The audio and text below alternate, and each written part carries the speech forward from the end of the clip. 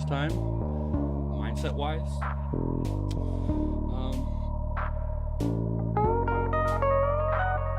I don't know. I wouldn't. I just wouldn't have too many expectations. If you're in a good mood and the environment's good and you're having like a good night and everything, then you're pretty much gonna have a good time. You know, as long as you don't do like too much or something like that. I'll go more into depth when the stream starts if you're around.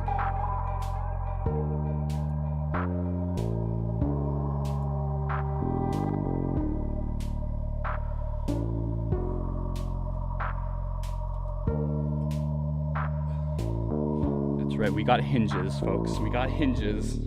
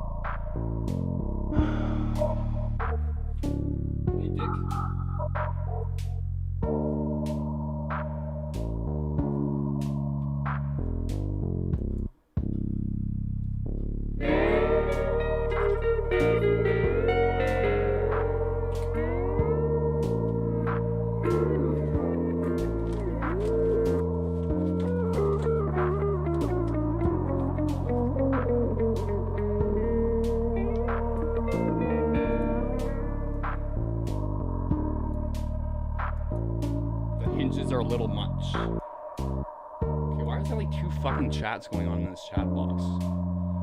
It's fucking with me. Hey Chester, what's up, dude?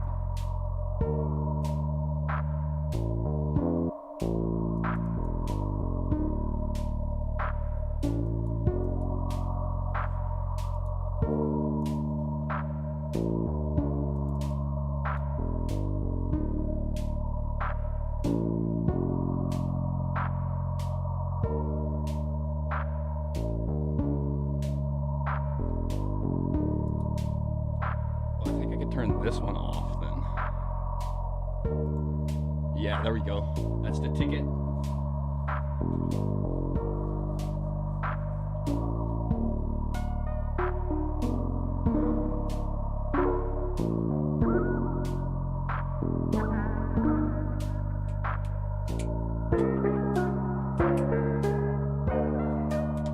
Alright, I'll just actually be like 2 minutes, not 9 minutes. I'm just gonna grab a drink and then we'll get started.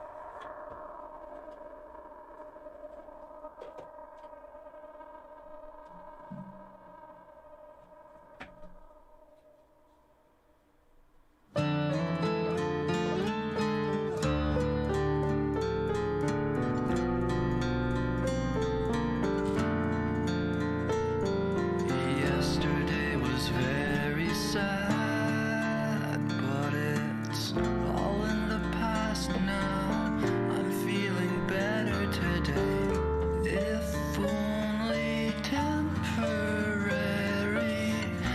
This world can no longer scare me. Cut this loop into a string. I just don't care anymore. What's up, everyone? Alright.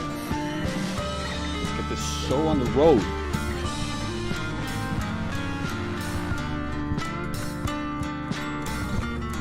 A few seconds. We'll get this show right on the road.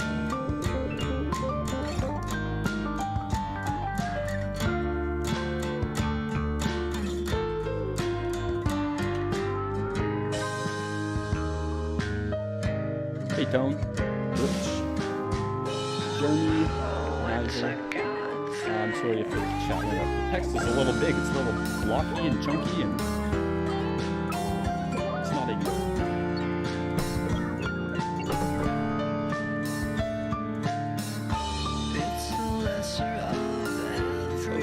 Headphones on. My old head here.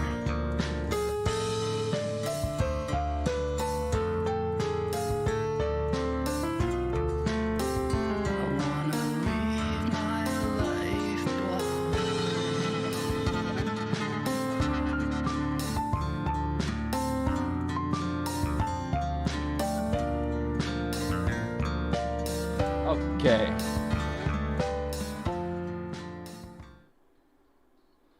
Hello, my friends. Hello, hello.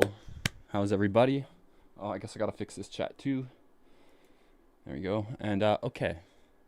You may be wondering why the weird camera angle.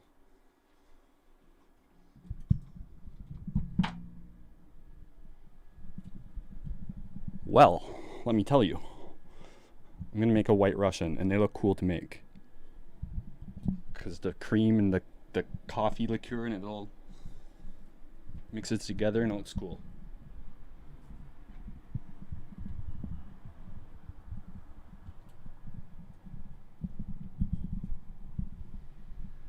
Does anybody else drink white Russians or just me? It's like the worst drink possible for you. It's like alcohol and then like heavy fucking cream.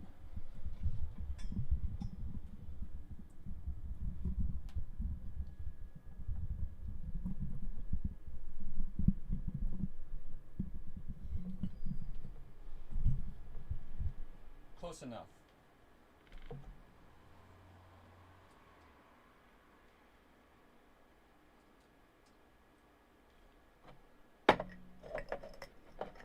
Look at these cubes.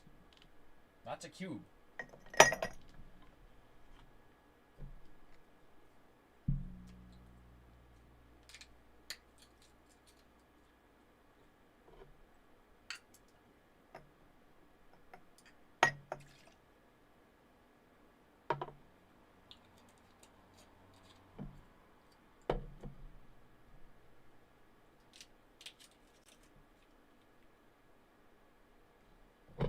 Russian standard, comrade.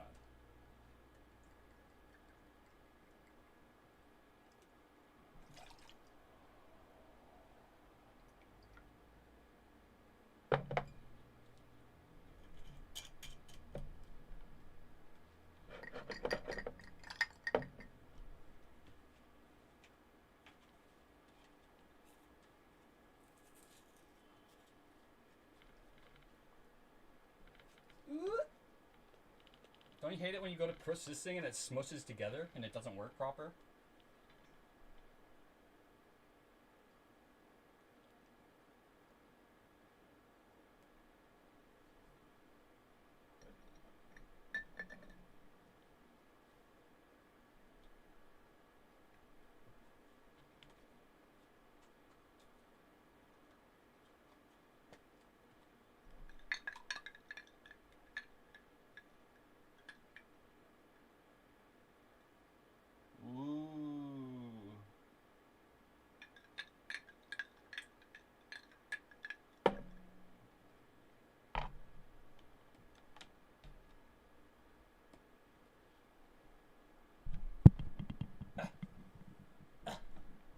Oh wait, I gotta fix the camera first.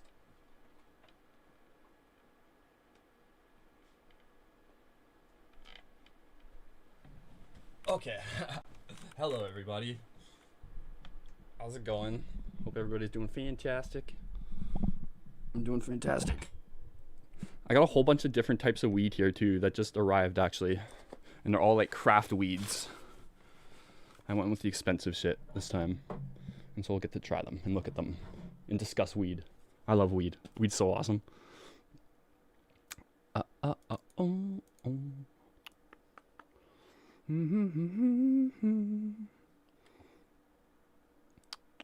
Hello.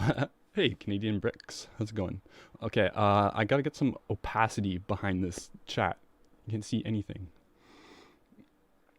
So, we would simply just... I got it. I got it. CSS code. I'm a coder.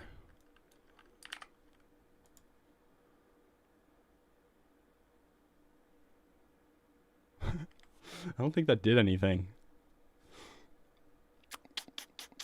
That's okay. We'll go with the other one. We'll just go with the other one because I know that works. Okay. All right. Let me have a sip first. Oh, that looks terrible too. Whatever. Fuck. You guys can read the other chat, the pull-out one. But look, we got hinges. We got hinges now.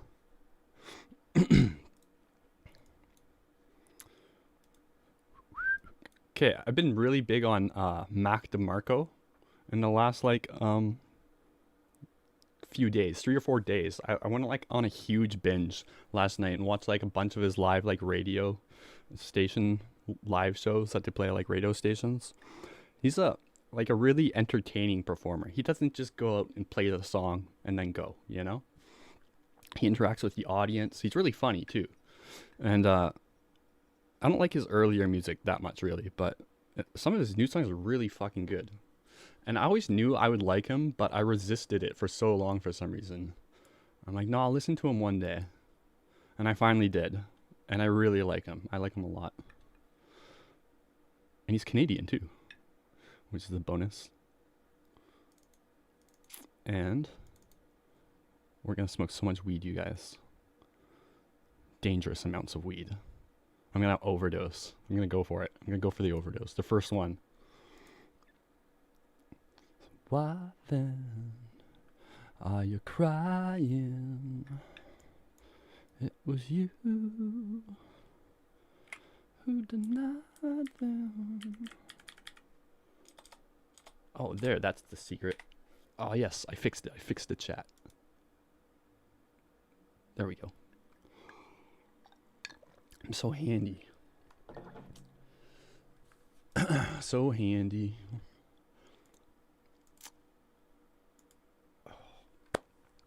White Russians. Just like the dude. Oh, that didn't really fix it though, right? Whatever. Fuck it. Fuck it. I'll just pull up this chat. There. Okay. Hi. I can see you guys now. Pantera likes pancakes. I like pancakes too, but I feel like not as much as French toast is my number one, and then waffles, and then pancakes is a third for me. They're all good though.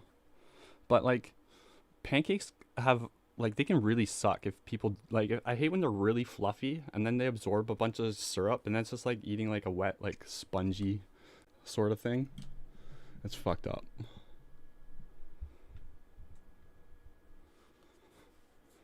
Where have I been? I don't know. I don't go on like Discord all the time. I've just been at my house living life. Yeah, I like the sound of glass clinking too, or ice clinking too. Don't green out. We'll see. No promises. I also got a bunch of mushrooms in here too. I don't think I'm gonna do anything tonight. I'm not sure. I don't think so. It's already kind of late.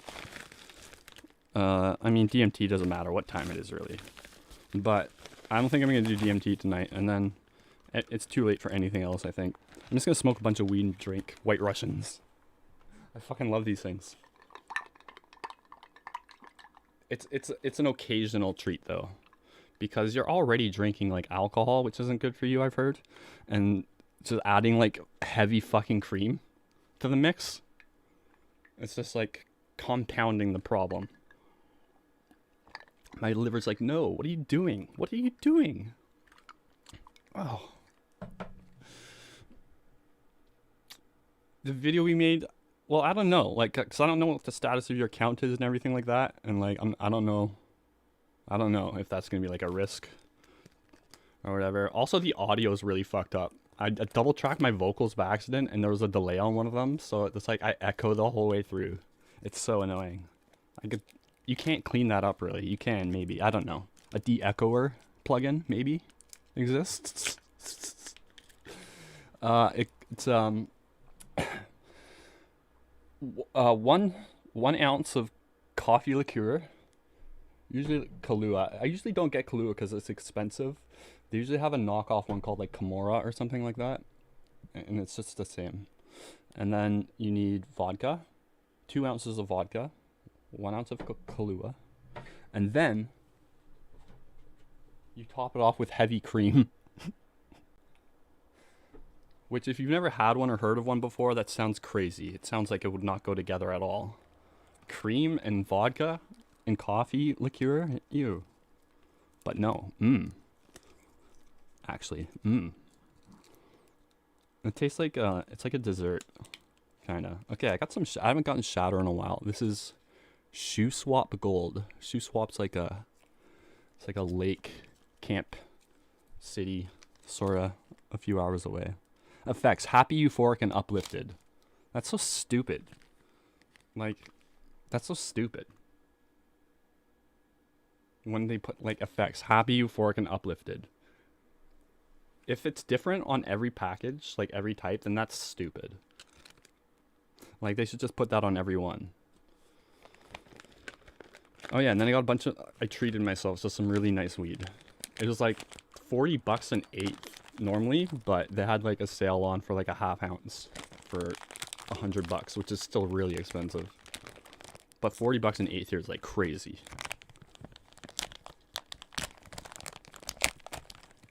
And I've got this stuff before, like from these growers, but it was only because I complained because they fucked me over, and then the owner gave me a bunch of like free weed, and it was really fucking good. Like, the cheap weed's still really good, and it's diminishing returns above that for sure, but it's still, it's like a good 10% better maybe. Okay, we're gonna look at them all.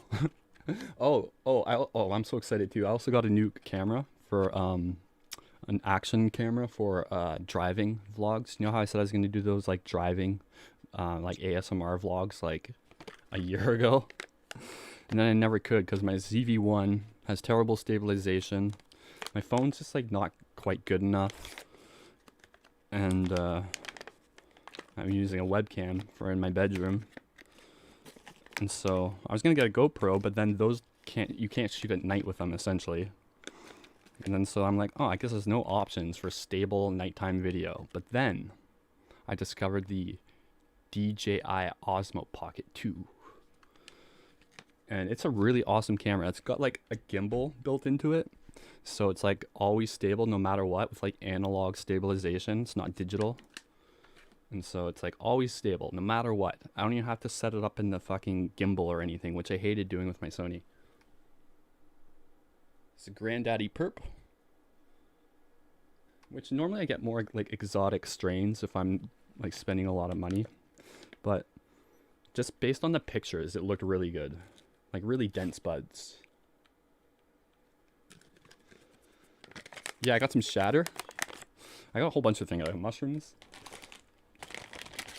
And then this is, oh yeah, Shoe Swap's nice. Oh, you used to live there. Yeah, we went there when I was a kid, like a handful of times, and good memories, good memories. That whole area is nice, like the mountains, the blue water, and all that. Okay, this is ATF. I don't know what that stands for. We'll Google it. Okay, hold on. Let me give you the smell breakdown.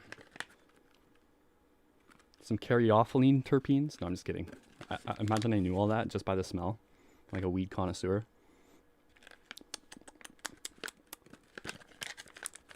It's grassy. I hate grassy weed, actually. That's like the worst like smell you can get from weed. It's just, it smells like mowed lawn. ATF. Whoa. Spicy. Very strong smelling. Épicé, as they say en français. This looks exactly like the Granddaddy Perp, to be honest. It's probably the same shit. They just put it all in different packages. Oh yeah, I forgot. I took the auto zoom off. Or focus. Oh, and this is plugged into my fucking laptop. Right. I was gonna... whatever. Doesn't matter. I was gonna do a dual stream. Dual PC stream. Because I was gonna play Battlefield later. And I had problems last time. So I got my laptop out. And then this is Peanut Butter Rockstar. Which I thought there was... I could have swore one of them was... Oh yeah, the ATF. That must stand for something really funny. What was it? It's like goat head or something? Oh yeah, Alaskan Thunderfuck. Goat head. Where did I get goat head from? It was like goat head or something. It's like, no, not even close. Actually doesn't. It has nothing to do with goats or heads. Okay, where do I begin? Where do I begin? And then this is the Peanut Butter Rockstar.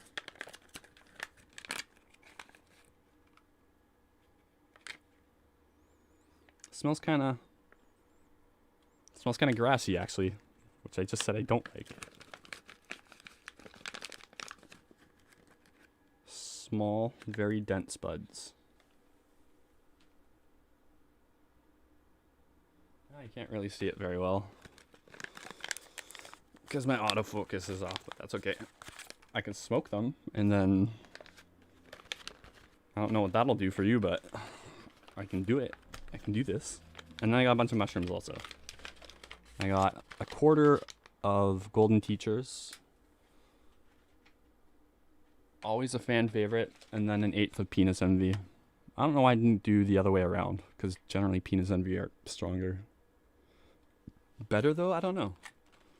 I don't really know the differences between the feelings I get from different strains. I just know they're different. Like, I'm not that perceptive. I'm not perceptive enough to like take out a notebook and be like, ah, this one did this, and this one did this and that, and this one did this. Woo! I just eat them and then go and enjoy them. Hello, Carnage. Yeah, I remember those. Like the first one I saw, like, is this real? This can't be real. That would have been such a great video idea. Or I think there was a couple people that tried to do real ones, I remember, and then like they knew they would get stopped at the post office, and they did. You could probably get away with that if you really tried, though. They x-ray them, though, probably, don't they? Hello, fan channel. Good evening. Good evening. No, you don't. You wish you lived in Canada. It's turning into communism. I haven't noticed that. I think it's turning into that if you're looking for it, you know? I just tune out, basically, to politics these days. It is kind of crazy, though. Some of the, like, super liberal laws and stuff they're trying to impose. I don't know. I used to call myself a liberal in, like, 2014 or something, when I was, like, I don't know. And it's just, I don't want to associate myself with either side at this point. It's just like, leave me out of it. Which, I don't even know, like, okay, the other day in the YouTube comments, I saw someone, there was like a political video I was watching, and someone in the comments was like, I haven't, like, discovered who I am yet as a person. Like, which side do I pick? And I'm like, why, you don't pick any side. Just, like, take each, like, situation or moral or, like, topic and form your own opinion on each individually. And then you'll probably have some, like, left and maybe some, like, right ideologies, and then maybe mostly in the middle or something. And then just be like a hybrid, you know? If everyone thought that way, there'd probably be, like, no, I don't know, Political strife. Sides suck, yeah. For sure. We're doing what they want. Isolating and getting high. Yep. I do this a lot. It's all I do, really. Okay, which one? Which one do I eat first? Or no, I'm not gonna eat it. I'm gonna smoke it. Okay, I'm gonna go with the Granddaddy Perp. Perp. Amanita muscaria. No, I've never tried those. Sadly. We hate, man. Yeah, we do actually. They're flat. They suck. No, I'm just kidding. But yeah, there is like a the prairies or the prairies. Is Alberta a prairie province? Technically, I don't even know, but I guess they all have some prairie in them. But yeah, you guys are kind of like you guys represent like the Republican of America. Like Alberta's like Texas, and then BC and Ontario, and then the Maritimes are like the left, and then Quebec is like, who knows? Who fucking knows what they are? There's like in their own. Oh, there's no prairies in Alberta? I guess not, eh? It pretty much ends there. It gets very mountainous. Oh, hello, Mason. Welcome. Glad to have you aboard. My day was good. It was, oh, and Black Trick. What's up, dude? My day was good. Or neutrality is beauty.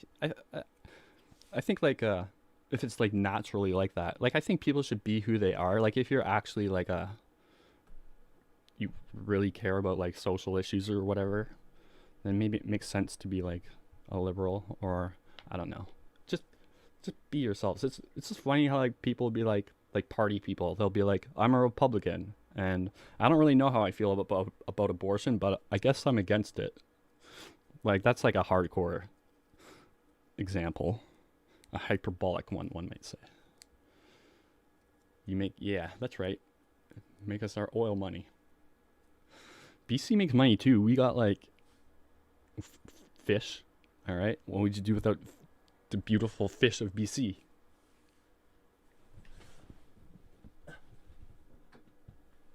Now we're probably the laziest capital by per capita, just because it's so like it's like West Coast and it's all like we're hippies. I guess that's the stereotype. Although I grew up in Ontario, so I'm like an Easterner at heart. Although I was born here, so deep in the heart. In the center of my heart, I'm British Columbian. And then it's ensconced in Ontarian outer shell. And then the rest of me is also BC, I guess. I don't know. What am I? Fish? They're awful. They're really bad. Like, I love the Grateful Dead, but even I don't like probably over half of the Grateful Dead songs. Like a lot of their songs I not only just not big on, I dislike. But then they write some like really, really cool songs. They're so like dynamic as a band, so their music sounds crazy different one song to the next or one album to the next. But Jerry Garcia is like the best guitarist in the world. He was. And then Fish is like just a much shittier version of the Grateful Dead. So it's like yeah. Trout is delicious. Trout is the best fish. I used to live on Trout Lake in Ontario, and yeah, trout is really good if it's cooked good. Like freshwater fish, it can really not be good if it's like not seasoned enough. Like I remember this one time I worked at this frozen. We used to sell meat and seafood out of an old Dodge Caravan, and our boss like was getting rid of this fish that was like kind of freezer burnt, sort of going, and then so I took home all this perch and I like fried it up in a pan, and I didn't know fuck all about cooking at that point, and so I just fried it up, and I guess I put like butter and maybe like salt and pepper on it, and then like it was so nasty. It was so nasty and so fishy. Ugh.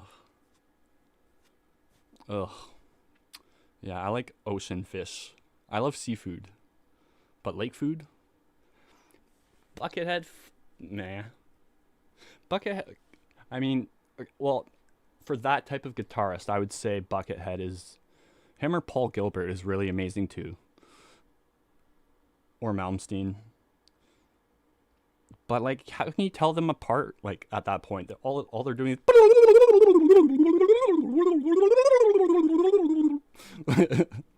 there's no like personality to it. And you listen to like a Jerry Garcia solo. Maybe Jerry can't move his fingers as fast as Buckethead, but he's a way better improviser. In my mind, it depends what you like. If you like,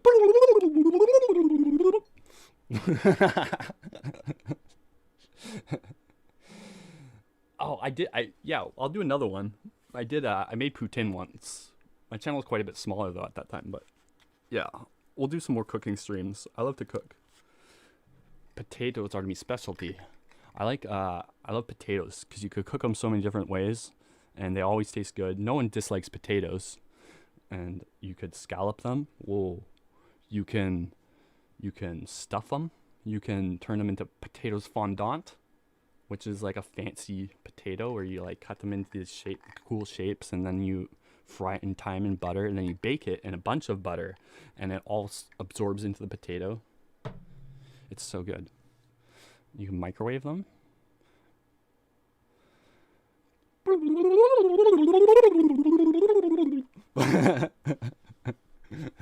That probably sounds good to you, Uncle Antimatter, if you like Bughead.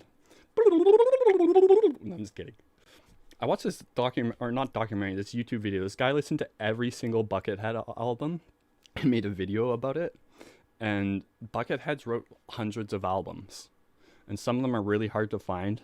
And you like track them all down, even these obscure ones, and listen to every single Buckethead song there was. It's more like that's like a challenge. That's pretty impressive. Zach Wilde is up there. Yeah, he's pretty cool. For acoustic guitarists, I don't know. I think Elliott Smith is pretty fucking good. Then who else is great at guitar? David Gilmour, I really like. He's got the best bend in the business. How good can a bend get? Pretty fucking good, actually. Hello, welcome. We got a new student.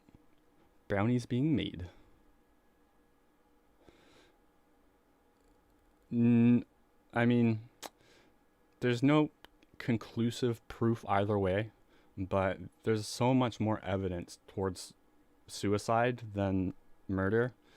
Basically, I think the whole murder thing, it was just a good opportunity for conspiracy theorists to have a heyday, because there was a few like weird things about his death, which, I mean, there would probably be weird things no matter what about the way he went out. And then so there's probably some of you in this chat that believe that, but like I think that it was just like a perfect opportunity for a conspiracy theory to be born, sort of like Kurt Cobain.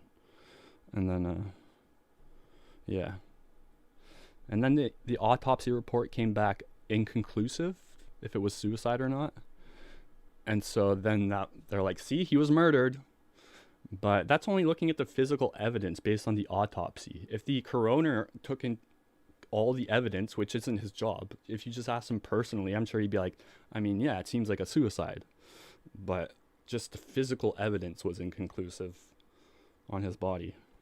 He had like hesitation wounds, which are like little cuts, like building up to it. Or wait, he didn't. He did, or he didn't have hesitation wounds. Yeah, that's why that was kind of fishy. And then also he had like what might have been self-defense cuts on his hand, but who knows. Also, there was a suicide note that he wrote, and she would have had to have faked a suicide note. That's pretty ballsy and pretty crazy and very premeditated and shit. And then also she called the ambulance, and he was alive when they arrived. If she stabbed him, wouldn't he be like, yo, she did this, you know?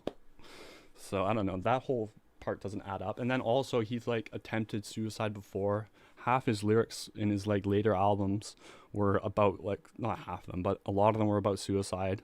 And he's talked about it before. He suffered with depression, addiction. It's just, I don't know. And then another thing too, he was clean at the time, or he's getting off drugs, and then people are like, he was clean at the time, how could he kill himself?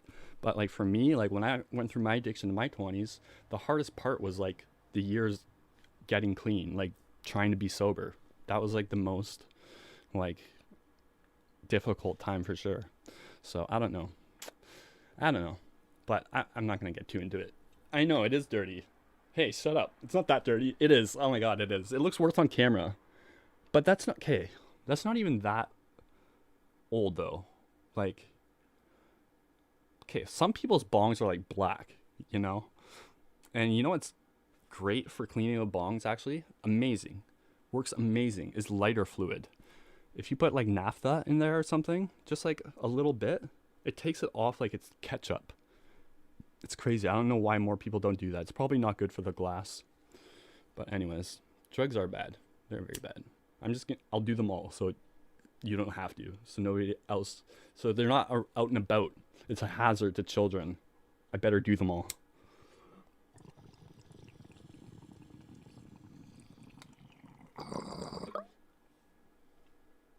Salt and alcohol. That's like the next best thing if you don't want to use lighter fluid. Yeah, I got like the coarse grain salt, and then you get some ISO, and it doesn't dissolve in the ISO, and so it like acts as a scrub. That was really weird tasting. It tasted like perfume almost, which I've never gotten that before.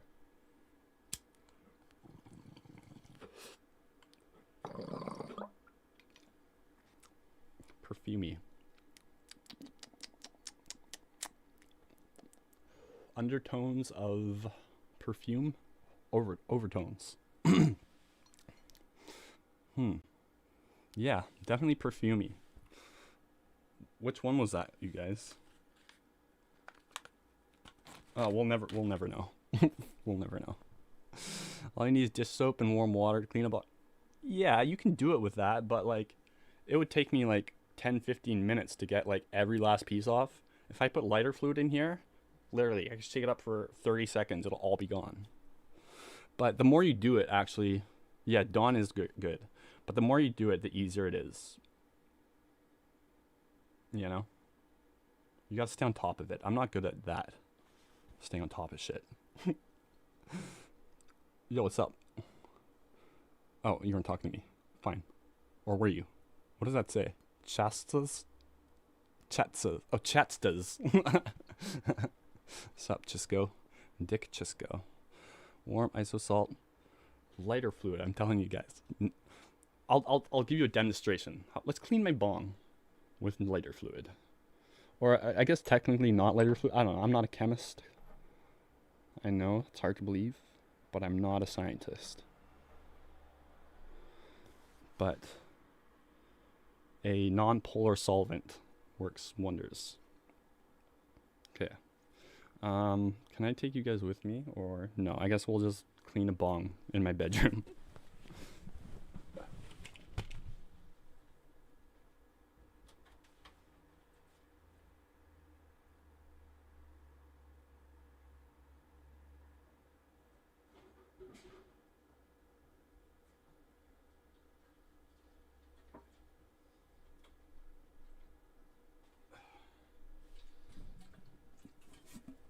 Let me empty this.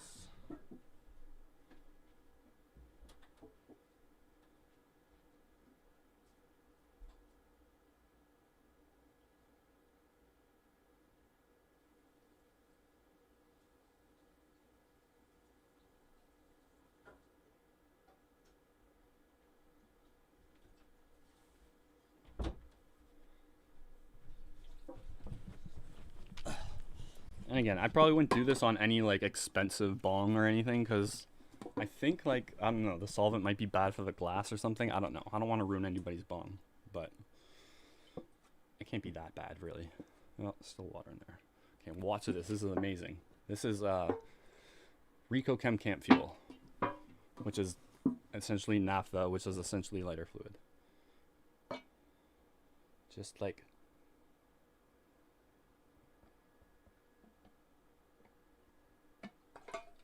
like two pop capfuls. Now watch this. It's already like off.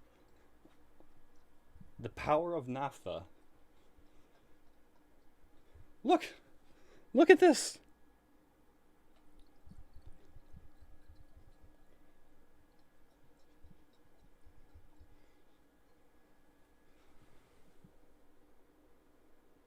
Look at that. It'll like get suspended in the water. And then I gotta get it into the fucking ash catcher here. How do I do this? Okay. How do I do this?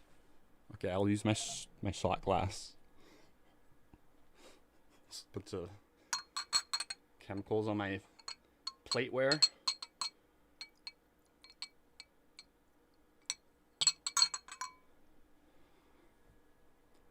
Ta-da! And then, okay. This shot glass sucks for pouring, so I will use this envelope to catch any potential spillage.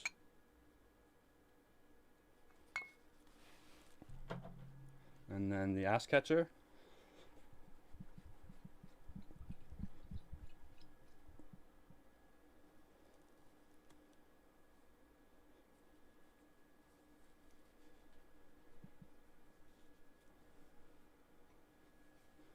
Okay, it didn't work as good on the ash catcher, but that's mostly like ashes that are like caked on.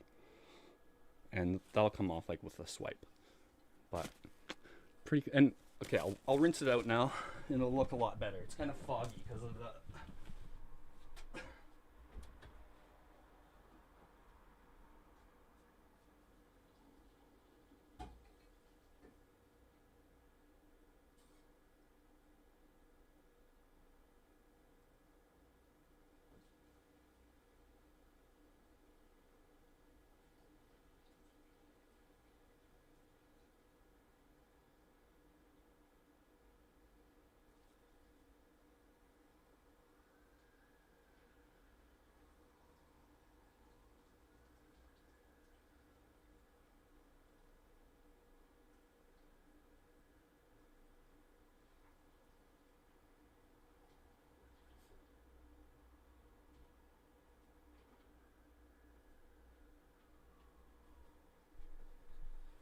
yeah, and if you ever do that, you gotta obviously rinse it out really fucking good. Like really good. And then we'll get this part. I hate even when there's like one speck of black left. It's like I want it to be perfect. And then you ruin it all again in like a day.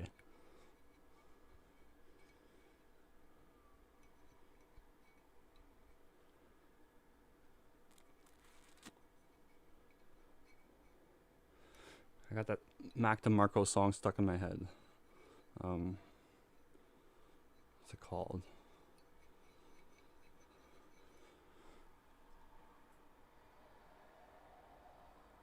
Dreams from Yesterday. It's such a good song. Alright, that's good enough for now. But we got a clean bong. Ta-da! Thanks, dog. Yeah, I've been working out. No, I haven't. I haven't worked out ever, really, actually. I've started working out many times, but it's never lasted like more than 2 or 3 days. Like, remember earlier in the year, I'm like, I'm gonna walk to the beach every day, and then like I'll go faster and faster, and eventually I'll jog the whole way, and that lasted 3 days. Like, fuck this. It's physically uncomfortable. That's the thing.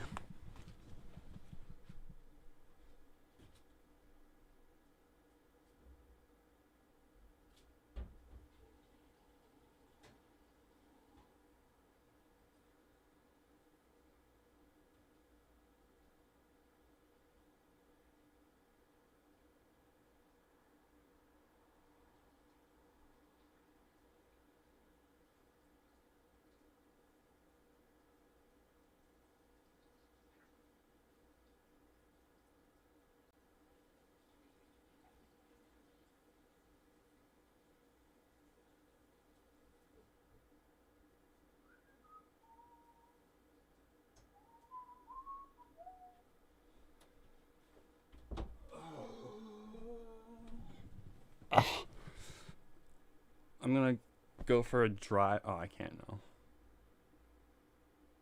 I drank. Tomorrow morning, if I wake up early enough, maybe it'll still be dark. I can't wait to use my camera. My Pocket 2. Ta-da!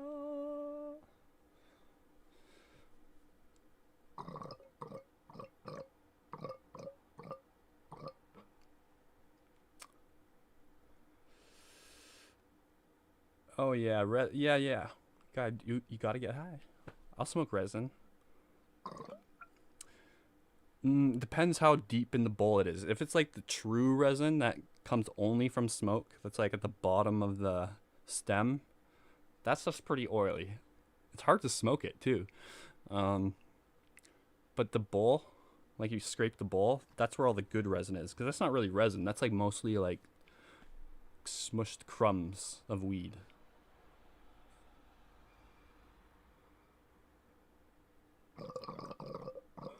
Well, duh, exercising is supposed to... Yeah, I know. I don't know. It's not addictive to me. And I got an addictive personality. Working out gets you high. Pff, I've heard this. And you get an endorphin rush. I don't know. I guess I've never pushed it. Well, I've pushed it hard. I attempted to climb Wedgemont. That was fucking brutal, actually. Remember I almost died last year? That was crazy. That was such an ill-guided adventure. I tried to climb Whistler's hardest mountain, and I'm totally out of shape. And I arrived late, and it was dark by the time I got there. So I was climbing this like mountain. It was 6 degrees out, and I was by myself, and it was pitch black, and it was bear season. And it was the hardest hike in Whistler, like one of the most known hiking ski resort areas in the world. And I lost my water and I lost my jacket. It was crazy. It was like it couldn't have gone worse, except dying. That's the only thing that could have been made that fucking trip worse. Oh god, that was bad. I'm gonna go back this year. I'm gonna conquer Wedgemont. I'm gonna arrive early. And it's funny, on my way up, everyone on their way down, everyone was in groups. Everyone was like, "You're going up now?" I'm like, "Yeah." And they probably all thought like, "Wow, this guy's a pro mountaineer." But no, I don't want to say dumb. What's the word? Hard-headed, maybe, or a cockeyed optimist, as Kramer would put it. And then everyone had headlamps too. Everyone was wearing headlamps, and I had my ring light, my fucking ring light, attached to a power bank. And I brought way too much gear. I had a tent. I had two backpacks and a fanny pack. I don't know why I got 2 backpacks. I'm like, I'll put one on each shoulder, and then, oh man, it was so dumb. It was so dumb. It was so bad. It was so bad. On my way home the next day, it was worse. It was daytime and everything, but it's still worse because I lost the main trail, and I was like Bear Grylls. I had no water, so I had to like go to a creek and then fill up my beef jerky empty packet, put a water purification tablet in it, shake it up, wait 10 minutes, then drink my beef jerky packet of purified water. Then I'd go another like 100 feet, and it's blistering hot out, of course. So I'd only make it like 100 feet. So I was climbing down. It was like a obstacle course for gods. It was crazy. I'd like jump down these fucking gulches and fucking it was terrible. I was like getting scraped by like branches, and there's one part I almost slid down this like cliff face into a whitewater rapids. And I was like edging along this fucking like hill, like trying to get across it, or like just trying to travel down it basically. And then there's one part I was like crawling pretty much, and I came across this like berry bush of salmon berries. I didn't know what they were at the time, but they looked really good. They looked like blueberries but pinkish. And I don't know, I could spot poison berries. I think they usually just don't look good. They don't look like berries. They're usually like opaque. You know, you want a little translucency in there. And then I tried one, and it was so good, and so I just ate like 100 berries, and they were so fucking good because I was so thirsty and so hungry and so like just wanted something nice. And those berries were so good. And then near the end of the trail, there's like a super steep rock face, basically. You have to like scramble up it. And I was halfway up there, and I decided to turn back because I couldn't see how far it was. And if it was like further, like a good distance further, I would have died. And I lost my water halfway up there, and I was so fucking thirsty. Thirstier than I've ever been in my life, like by far. I've never been that thirsty. And it was crazy because like it came on really quick. I was climbing, but when you're like under that much strenuous, when you're doing that much strenuous activity, you get thirsty really quick. And then like, I'm like, fuck, okay, I'm thirsty. I'll go back now. And then I slowly had to climb down. And I'm like, okay, shit, I'm really thirsty.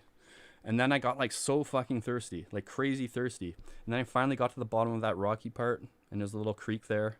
And then it was freezing cold water too. And I lost my jacket, and it was 6 degrees out. And I had to like fill up the fucking beef jerky thing, and it was getting on my hands, and I was like shivering. I was putting my like tablet in. It was pitch black. I had my like Sony camera light on for light.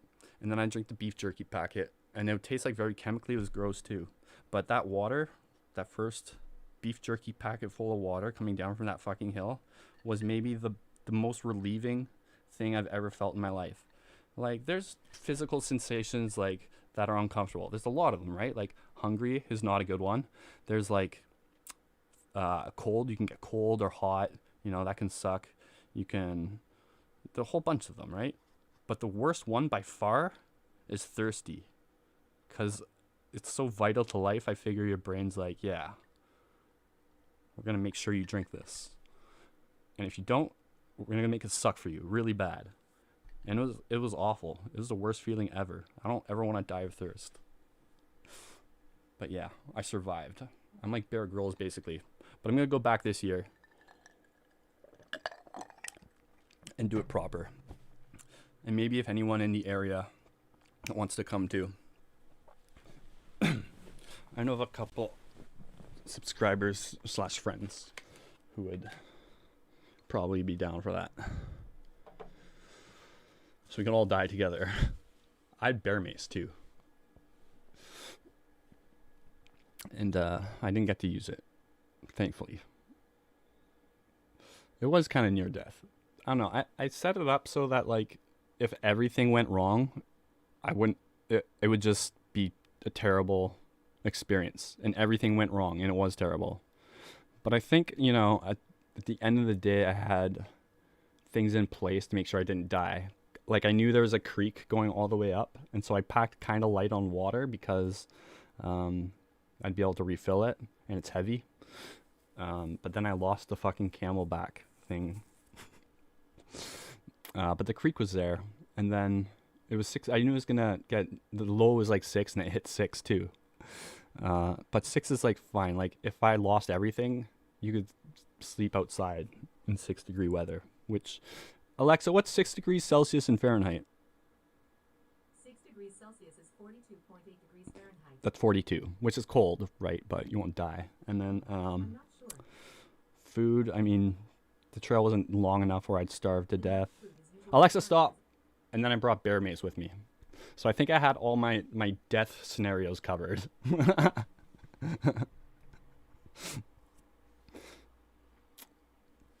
It was awful.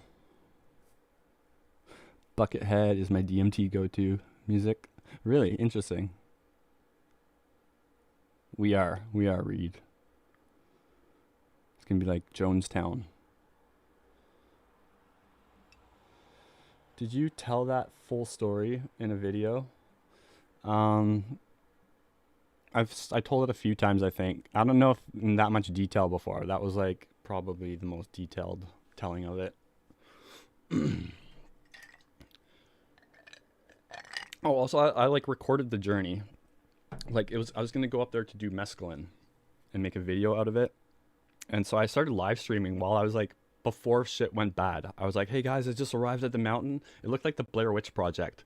And I was like, you know, I'm just going up now. I got here a bit late. It's kind of dark, but, you know, I should make it up. And then like 20 minutes in, I was like so exhausted. It was so steep. And then and then eventually the stream cut out because it was like too remote, I guess. And then the next day I just rented a hotel and did a stream there. Did she? Damn it. Yeah, mine's getting a bit slow. I think she has been getting slower too. And then also her hearing's getting bad. Oh, is it? Yeah, I don't. Yeah, like I said, I don't think I told it in that much detail before. And it was like fun and lighthearted while I was streaming. But the last 20 minutes of that stream, I think I was really like suffering at that point, and then it cut out. And then, oh yeah, I was in my, and there's another funny detail. I was in my tent that I had to set up in the freezing cold. I was like, I just want to lie down and be warm. And I go into my tent and I was like eating food, even though it was just more like a chore because I was so cold. And then I wrapped my toilet paper all around my arms to cover my arms because I had like a tank top underneath too. And if I had my jacket, it would have been fine, like perfect. But yeah. And then on my way down the next day too, I saw my water pack thing that you wear on your back. And it has like a hook on it, and it was hanging on a tree branch. So like I literally got pickpocketed by a tree. I was like walking by a tree and I like just pulled it right off my back. Either that or someone found it on the way down and put it on a branch. That's my other theory.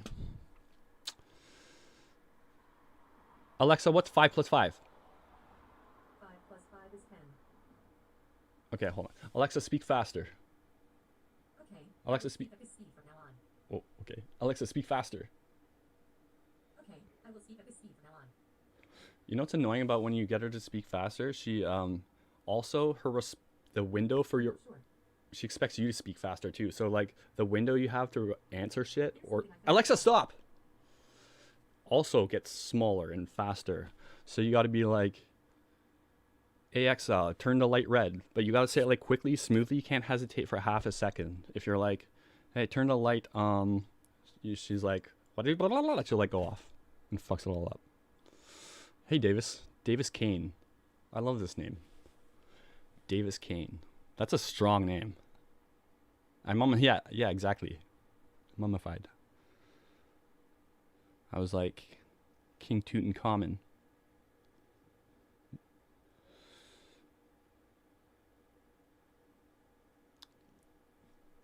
My bad. That is annoying actually when I'm watching videos and they don't like mute the word. I try to like cut out a couple letters if I ever say it in a video, like the L, but not enough so you can't understand it, just she can't.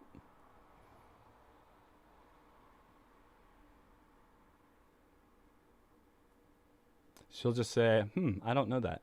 If you ask her anything slightly controversial.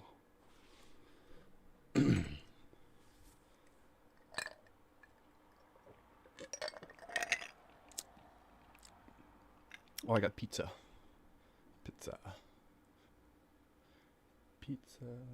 It was called the Double Trouble. It was double pepperoni and double cheese. But I put a note. I'm like, don't put double cheese. Just put like a little extra. You know, double cheese, that's a lot of fucking cheese. That's something I would have liked when I was like 6. Even though they probably don't put double cheese anyway. They're probably like, yeah, don't worry, buddy. We're not giving you double fucking mozzarella. How's the weather? It's the last few days have actually been very warm and nice, relatively speaking. Prior to the week or two before that, it was pretty cold. It got cold and snowy as fuck. But it's probably over now. We usually get some snow at the beginning of January. And then that's usually it, a little bit, if any. But today was a little rainy, I think. Skies were gray. It wasn't that rainy though. I actually like that a lot. I love when it's overcast but not raining, because then it's like cool and dry. And I hate being hot. I hate the heat. I hate when people are like, oh, 28 degrees out today. Beautiful. So beautiful. It's like, why? That's hot. It makes you sweat. It makes you uncomfortable. No. It's like, There's a reason room temperature is room temperature. It's the best temperature.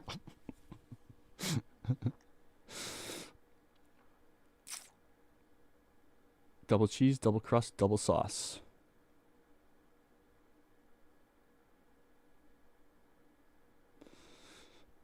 Double crust. That's wild. You could just fold your pizza in half and then you got a double. That's a double pizza. 98 Fahrenheit? That's fucking hot. No, it's not 98. It's more like 90. 98 is I've never been that hot of temperature. I've been in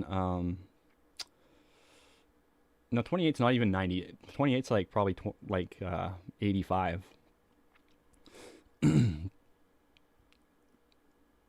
I went to Southern California once, and that was the hottest weather I've ever been in.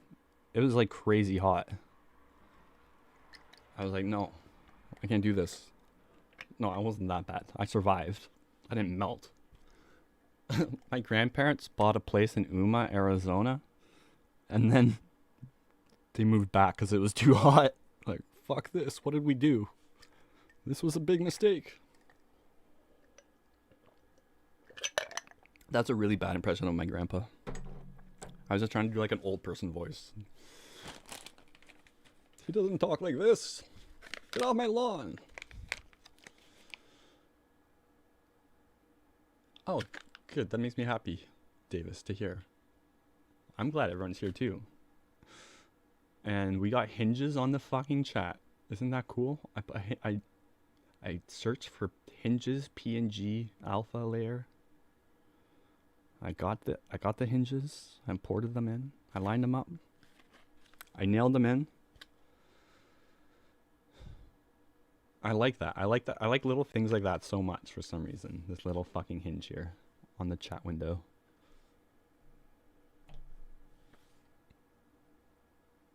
I like my border too. I'm very I'm boasting right now. I'm very boastful. Very boasty. Boastish. Boast. I should put this fucking solvent away. I'll be right back.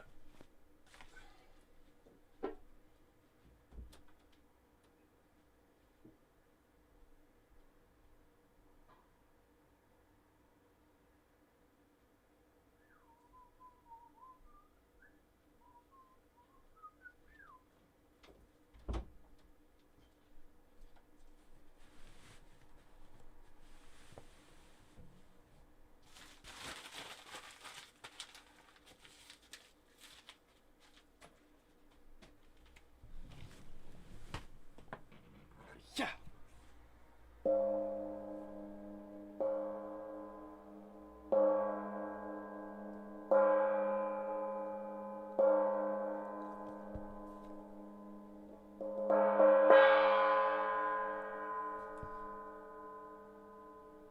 My neighbor probably hates that so much.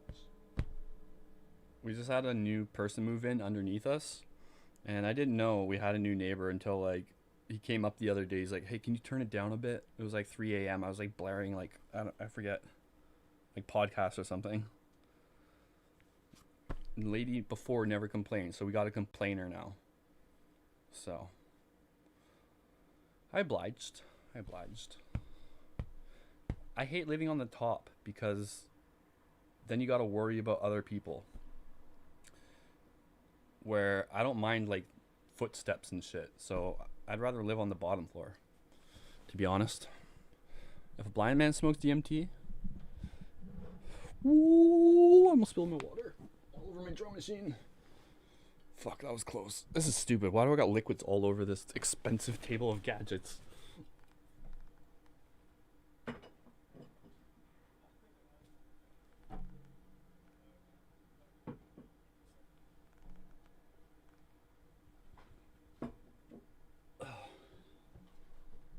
Although I will pour another White Russian, comrade. Stolec Niemiec. Russian.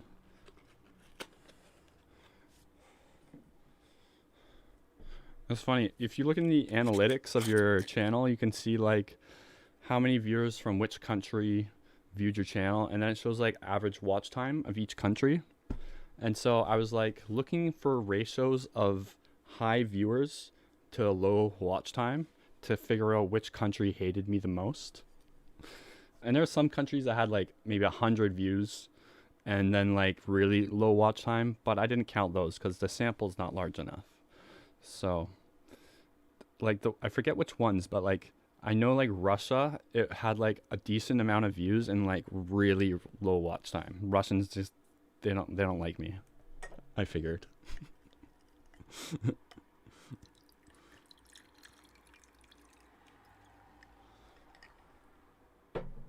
What is this? Well, I can't do a Russian accent. Sometimes I can do it. I can do it like when no one's there. Like it's, you know. Impressions. I'm a bad I'm a bad showman. I like to craft behind the scenes. Or I hate when like your boss is watching you. I used to have a boss in a kitchen I worked at, and I'd be like filleting fish or something, and he'd be like staring closely. Like, can you not watch me cut things? I'm pretty handy with a knife.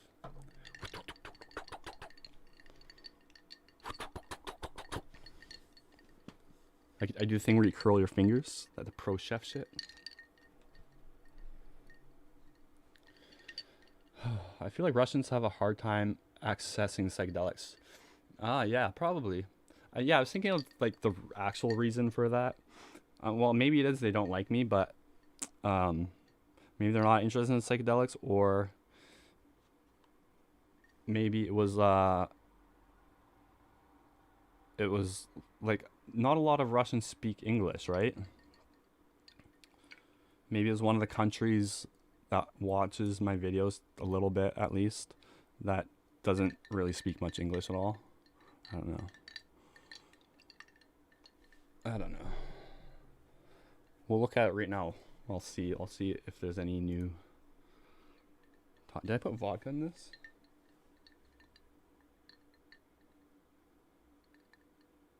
Oh fuck, I used a shot glass that I put solvent in. How stupid is that? How stupid is that? Look, all the fucking Kahlua is like coagulating. I gotta smell it. I'm like, it smells really strong. Oh. That would have been stupid.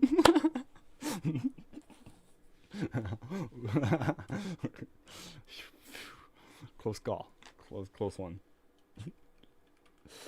No, you can smell that shit from a mile away, though. It was you who denied them.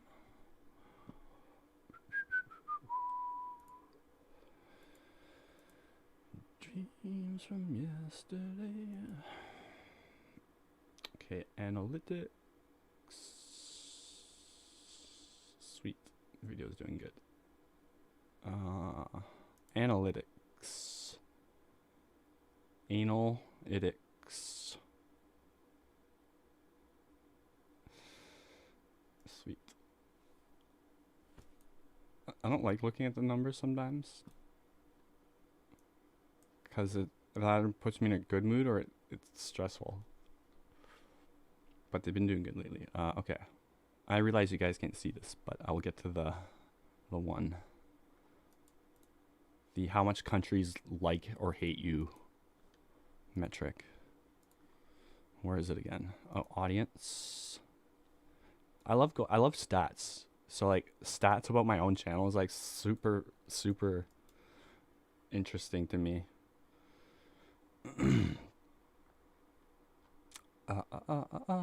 Geography. Here's what we want. Okay, here it is. And then I'll sort by. Well, this is fine. Okay, yeah.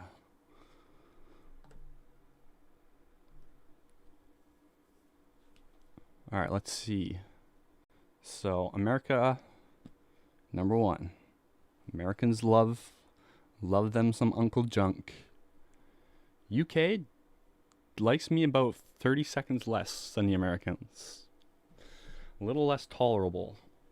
And I mean, with this many numbers, I think that's big enough sample size to say to firmly say that people in the UK like me less.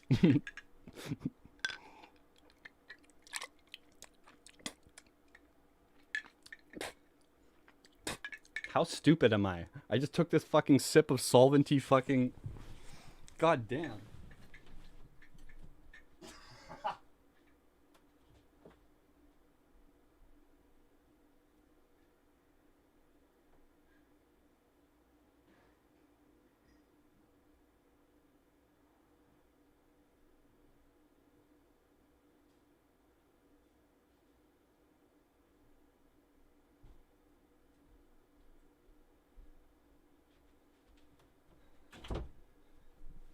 You know what, though?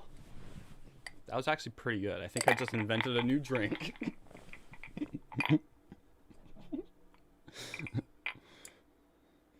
Call it the fucking... I don't know. What do you know?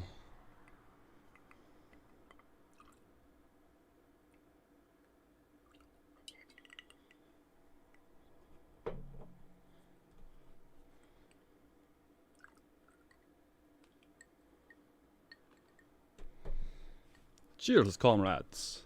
Clink, clink. Fight Russians. Right. Did Russians roll their R's, or is that just me, like, being ignorant? Russia. Russia.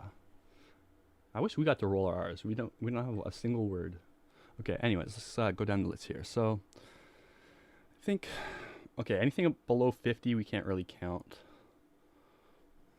So, we'll see what the lowest is from, oh, look at this. Oh, wow. Nigeria hates me. Nigeria hates my guts. 8 seconds? They just click off right away. Okay. Nigeria definitely hates me. Don't go to Nigeria. Do not go to Nigeria. The Finns are liking me. It's mutual. I like you guys too. Thank you.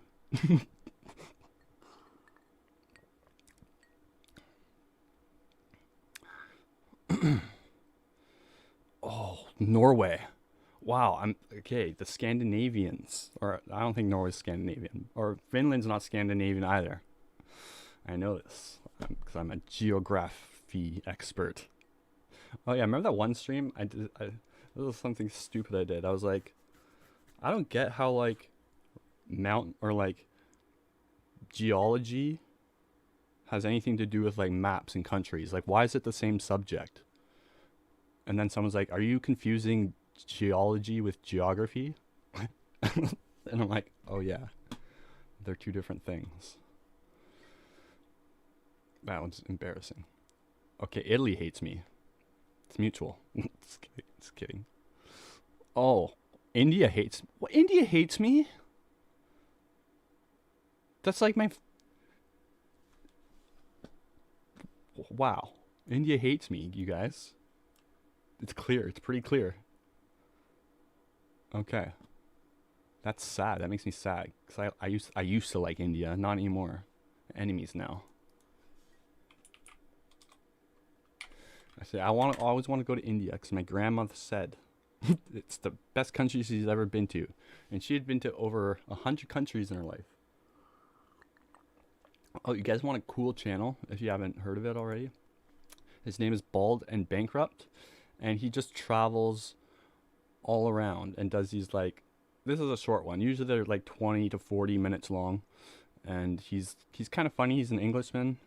And he's kind of like sarcastic, and he like goes to like shitty parts of countries or like shady parts, and he like talks with the locals and does like little adventures. Like every video is good, pretty much. I really like his channel. Yeah, I binged him and Mac DeMarco. I almost said Mac Miller. Mac DeMarco. In the last like 2 days. It's been like this guy, then I watched like a Mac DeMarco concert.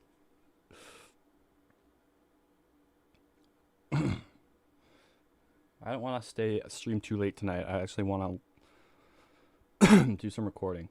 I know my video uploads, by the way, have like slowed down in like January. I've been working on a lot of music, actually, which is really time consuming.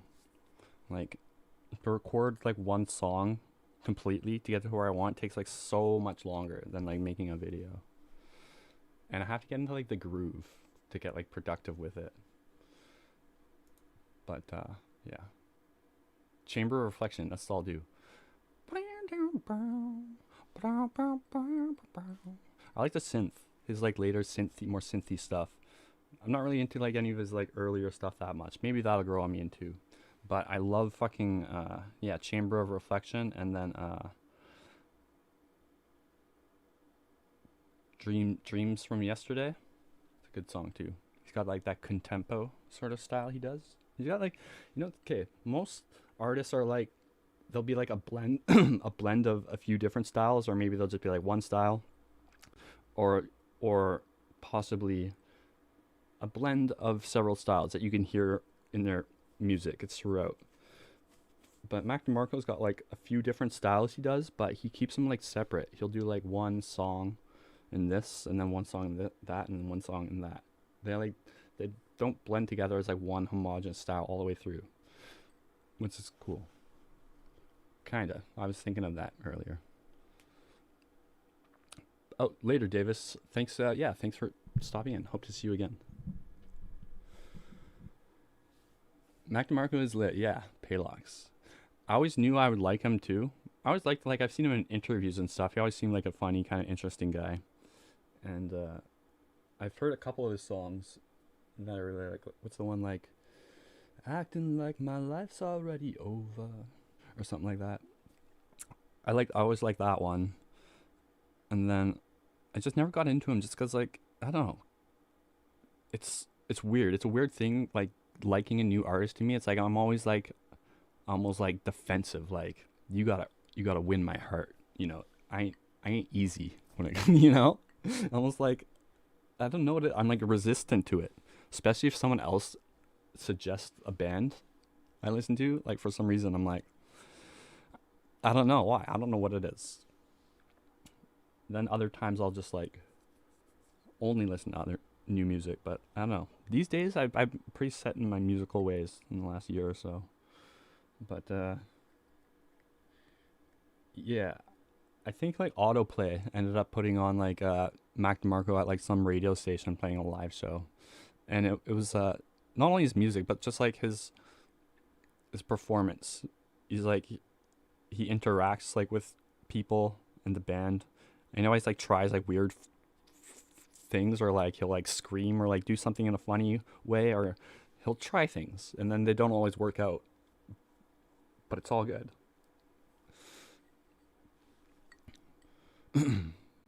He's just really likable. And I like, yeah, the certain influences in his music, like that you don't hear from like indie artists that much these days. Or is he, I don't even know, but like jazzy, contemporary sort of stuff.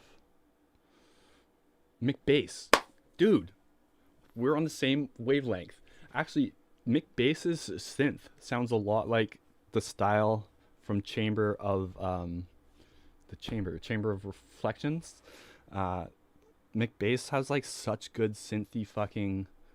Okay, is Mick Bass like, is he big or something? Because like I just the other day or a few weeks ago I was at my buddy's house and we were listening to we had a YouTube, it was like on autoplay, and it put on this song You Go by the Black Pirate or the Dead Pirates, which is such a cool song. It's really cool. I've been really hooked on that song. And then when you put that song in, for some reason, like the algorithm takes you to like a certain style of artist that uses cartoons in their music videos for some reason, and they all sound similar for some reason. And so like from the Dead Pirates, I got into Mick Bass because then I was getting recommended those videos. And then like, yeah, he's fucking cool as shit. Or I don't know, I think it's like one person for some reason. But yeah, Yugo's amazing. Paylox knows. That's funny because like anytime I bring up like that song, no one knows. And the guitar riff's so cool. It's like very dissonant, and the algorithm got us. Yeah. We're probably, yeah. It's funny because my friend who I was at his house when that song came on, he's like, this song always comes up when I'm on mushrooms. It's like they know you're high. Which, have you ever been talking to someone in like chat or something, in like Facebook Messenger or whatever, and you guys be talking about like Taco Bell or something, and then you get like a Taco Bell ad later? What was that all about? They probably take your typing data, and then I don't know. Maybe it's coincidental.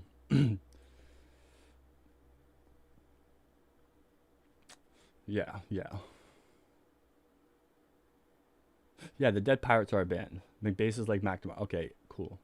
Is McBass big though? I've never heard of him, but he's got some sweet synth. Okay, that's sort of how I picture them, I guess. Yeah, here's the artwork, and then this is the. Hey, wait, this is the art from the You Go music video by the Dead Pirates. What's going on here? There's a conspiracy happening. It's all connected. The fuck? This girl cartoon character. Hold on. Dead Pirates McBass. So there's gotta be associated acts or something.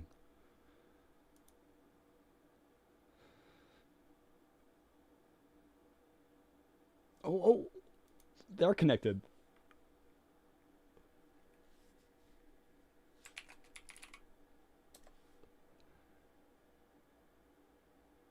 Oh, Macbeth? Is that how it's pronounced? Macbeth. Why is it spelled Macbeth here? It's McBass. What is going on? Okay. Macbeth used to be the lead guitarist of a local band, Distrate. They performed a gig and blah blah blah blah blah. Macbeth recently, that's probably his real name. Macbeth recently teamed up with his friend Simon Landrine at The Mill and created the music video Wood for his own band, the Dead Pirates. They're the same. McBass does You Go?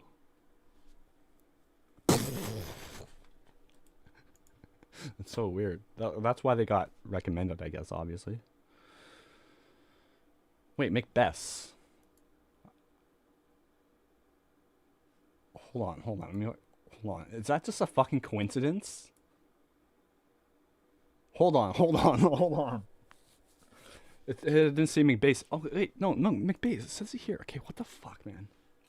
Oh, his own band. Okay, I figured it out. No conspiracy. It's all good. There's no conspiracy. It all makes sense. There's nothing weird about what's happening. It's just I'm realizing a bunch of things that went right under my nose. Cool. Yeah, McBass is dope. Yeah, Mac DeMarco's dope too. It's funny because like I don't listen to new music much ever. Current music. So I'm getting hip, you know. I'm getting hip. A band I really like currently though is Big Thief. Although I don't like their last couple. They put out albums like crazy. I don't like their last couple ones as much. Their first three albums were really good. Capacity is a really awesome album. They're not like these bands we're talking about though. They're more like traditional rock band. More like folky rock. I don't know. They're dope though. Follow White Rabbit. Yes. That is true. I'm both. I'm stoned, but it's also a conspiracy. I'm pretty sure. Oh, have you guys ever seen Chip Chan? That's a rabbit hole. That is a rabbit hole.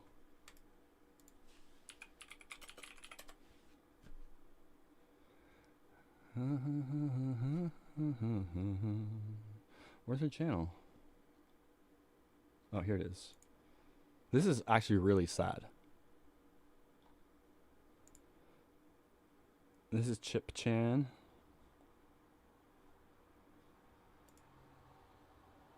Oh, all our videos are off.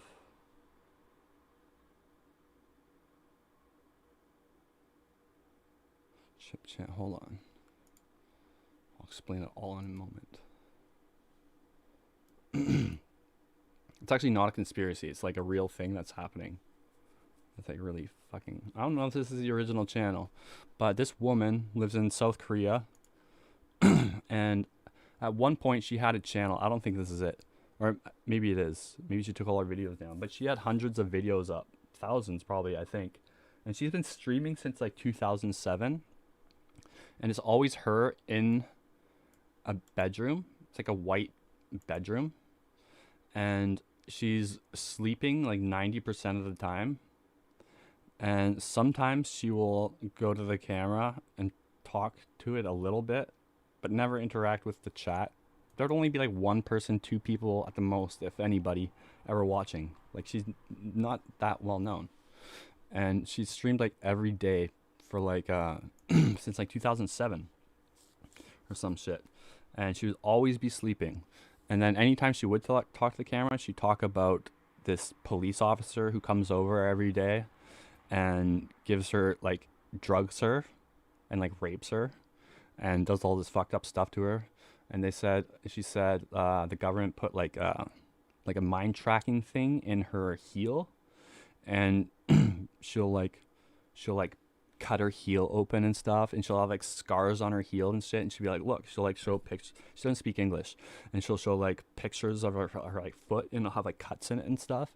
And she's saying like these people are coming over and like doing this, and she's being harassed all the time, and the government's out to get her, and they're like blackmailing her and all this crazy stuff. And she's like schizophrenic, and like none of it's real. And then like that's like a common thing apparently. Like a lot of people speculated that the cop, who she calls P, which stands for pig for some reason, she calls him P.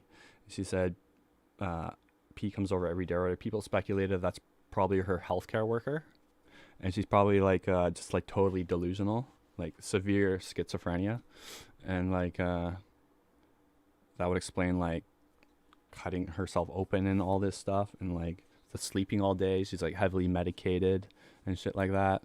And then sometimes she would talk to the chat, but it'd be very brief, and you couldn't have like a conversation or anything with her. And she'd stream every day for hours and hours and hours.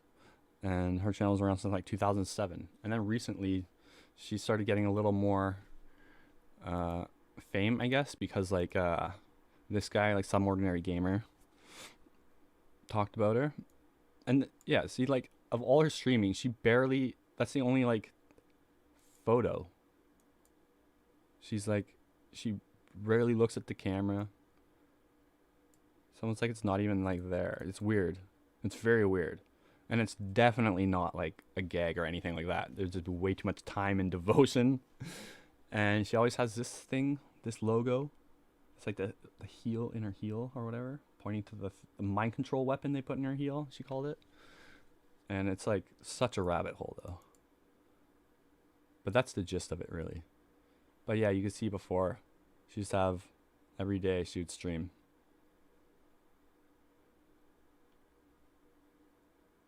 And it's just really sad of anything, because like schizophrenia is like can be really like debilitating. It's like an understatement. It ruined your whole life. But then it can be also like not that severe, I think. I don't know. I don't know too much about it. I just know it can be really bad, obviously. Oh, I got the two chats going again. Stupid. Porschenia. Schnietz.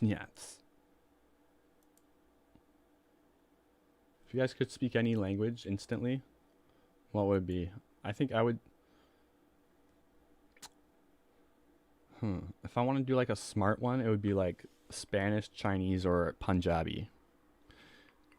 If I wanted to learn something for fun, it'd be like Japanese or like fucking Gaelic. Yeah. Or like, or Slovakian, so I could speak my mother tongue. I'm like a third Slovakian. Like 5th generation or some shit. No. 3rd generation. My grandpa was born there, I guess. You could go to Japan Oh, so you could go to Japan, I get. Oh, Arabic would be cool too. Arabic sounds really cool. That would be a kind of both, because that would, or I guess it's, I don't know. It's not a very popular language. I don't think, is it, or is it? That might have just been very dumb what I just said. Punjabi. Punjab is like a, I don't know if the sect is the right word. It's like a type of Indian who are very prevalent in BC.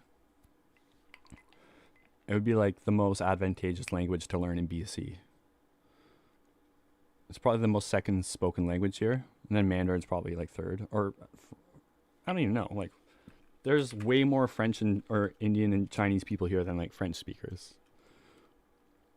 Let's look it up. Vancouver demographics. Demographics.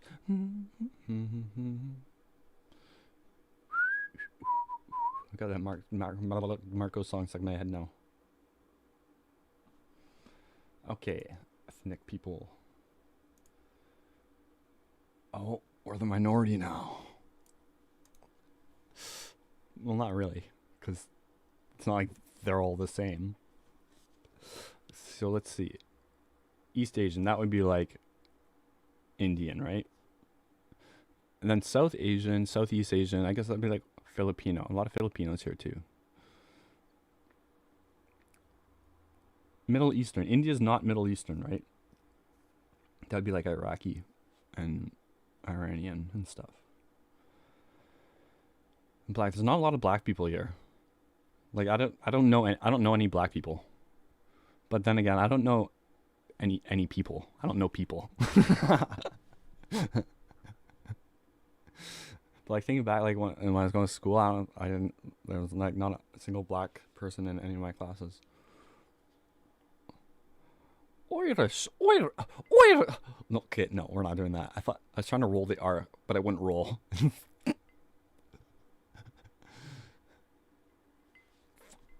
Pan-ethnic group. Origins. What's the diff? I don't know. But it's a pretty melty pot we got going on over here. Oh, see, oh, here's the languages. This is what I wanted, yes. 54% speak English as their mother tongue, okay. 7% speak Cantonese or Mandarin. Then Punjabi, then Tagalog. I always thought that was a weird name for a language, which is like Filipino speak. Tagalog. Tagalog? My brother's girlfriend. It feels weird calling her his girlfriend because, like, it's pretty much like my sister-in-law, like pretty much his wife. But she's from the Philippines. And you want to know what's cool? She's a nurse. And she had to give, like, she had to test people for COVID, like, coming across the border, and she got to test Jude Law and Jim Gaffigan. She got to give them COVID tests. I don't know more details of the story. I don't know if they chose, like, it was a privilege, or it's just like chance that they ended up happening to be her patients. But yeah, she got to swab Jude Law's nose and Jim Gaffigan, which is funny.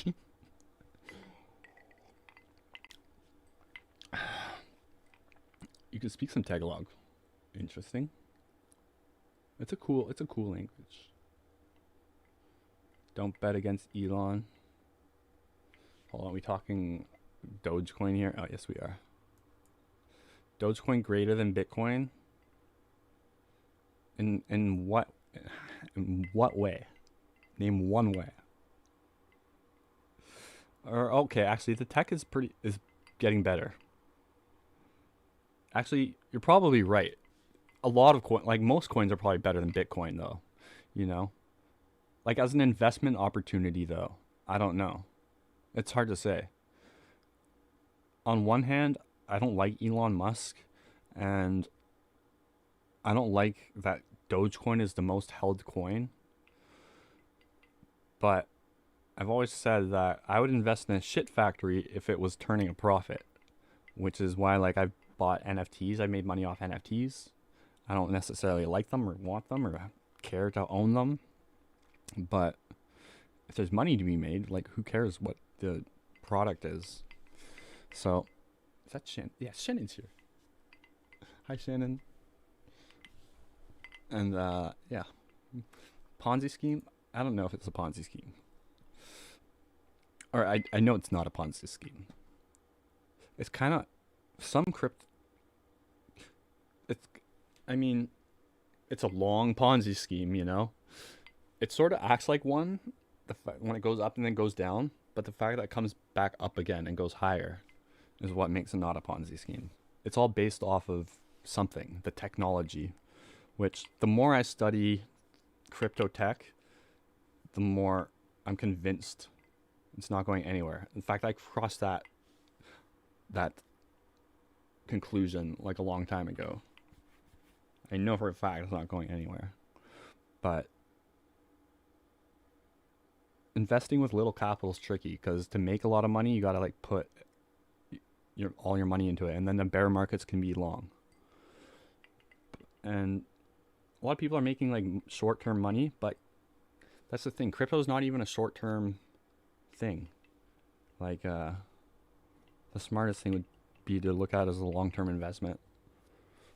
Like if you have some money that you can afford to lose or not touch, you know, have locked up for like a few years or whatever, several years maybe. That's a good situation to put money into crypto. How long have I been sober? Are we talking to me? Negative 3.5 hours. Like what do you mean? Like drug addiction sober, or oh, are you talking to me? Hold on, I can't tell. Like I went to rehab in 2014. Holy fuck, that was a long ass time ago. But then I had like a couple slips ups, I guess, in the following like 3 or 4 years. So in that sense, like 3 or 4 years now, I have been. But then drinking, I don't like this month. I've been not drinking during the weekdays, and that's been going pretty good. Actually, I cut down on my drinking a lot this month. My New Year's resolution I'd get like a B plus, and then next month, what is it? February. If you're gonna put an R in there, I'm gonna pronounce it. You can't just put an R in there and expect me not and get away with it. I'm gonna pronounce it and ruin it. February. This lump is here.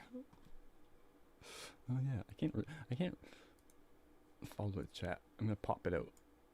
Pop this. Pop.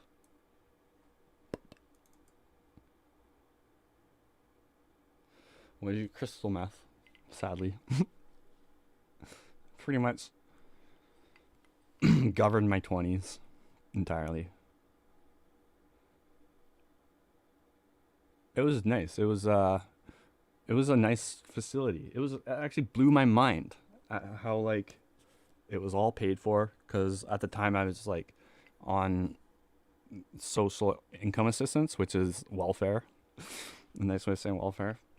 And so if you're like in that lowest bracket, then in Canada at least, they pay for a rehab, which is crazy to me, because anyone who's even making a bit of money doesn't get that. So like if you're making a bit of money and you have a drug problem, then you gotta like pay 30 grand it costs to go there for 90 days, which is a lot of money. And then if you're not making any money, or you're totally like in non-working condition, then they pay for it completely.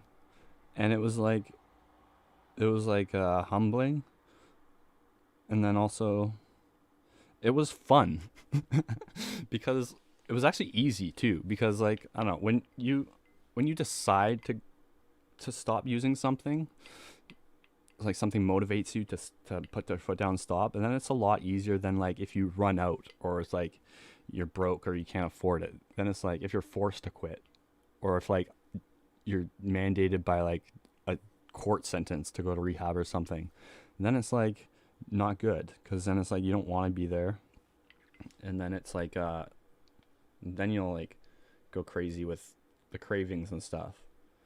And then heroin's different, because like, then it's like physically intolerable. But at least for like meth, if like you decide to go there, and then the first few days, I guess week or so, I slept a lot. It was funny because like everyone there, if you were like a heroin addict, everyone was all like, they couldn't sit still. They're all like antsy and stuff. And then all the meth addicts were like zombies, because I guess like it's the opposite of what you're used to like living like. I don't know, but I had no energy. I would just sleep all day. And then you're in like a facility with like 30 other like-minded people, and also it's very cathartic, because like I hid my addiction from like everyone. Well, like my family knew and stuff, but I didn't talk about it with anyone. And then so like it was just like so much like thoughts going on. Like my entire life is surrounded or revolving around this addiction, and it's like it was my life completely. And so many like stories happen when it was just like by myself, or like with some stranger, or like going to pick up drugs, or like with some dealer, or like so much weird shit happened that no one will like ever know about, or that I've probably forgotten about. And like going to rehab was like everyone's just like venting basically to each other, so it was very like cathartic, I said, in that way. And then like it was, I don't know, you like woke up and they wake you up early, and then you go like to like a group therapy session, and they have like classes some days, and then the longer you're there, the more freedom you get to go. And then I almost got kicked out too.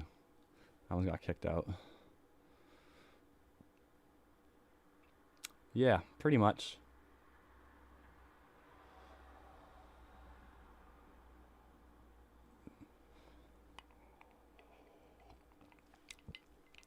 Hold on, what's rape? Rape isn't funny, but a joke about it can be. Slump, I don't agree. Yeah, meth is dopamine.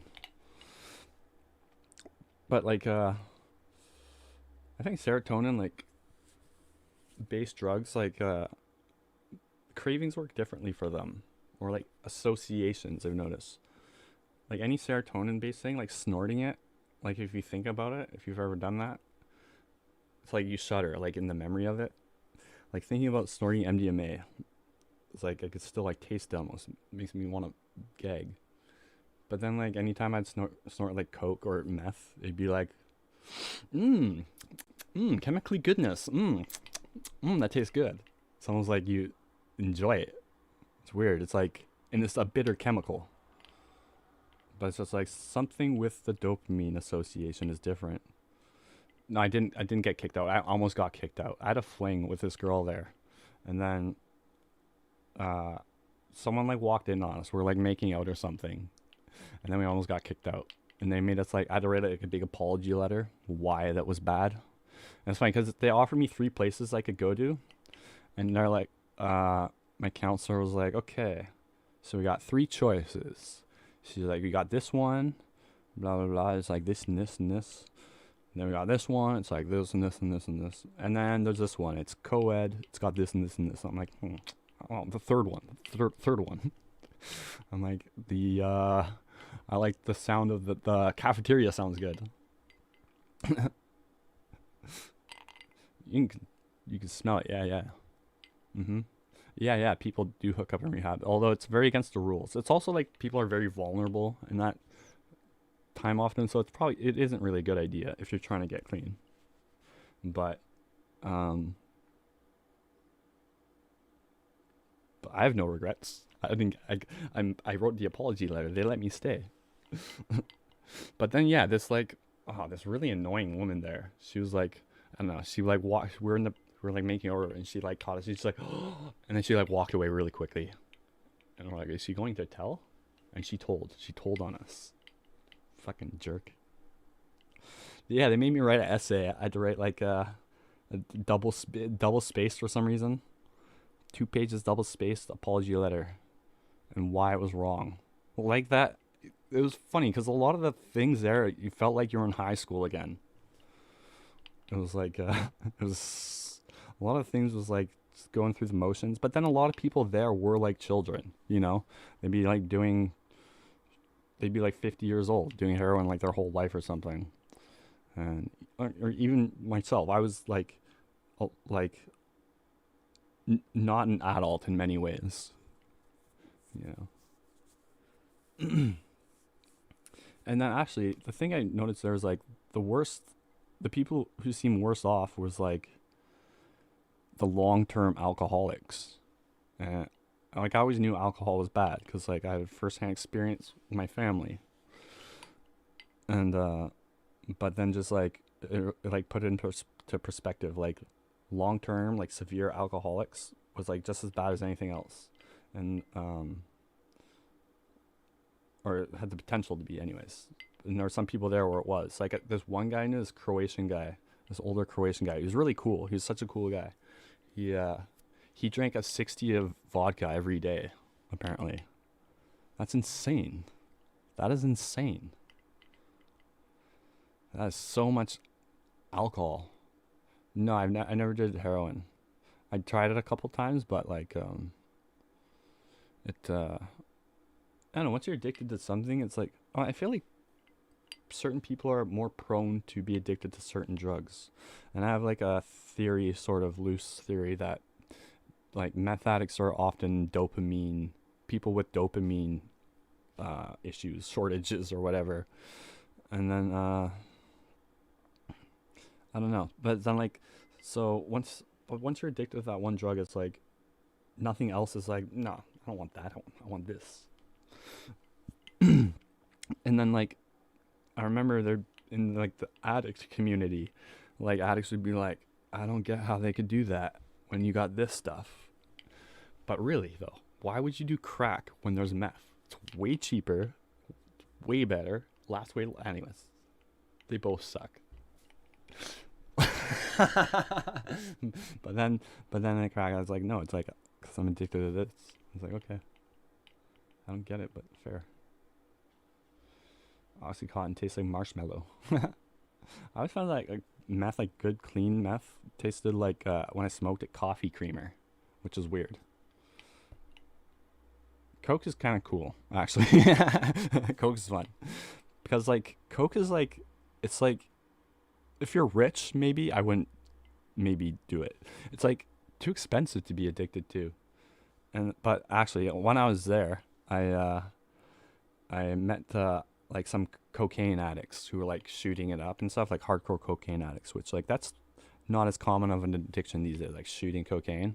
That's like so much money at that point, like so much money, and that's like the most intense like stimulant high. And yeah, this guy, he was a really cool dude. He had like scars all over his like calves and stuff, and like he was just all scarred up just from shooting up constantly. Why smoke crack? Superpowers. Look up crackhead jumps off 40-foot building. Based my first set around it. Okay. Thank you, Slump, for the 5. Appreciate you, dog. Yeah, I used to do coke quite a bit when I was like crackhead jumps off 40-foot building when I was like around 20 or so, and I was always able to do it, have fun, and then drag myself into work, and that would be hell in a busy kitchen if you've been up all night. And then eventually it's like I just got sick of that, and it's like, yeah, if I want to do enough coke to like to satisfy my cravings, I'd have to do tons, and then I don't want to be cooked. I couldn't afford it, you know. So it's like, for me, it's an easy drug to like be able to do once. It's expensive, so like I'll do it once, and then like every 6 months maybe, and then have like a night or two of fun, and then I'm good for that, because the hangover really sucks too.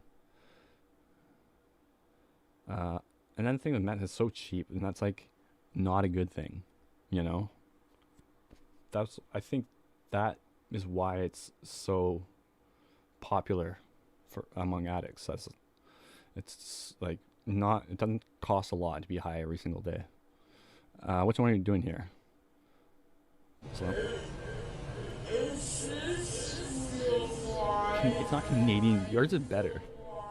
Oh, hey, thanks Art now for the 179 rubs. What is a rub? Is that a ruble? Because I've been watching these Russian videos with Bald and Bankrupt recently. I don't know what it is, but I appreciate you very much. Thanks, my friend. Heart to you as well. I can't do a heart. My hand's all fucked up, but I could kinda. Look like a gang sign. Watch, like, the bullets start coming through my window. Yo, that guy's doing Crip signs in his fucking apartment. Starts shooting at me. There's Crips in White Rock for some reason. Ah, the ruble. The ruble. Ruble's comrade. Rub money. Some of them have funny short forms, like the one I get every once in a while is SCKs, sex coins.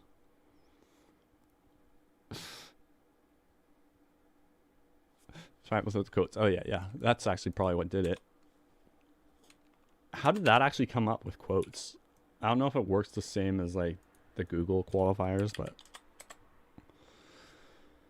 yes, there it is. You're a genius. That's why you're his lump and I'm me. Smart, stupid. Oh. I can't watch. This is awesome. I love shit like this. I don't even know what's happening. I love it. I like it. Oh, you know, that guy's on something. He's not nimble. He's out of his element. Are those bell bottoms? Oh, parkour! The cameraman, he's even fucked on something. He was like, I thought he was gonna fall. Look at the architect. The wall doesn't look even. Eastern European, likely. Oh no, this guy's not. No. Can you tell this guy's fucked up on something? And this is like one of my uncles. He gets drunk as fuck and he thinks he's a karate master. He starts like doing like all this Zen stuff. It's like, fuck. Lay off the booze. Oh. Apart from the landing, that was fucking sick. Oh, he's just walking it off. Oh no, you can tell he's in pain. He's all like acting crooked. He's trying to act like he's not in pain. And you can tell if he can't even just like play it off. Like he can't help but like fall over. He's in a lot of pain. Okay, let's see that again. What was he thinking? He was like prepping himself up. I can do this. I can do anything. But like, it looks like he's done this before also. Because like, that was pretty good up until the landing. But how hard is it to do a flip? It's the land. It's all in the landing. That's the only hard part.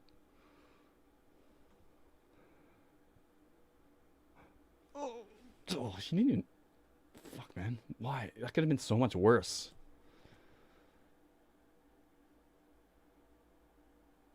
Oh, is there sound? Oh,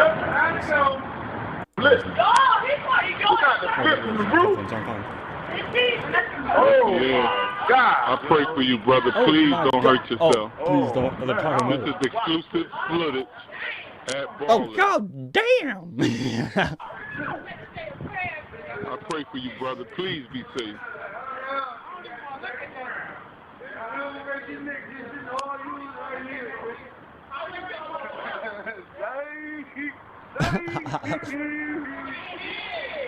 This nigga is 50.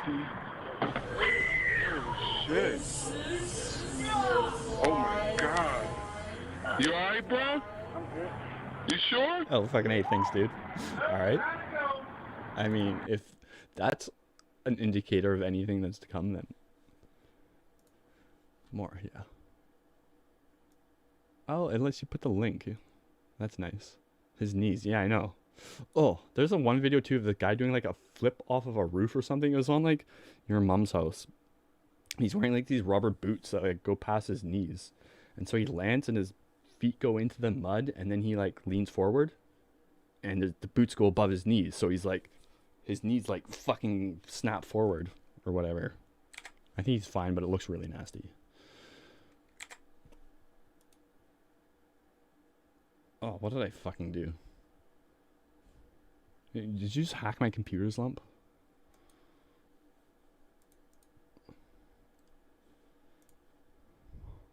I got hacked.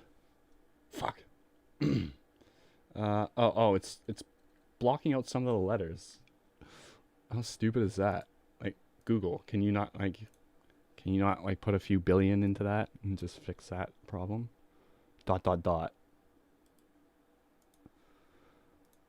Oh, what the fuck? That's not the link. Also, nobody complimented me on my cursor. I downloaded a cool cursor like I used to do in like 2003 when I was a stupid kid, and would download these like cursor packs. So it's probably just like all spyware. But now you can do it legit because I'm smart now. So I got a cool cursor. It glows blue. And okay. What's the title? I'll just search it.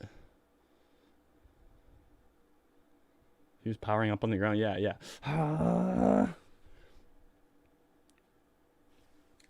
Yeah, they used to do the ground power-ups. That's right. Crackcore.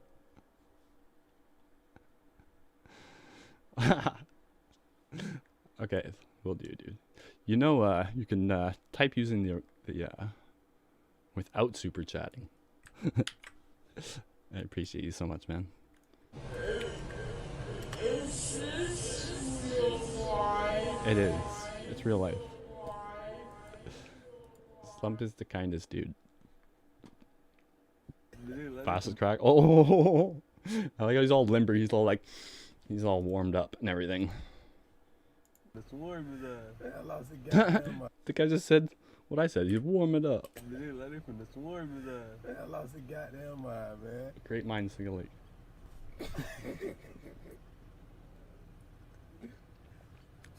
What the hell we got going on? They finna bum rush his ass. Yeah. They finna bum rush him, bro. He's not got weapons on him, right? Real good. Can you just grab him and like Boy, when they get a hold of his ass, boy, you better enjoy it. You guys seen the Vitalik video? Oh, He's on mushrooms and he randomly attacked this female jogger. He was like hitting her apparently. And then he went in his house and like someone called the cops. They finna grab his ass. And they have all the body cam footage. Oh, he's posting it up.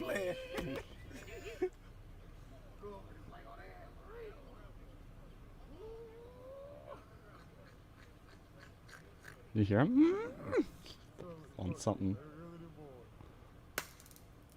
Oh! Oh! Oh, fuck! Unfazed? Untased. The cop's smiling. That's funny. Of anything, the taser, like, fucking gave him energy. It, like, lit his fucking, like, started his motor. That's...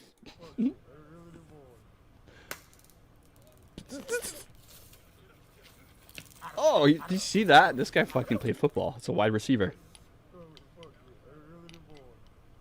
Puts up like the stiff arm. Oh, he did too. He stiff armed him.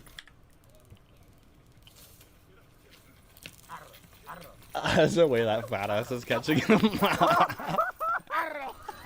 This guy's like 100 feet behind. Oh, that reminds me of a really funny video. Oh.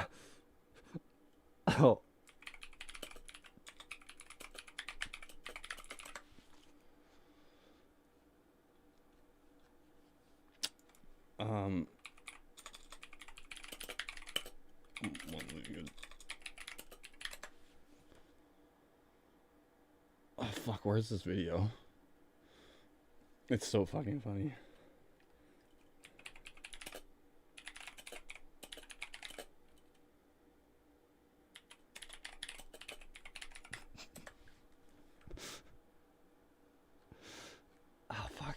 I saw it on Daily Dose of Internet. Basically, the crowd comes up to a group of people that weren't supposed to be doing whatever they were doing, and they start running towards the crowd like they're going to try to catch people and arrest them.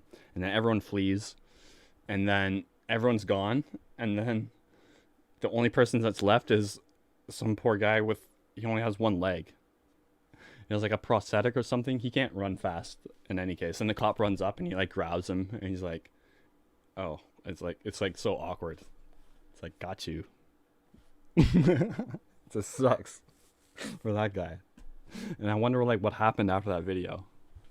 See if I can find it because that's pretty funny. What is happening here? Man has hand sewn into stomach. Oh, that's real. I don't like medicine, dude. Fuck that. That's gross. I don't ever, if that, like, just pull the plug. For me. What the fuck? That guy's hand was sewn into his stomach? Why? What? Why? Why? Should we watch that? It supercharged him. He was like a Mustang.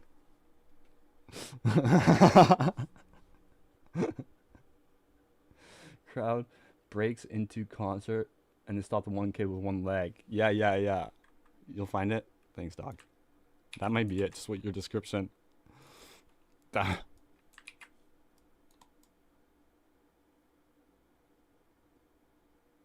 of these.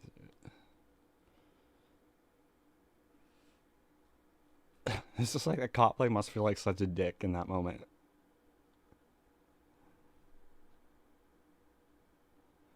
She didn't know they were still on air. Oh yeah, right. Is this real life?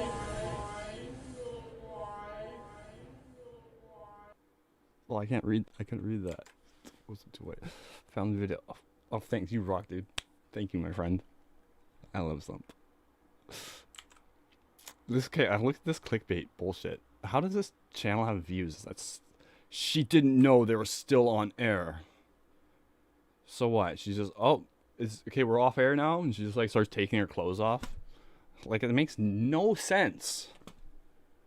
The Island Boys robbed by 6ix9ine homies to show how soft they are in real life. Okay, we're gonna middle click this.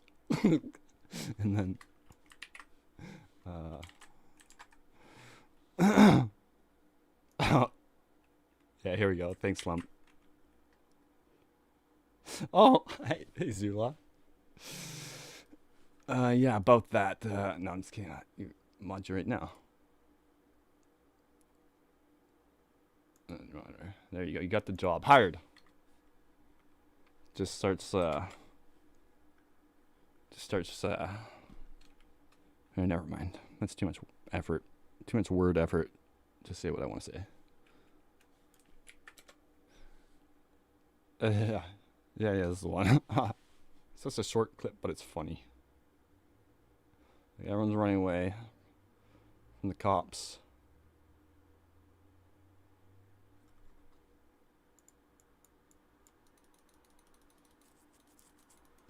This is the sound. And then, yeah, this guy's a little prosthetic. Gotcha! Dude. No. I would have just, like... I would have pretended... It was like, I'd pretend I'd be going for someone else. I'd be like, hey, freeze! Not you! This guy over here. Go! Like, what would even happen in that situation? Are they gonna... No. If they don't give him a warning, that would be fucking so stupid. It's like scripted almost. Crazy world.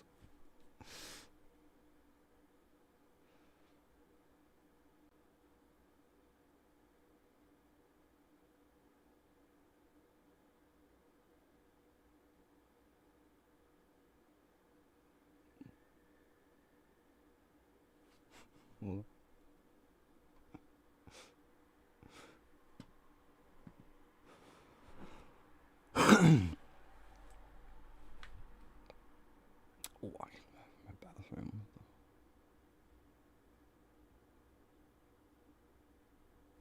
Interesting. For Wafi Mall Club Mall Dubai heist. Okay. Sweet. That sounds dope.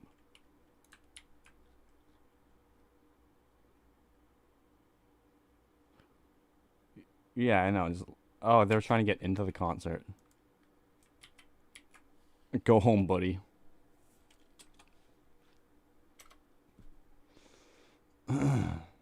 That's sort of like the mentality, like, safety in numbers.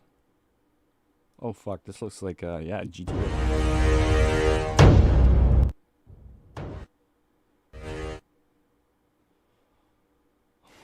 Oh, I've seen this. This guy's fucking crazy. He drives through, like, the entire building, right? Or I've seen a video like that. This might be it. He's going through, like, the freezers and stuff at the end. And he gets away. Oh, no, this is a heist. Oh, my voice cracked. Yes, finally. Puberty. Oh, shit. It's a ninja.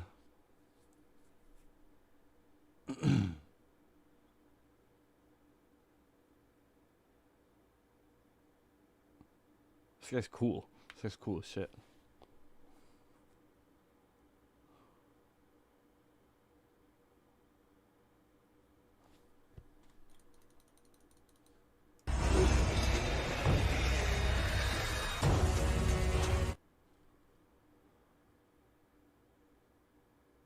Run.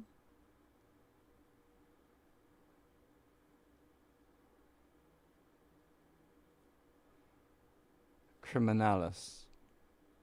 Pink Panthers. $14 million. Holy shit. They knew exactly what they were going for. That reminds me of a video. High speed chase through a building. Look at those guys. They look very much like the people they were. Oh, it's through a mall.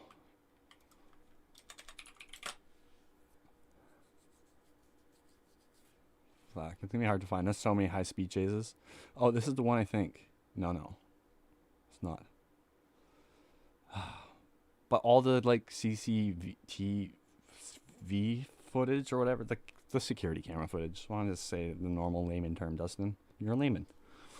It showed, like, it was like the whole mall was recorded, so it, like, showed this entire, and the guy was like a pro driver. He was like doing like 180 like fucking spins and like backing into shit, and like and at the end he like gets out of a garage door and he gets away.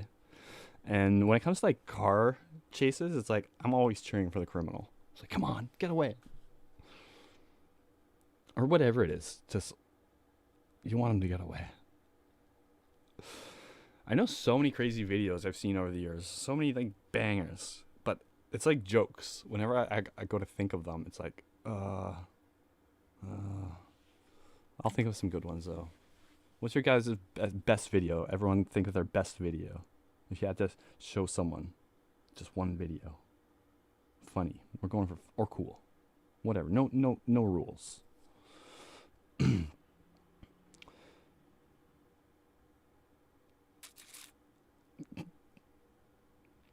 Oh, Nick Fernando. Oh, you work tomorrow? That sucks, dude. You want me to call in a bomb threat? Stay up. I'll call in a bomb threat tomorrow. They won't have you in. Well, I'll be good. Have a good shift though. There'll be more opportunity. I'm gonna start streaming again, like several times a week again.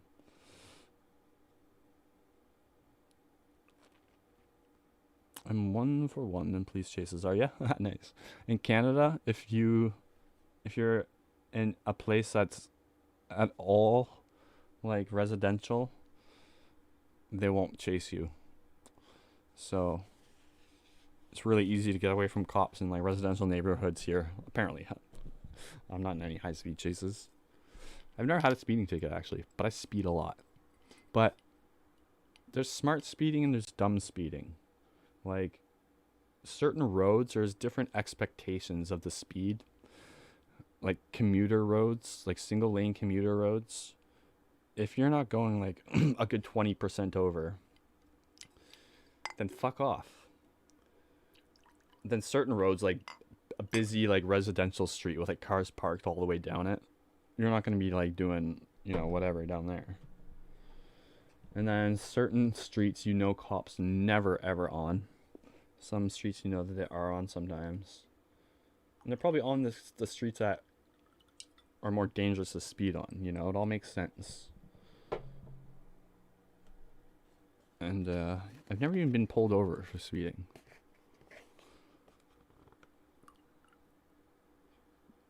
Usually I go like right at the limit where like it's above the speed limit, but the cops won't pull you over for.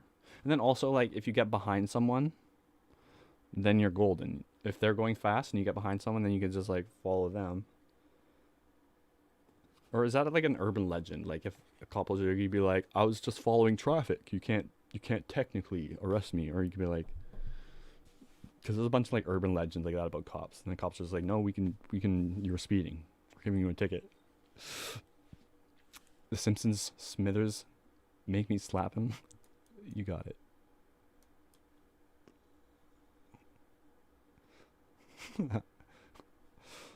Uncle Antimatter been in some chases. Yeah, we always get our okay. That's the RCMP's slogan. What type of police department has a slogan, first of all? And it's a blatant lie. It's we always get our man. I think that was from like centuries ago, or I don't even know how long they've been around. Canada's like hardly 300 years old or 200 years old. 200, 300, 200, 206 or something like I don't know. But yeah, the slogan is we always get our man. It's like, okay, what about all the ones, what about, that's not true. What about the ones that get away? Sometimes they get away. Frequently they get away. Brilliant. We lost $60 million and they're cheering for more. Mr. Burns, you're alive. Yes, I regained Oh, yeah, consciousness yeah. during I my remember break this. dance number. Those strings pulling me every which way jostled my heart from its I love slumber. the Smithers gay You like wanted to take him to the jokes. hospital. I love that whole and you didn't? stick. Well, the worm is finally shown its fangs. Smithers, make me slap you. Welcome, Call KB. that a slap? Thank you. Make me slap you. Now both. Now just you. Oh yeah. Give me a taste. Oh yeah. Now give me a Now taste. both again. Now all three. Oh, yeah, that goes. Yeah. I like when they did this with the outros too. They make the sound clip go way into the. Now give me a taste. Smithers is one of the funniest characters in the show, and then like yeah, this show used to be awesome when I was like a kid. But like I don't know, it turned very you can tell like everyone who wrote the original episodes is like not there now, or like it's like different people. And that's why I was speculating why games change so much. Like everyone's like Battlefield or whatever, it's Call of Duty. It's not what it used to be. It's like it's probably like entirely new staff, you know. I'm buying a mechanical keyboard. I bought one. I bought a mechanical keyboard. I got this. Okay, I got this one, but I don't know if it's a true mechanical keyboard. But you can't swap out the switches, and I got the blue switches. Because in my mind, I'm like, oh, I just pressed the same button. So in my mind, I'm like, I want the clacky ones. I think I like clacky. They're like the loud ones, like. But I don't. At the end of the day, I don't like it. I hate it. Actually, I hate this keyboard. I hate this keyboard so much, and it's wired. I'm gonna rip the fucking wire out. So I got a new wireless one. You could switch the switches out, and I went with the cherry silver switches, I think, which are like a soft, quiet gaming switch. I don't know. Maybe I'll click my buttons faster and get more kills.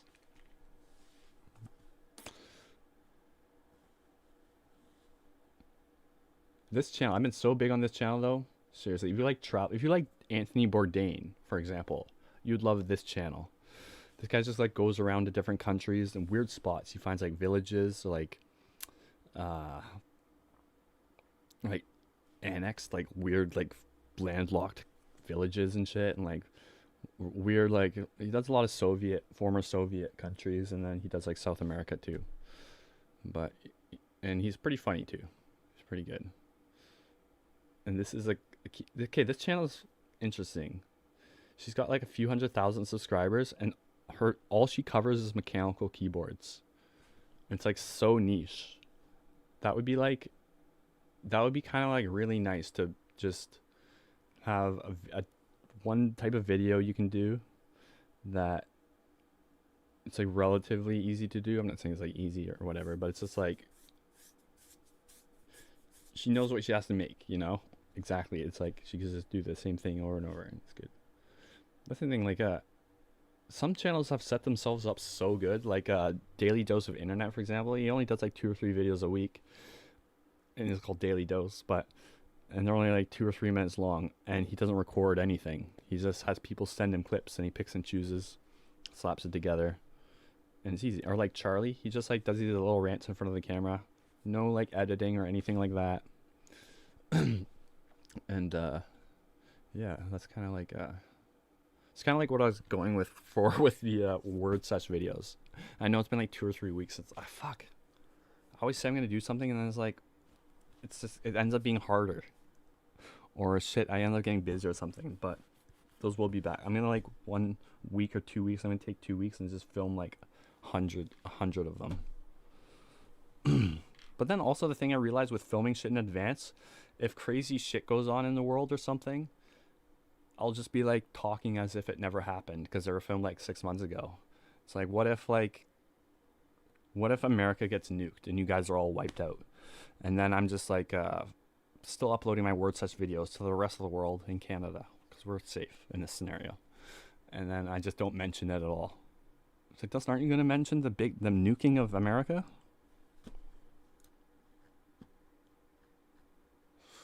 But whatever. Oh, yes, we're going to watch this. These guys suck. They suck so much. They're talentless. They're not even interesting or good, like, seem like good, cool people. Like, there's one video of the one getting, like, his girlfriend's got him by the hair. It's like a snap. And she's, like, filming them. And he's, like, crying. She's like, let go, let go, let go, let go. And she's like, are you going to hit me again? Are you going to hit me again? And she's got him by the fucking hair. And he's, like, crying. It's so fucking good. Island boy, hair pull, girlfriend. But look at his face. But he probably deserved it. Okay, so one of the island boys, come I on. believe, Cody. Just give me the fucking video. Like, who is this? Who are you?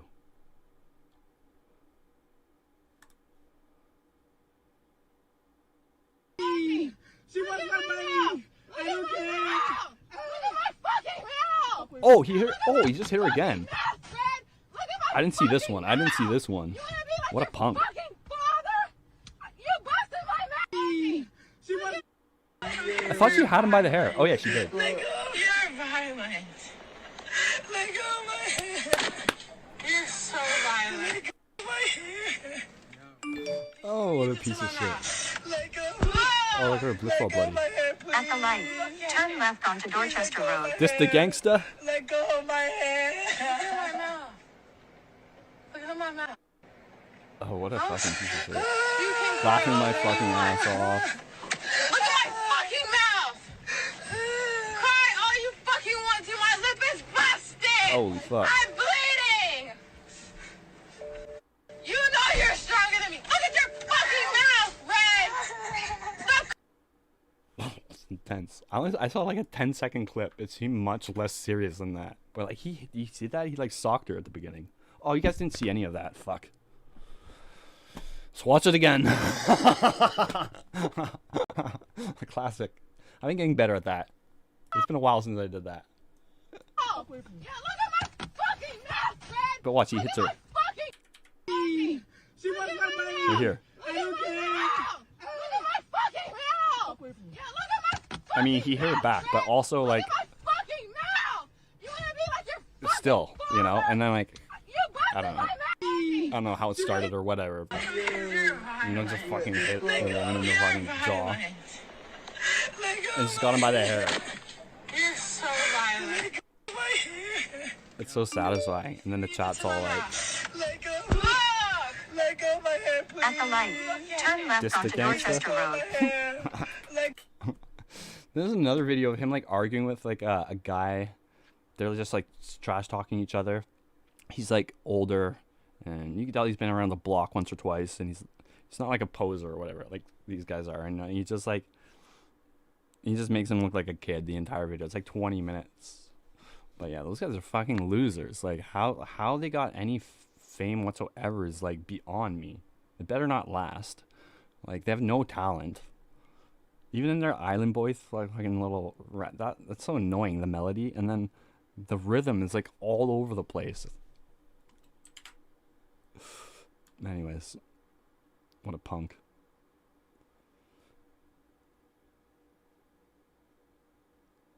Yeah, you can leave the car. Well, until you had him by the hair. Welcome, see you soon at the house.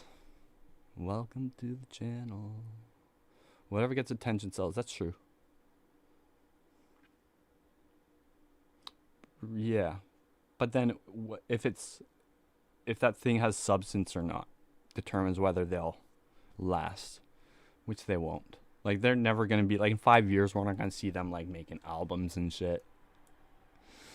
I don't see how this like video, like that video came out and like he was like guest on like a whole bunch of shit after that. Whatever. She seemed like she could take care of herself. I want to sand down my fucking guitar. It's got a very thin laminate body on it though, so this would be a very dangerous job to do. But I love the look of the matte. The matte finished. Whatever. Fuck, no bandwidth. It's matte, you see it's matte. Oh, I'm gonna go out and shoot all day with my camera tomorrow. I'm stoked. Ralph Murphy, how to be successful at songwriting. How much you guys want to bet this guy has a English accent? I could tell just by his face. How to be successful at songwriting. Guaranteed. My speaker is someone whining. He's American. Straight American. Damn it. Sometimes you just act real confident about a guess. And then you got like a 50-50 chance or whatever getting it right. And then if you're right, you'd be like, see, I knew. And then if you get it wrong, you just be like, I was just kidding.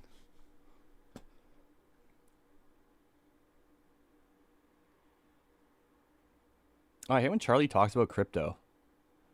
That's annoying. Or like, what's that channel? That Canadian tech YouTuber. He's like the biggest tech channel at one point. Like, he would do the product reviews. He's got like this assistant, Willie, or whatever. Or I don't know. But every once in a while they'll do a video related to crypto. And it's like, they know nothing about it at all. Like nothing about it. Though, like one video, they're like, Michael Saylor came up in a video and they're like, oh, I think that's that like Bitcoin maximalist guy or whatever. And if you're into crypto, like you'd know who that is or whatever. But it's just like, it's annoying when you got people with huge audiences who are talking about crypto who have no idea what any of it means, or they have no clue. And they're like slandering it basically, or making it seem like, oh yeah, 99% of the coins are scams, or like pulling out these like bullshit statistics or whatever. And it's like, shut up. It's like you're ruining a good thing.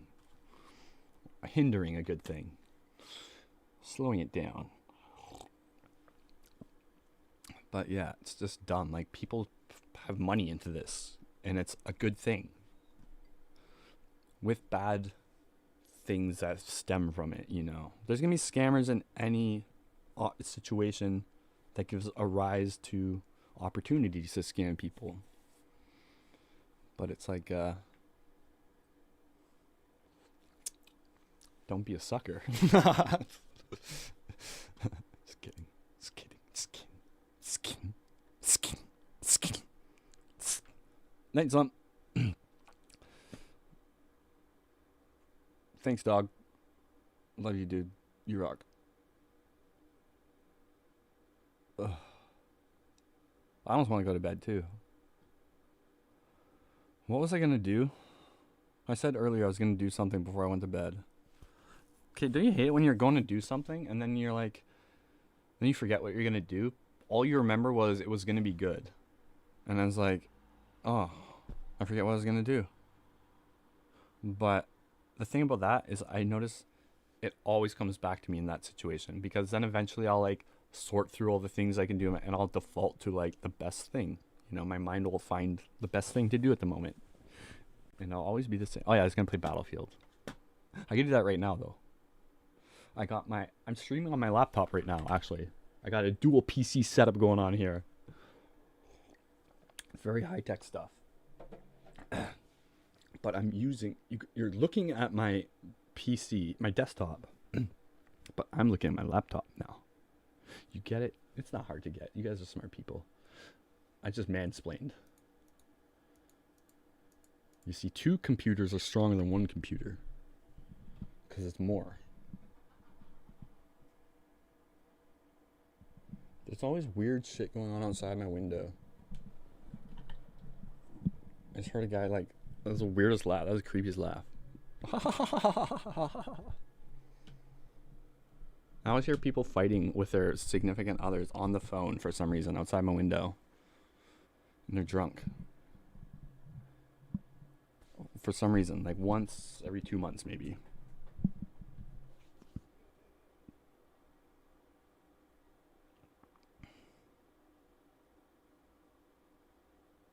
Thanks for the fun, thanks for just being Slump.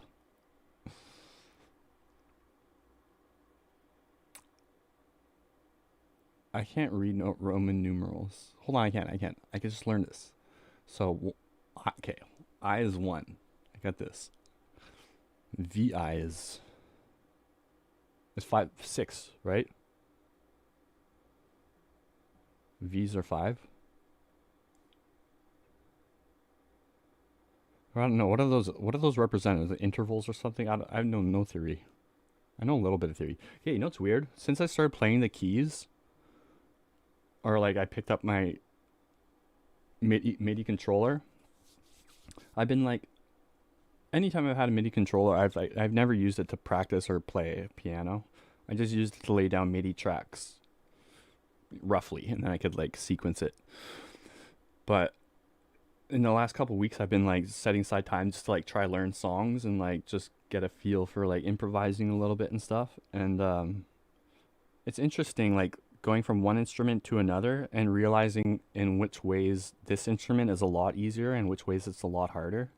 Like with keyboard, for example, all the keys are evenly spaced apart, so you don't have to dedicate any thought towards like shrinking the width of your fingers as you go up, because the guitar, the frets get thinner and thinner, so you gotta compensate for that, which is like comes second hand eventually. But still, like not having to worry about it all, I just keep my hand like this shape if I want to like do the same chord over here, which is cool. And then also, like for some reason, visualizing the intervals like suddenly have been clicking for me so easily, which on guitar, like an interval is like a distance between 2 notes. So like this is the first interval, 1 note, like a half step. The next one would be do do do do do do do do. Those, and then the 2 sounds give a sound to it, like a feeling, or like it imparts like a unique characteristic. And there's like how many of them? There's like, it's like eight, I guess, or I don't know. But eventually it goes to the next note, so it's like a full octave. And then knowing, like understanding that sound, or like being able to hear an interval, just 2 notes, random notes, and then knowing which interval it is, that's like a really good skill to have for improvising. And then like, so on piano, just being able to like, because on guitar it's like the notes overlap, it's like 5, and then it's like these ones overlap here and the next string overlaps. So it's like, it's not like intuitive just to like spot the intervals, but like piano, you can just see every note in front of you. And it's all linear, and it's like so much easier for that. But then like other things are way more difficult. Like you got to do rhythm and melody. Like each hand has to worry about both. So it's like kind of like patting your head and like rubbing your stomach sort of thing. It's like you get thrown off like that way. And then I came to the conclusion that getting decent at piano or being able to like play a song, learn your first song or whatever on piano, it's probably a lot easier than learning your first song in guitar. Like learning guitar sucks at the beginning because you got to build up hand strength before you can even like sound out a note. And then, but once you get past that, then it's like the ceiling for guitar is like not as high as up as other instruments. Like it's easier to master guitar than other instruments. Not like that's easy by any means, but then mastering piano, like the pressure that you hit the keys and like all 10 fingers are like doing separate things and all worrying about velocity, about timing and melody. And it's like so much, each fingertip is doing so many things that like piano becomes like extremely like complex and like difficult. So like I figure piano's probably a lot harder to master than a guitar, or the ceiling for how good you can get is probably a lot higher. And then violin, I heard, is like the hardest instrument, like just all around. And that would make sense because it's got like the problems of learning guitar at the beginning, like finger strength and pressing the frets and all that, and the hand strength. But then also like it's still really fucking hard like after that, you know? I don't know.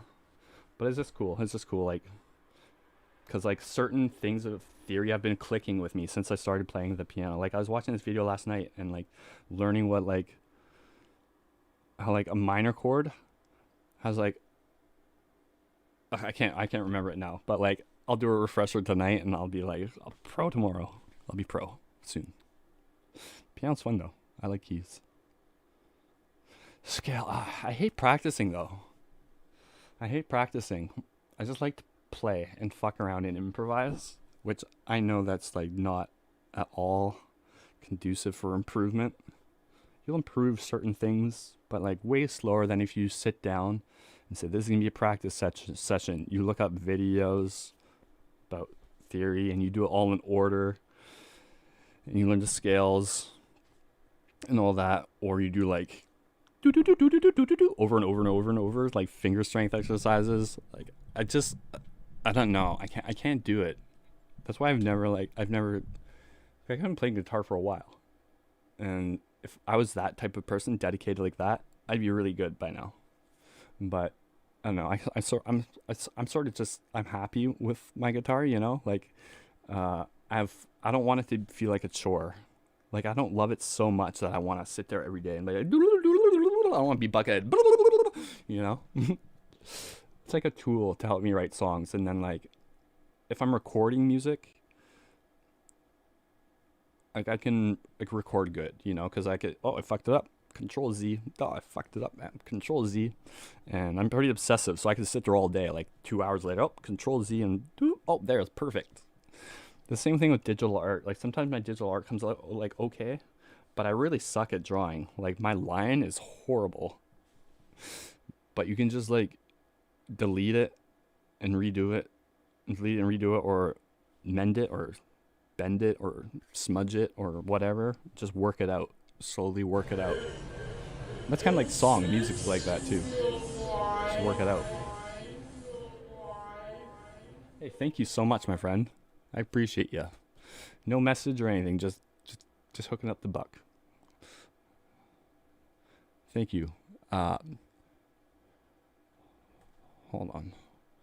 What is that the double dots over the O? I want to say. Hold on. Let me see. Let me look at this name closer. See if I can pronounce it right. Buatis. No, I fucked it up. It's probably just like boots. That's a very difficult name to pronounce. That's has me stumped. The accent over the O is like, what are those? Got the 2 dots. It looks like a really surprised smiley face, like.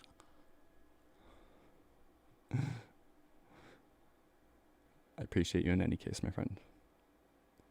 If you'll jam with me, I'll get set up. Oh, you're talking to Palux. How does those work? Oh, yeah. For latency free. Oh, really? That's incredible. Latency free, eh? I got my latency down to like 4 or 5 milliseconds at like 256 bit rate. And that's, to me, that's very, very manageable.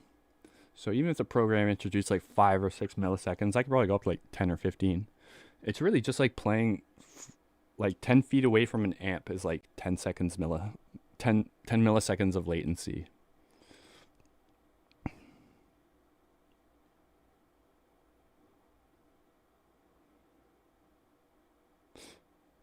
Oh, did you put a link? It doesn't show the link. I think it might have.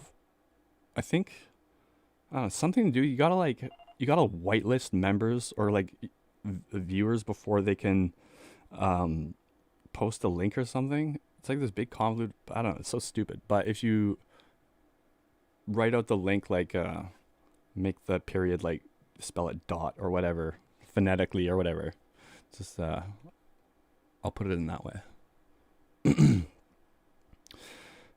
An Elliott Smith style piece. I'm very much looking forward to hearing that, because like it's a very hard style to imitate. Although the other day I was looking up Elliott Smith backing tracks, and this one guy made like a MIDI, or I don't know if it was MIDI, but he made like an Elliott Smith style instrumental to jam to, and I felt like he did pretty good. Like I'm like, hey, this sounds like chords, progressions Elliott would definitely use or has used. I don't know if I can find it, but yeah, Quasi actually has a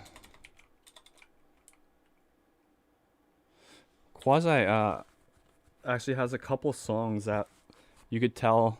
What's his name? I always forget his name, but they were really close with Elliott, and they were like best friends at a certain point. But a couple songs like he wrote, one was in a guitar instrumental, and you could tell that. Oh yeah, Poison. I don't even know if this will get copyright stricken, but this is like an instrumental. I think this is it, but you could tell. I never even read that this is true or not, but I just know it is. You could tell he was writing this in the style of Elliott Smith guitar, and it's just like he nailed it so well. Like and then also the Poisoned Well. Like Elliott Smith had an unreleased song called that, or he used that phrase before in lyrics and stuff, and it's definitely like an homage to Elliott. Oh wait, this isn't it. This isn't it. This is a straight up homage to Elliott. Oh wait, no, this is the one. This is the one. It breaks out into guitar after this. Wait till you hear the guitar kick in. It's so Elliott. Oh fuck, I clicked the next. Oh, and even the piano, that little fill, that's so Elliott.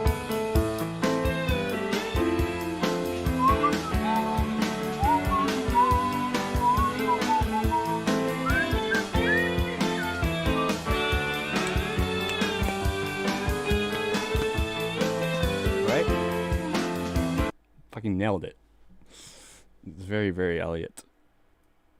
Very, very much so.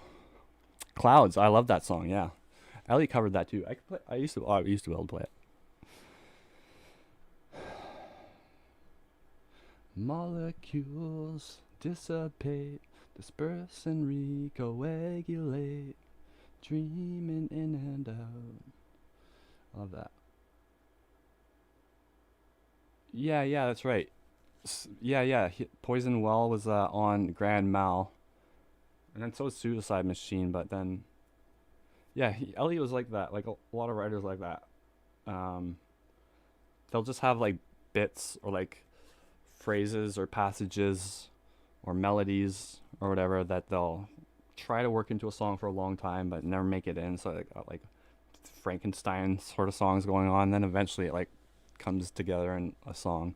And then a lot of times you hear like unreleased Elliott Smith stuff, and you hear like a part of it will be like, oh, that's the fucking bridge from Shooting Star. And we're like, oh wait, that's the chorus from blah blah blah. It's interesting. Do you have a Bitcoin or LTC or ETH address? I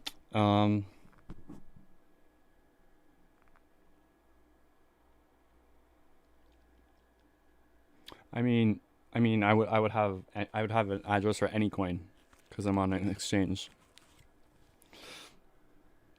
Litecoin though. I'm just kidding. Actually, sure. Oh, I don't know about right now. Yeah. But I don't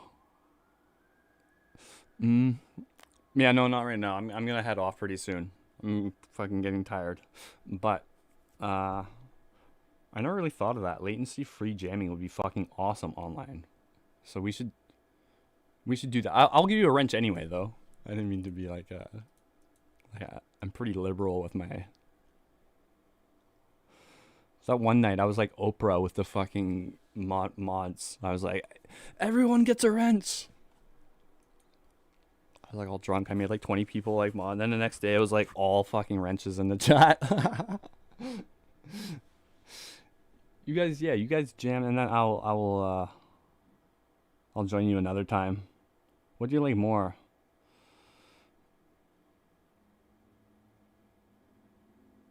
Oh, hold on, someone said good night.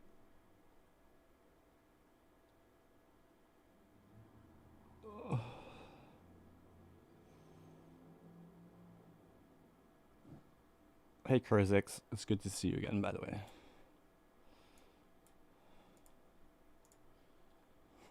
I was going through the list of. I saw you on there. I'm like, ah, yeah. Get Kurzix back in here.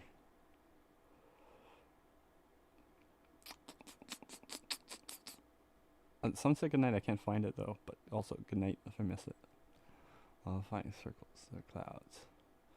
What do I like more of these three coins? Ethereum, for sure. There's a link again. It's not showing on my chat though. I think maybe it's just showing for you, which is dumb. It should if it censors your message, it should let people know. It just causes confusion otherwise. But if you like type it out like tricky, oh, there we go. Oh, there you go. Oh, Cocos makes it. Cocos. Is it? I've never said the word out loud just till now. I've been using Reaper for like 12 years now. And that was the first time I said this out loud and realized, wait, is it actually Cocos?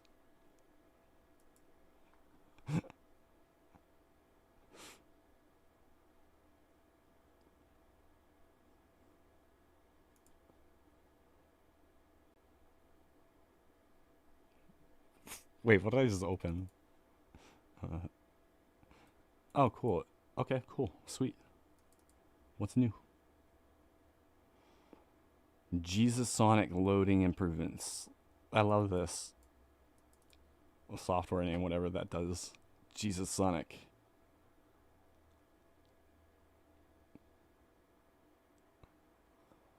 Speaking of crypto, this reason I just got a little more money I could invest recently through good fortune, and I'm sort of happy right now that it's crossing, because I'm okay for a little bit, and so it's like and I'm so confident in crypto at this point. It's like I don't care if it goes down, because I know it's going up. And if it goes down, it's like it's almost even better, because then I can buy more. just picked up this fucking Kahlua like it was a beer. I'm such a drunkard. I don't even think. Like, earlier I drank the fucking solvent. I'm such an alcoholic. I'm just like, I didn't swallow anything, but, you know, and I just picked up this Kahlua like it was a fucking beer. I was about to fucking take a swig of this like it was a fucking Budweiser. It's like, well, that doesn't even make sense. I haven't drinking beer in like 6 months. But subconscious doesn't. Like, ooh. Sorry, that was very hot. It's like, ooh, beer. Very Homer. Very Homer.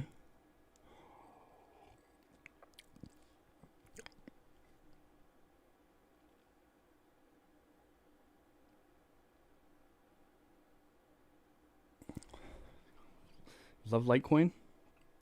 Interesting. Interesting. Market sentiment for Litecoin right now is in the gutters. But who knows? It's been you know, dropping down, but it's still in the top like 20, I think. Want to give you something to help your streaming career. Oh. Zula.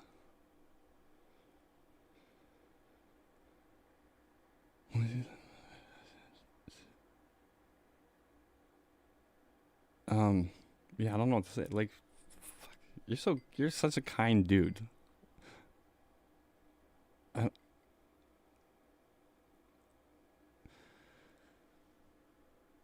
I mean, I don't know. Like, it's hard for me to like accept that, you know? It's hard for me to be like, okay, here you go, and just paste my ETH address.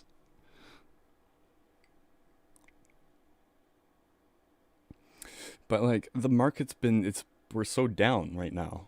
Like, are you sure now? Sweet the clue. All right, yeah, fuck it. Yeah, what am I fucking what is this even? 18% liqueur? Come on, what am I? Not Irish? It burns. No, I'm just kidding. That goes down like fucking juice.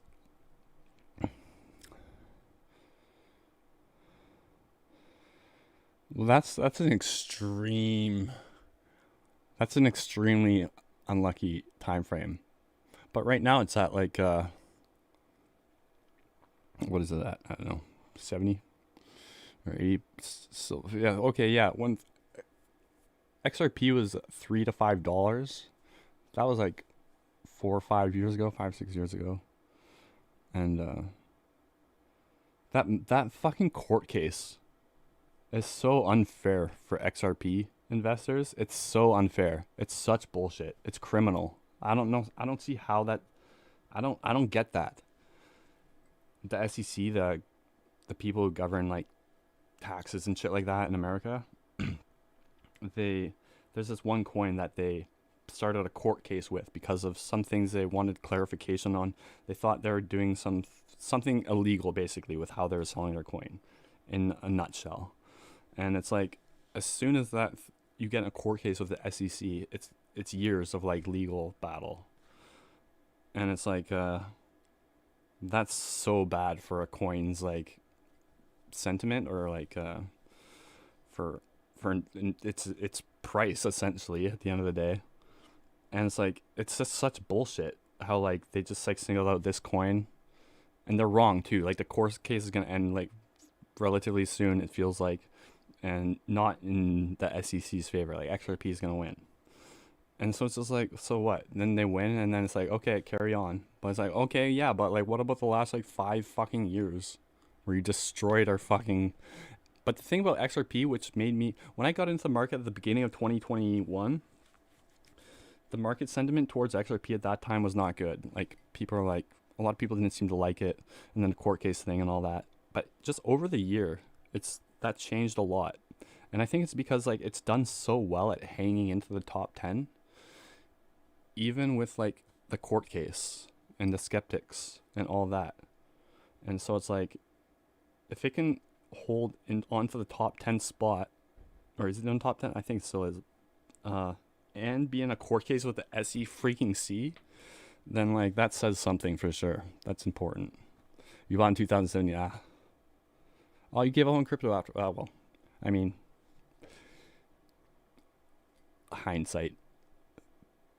But that's the thing with what I was saying earlier. Crypto's it's bad to look at it as a short-term investment. Well, a lot of people do make a lot of money short-term in crypto, and that's just bonus. But you got to really believe in the tech, and then once you do, then you just see it as like 5 years, 10-year investment, and then it's always going up. But then who knows? People say it's always going up, but it's only been like 3 or 4 market cycles so far, and everyone's like, history repeats itself. It's like, no, I hate that phrase. I get the use of it, and it makes sense in some situations, but it doesn't mean it applies to every single thing in the world. It's like, no, history doesn't repeat itself when it comes to markets. Assets get more mature, and it changes how they play out dramatically. I love you, Zula. You're the man. I appreciate you so much. Yeah, let's see where it goes. We're down right now, and the thought is all that counts. Truly, you're cool. But actually, I've in the last couple of weeks, I've been doing okay. You know, yeah, something worked out well for me financially, which is good. It came in good timing. You know, I'm trying to, like, for a little bit there, I was like considering getting a part-time job, but then, like, I don't know, things keep working in my favor. And then this month, the views and the stuff, so like my YouTube payouts been pretty good, and I don't know, I've had such a lucky fucking 15 months. It's insane. Like, I feel like fucking relief. Like, oh, my 20s were hard. They were just straight up really fucking hard. I don't know, I've been really happy lately. It's great. Cycles have lengthened. I see this upcoming bear, or this current bear, however you look at it. I think we're gonna need a fucking miracle to get out of it at this point. But it's like, I was looking at this one chart that really interested me. It showed how many how many new investors versus long-time investors were holding versus selling. And it's like the base of investors in cryptocurrency that are like me, that are like, I got like a decent amount of money in there, and I'm not gonna sell when it starts going down, even if it goes down to like nearly nothing. And because I know in my mind it's gonna go back up again. And that the number of those people has really grown. And so, like, the floor of the price, it will only go down so much, because it's gonna hit a point where it's like there's only fucking like hardcore fucking investors left, you know, like people who fully believe in it. That number, like people who fully believe in it, is really growing a lot. And I think this last year is like, I've only been in crypto for like a year and a half, so I can't speak before that, but like looking back historically, it seems like the last year has been a lot more like crypto's been a lot more established as something that serious people like Twitter or Walmart recently just said they were going to start taking Bitcoin payments eventually. So like all that shit, like mass adoption, it's like a turning point, I think. But then also at the same time, I think it's going to become a lot less lucrative from here on out. Unless, there will always be the small cap coins, but then that's like risky. But like Bitcoin, I don't know.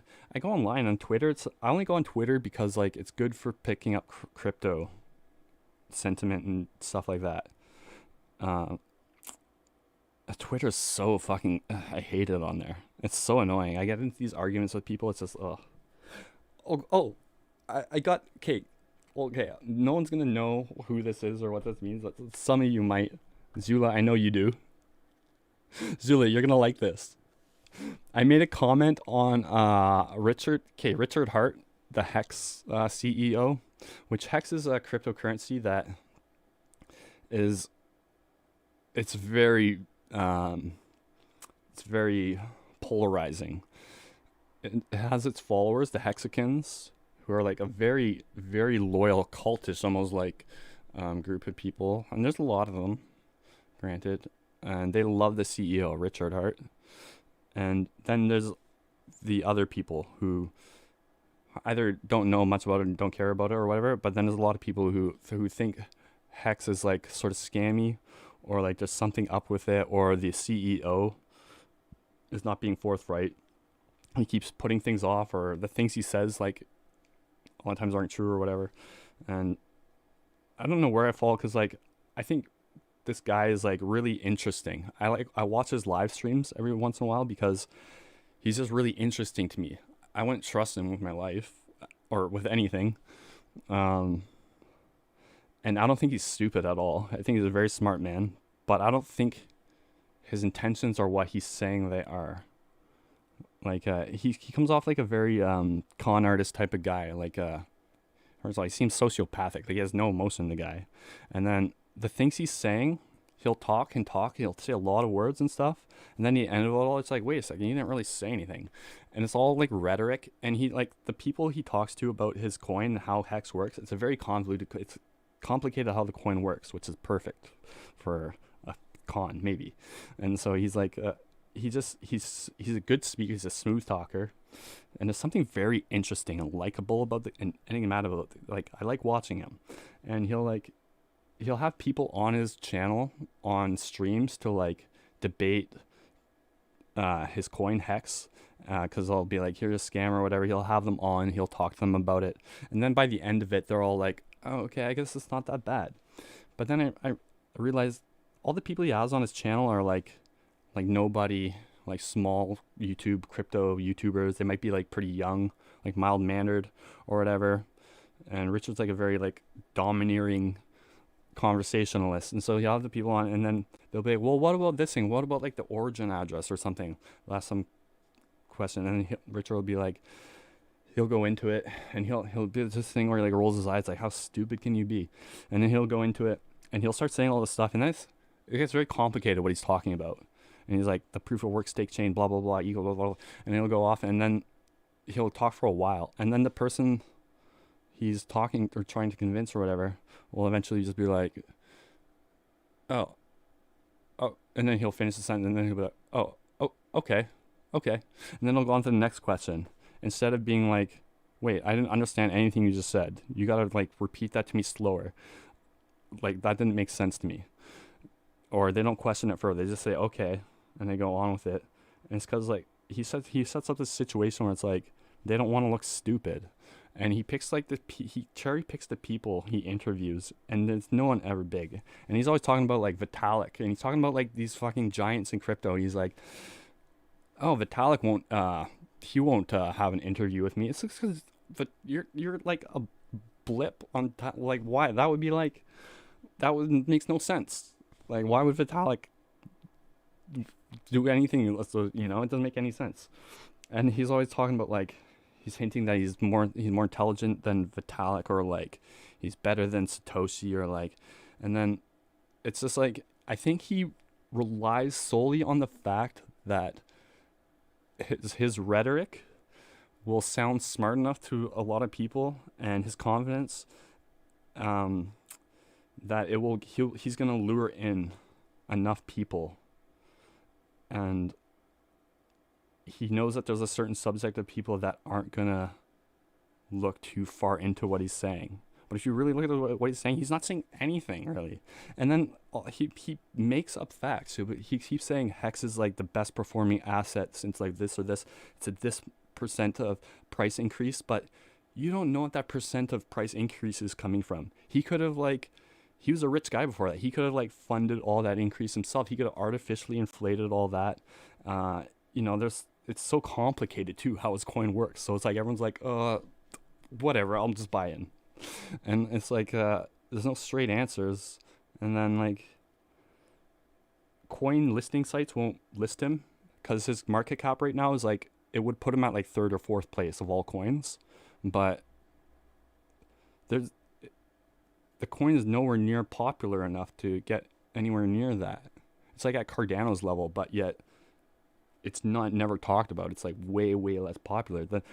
The market cap figure makes 0 sense whatsoever. And then he says this thing where like, yeah, well, market cap doesn't matter in crypto because you could create a coin for $1 trillion and sell it 100% of it to one friend, then its market cap is $1 trillion. It's like, yeah, okay, Sure, but that scenario would never happen because that coin would never get anywhere, because you need research and you need proof, you need something to sell to people. No one would buy it. Who would spend $1 trillion on that? Wouldn't make sense. They wouldn't even get onto a coin listing site. But then people are just like, it's true. Market cap doesn't make sense. But market cap does mean something, because all the most successful coins, it like correlates to like how big they are, and clearly that means something.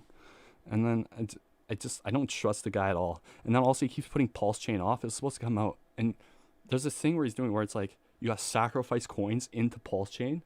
Basically, you can take any coin you want and sacrifice it for pulse chain.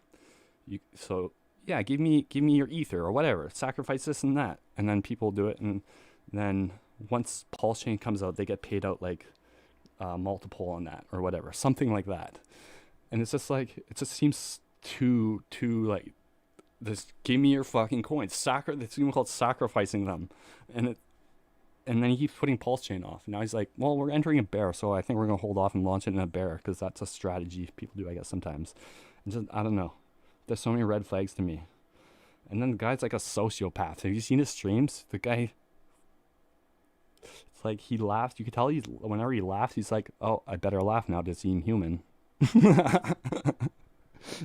And then his comments are all like people that are like, Richard's the fucking man. And it's like, I don't know. I get he knows how to appeal to a certain type of person. He's very clever. He's a smooth talker. And then also in the early 2000s, he was involved in some fraud, spamming, sort of weird, shady shit like that. And so that's where, I don't know. That was my deal. But okay, the whole reason I'm talking about Richard though is on Twitter.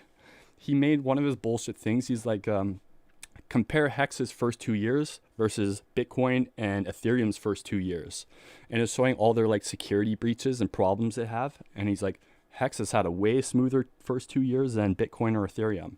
And then immediately I'm like, well, obviously it's like Bitcoin and Ethereum are like the first two major coins.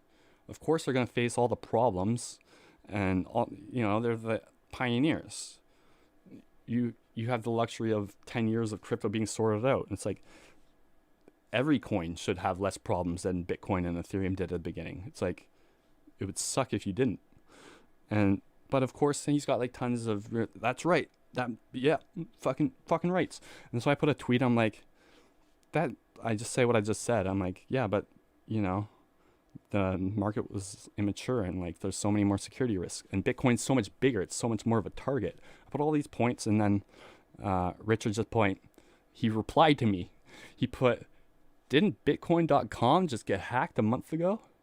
And I'm thinking, Richard, I know, but he's just saying this again to appeal to his. And then my fucking tweet gets so many replies to it. You idiot. All his fucking followers like, yeah. And I'm like, what does that have to do with anything? And how does that disprove any or answer any of my points? And then this other time I tweeted at him, I'm like, because he always says Hex is went up this percentage. It's more than any other coin did during this time. And I'm thinking, wait, you can take any coin and find a sliver of time where it did a better percent than any other coin, whether it's a good coin or not. You can find a sliver of time where Litecoin dominated everything. And so he keeps doing that. And then like, it's like, okay, well, how's it done in the last year compared to like other assets? It's done okay, not like mediocre, I guess. And I said specifically, you cherry pick the timelines. And then I was watching a stream of his the other day, and he says, he's like, yeah, I was on Twitter the other day, and this guy tells me I'm cherry picking the timelines. And like, that was me, motherfucker. And then I comment on his video, and I put this big paragraph about like, that was me, and I called him out again on all this shit and all the stuff he says that doesn't make sense or is meaningless if you really think about it.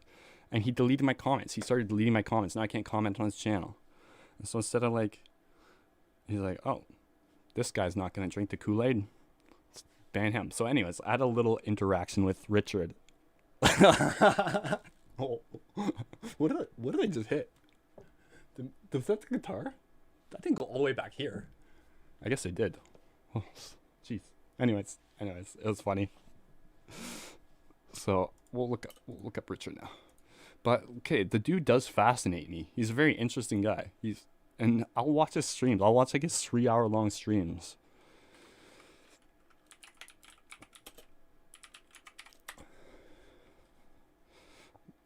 But then he compares himself to like Satoshi, or he'd be like, I gave away more money than Vitalik did, which I don't think that's true. Like I think Vitalik's giving away like hundreds of millions of dollars.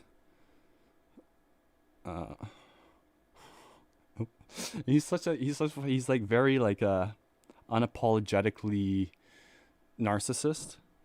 He's like, he'll praise himself like blatantly like and I think that strategy is working for him. People, it's like a Trump thing. People are like, this guy's different.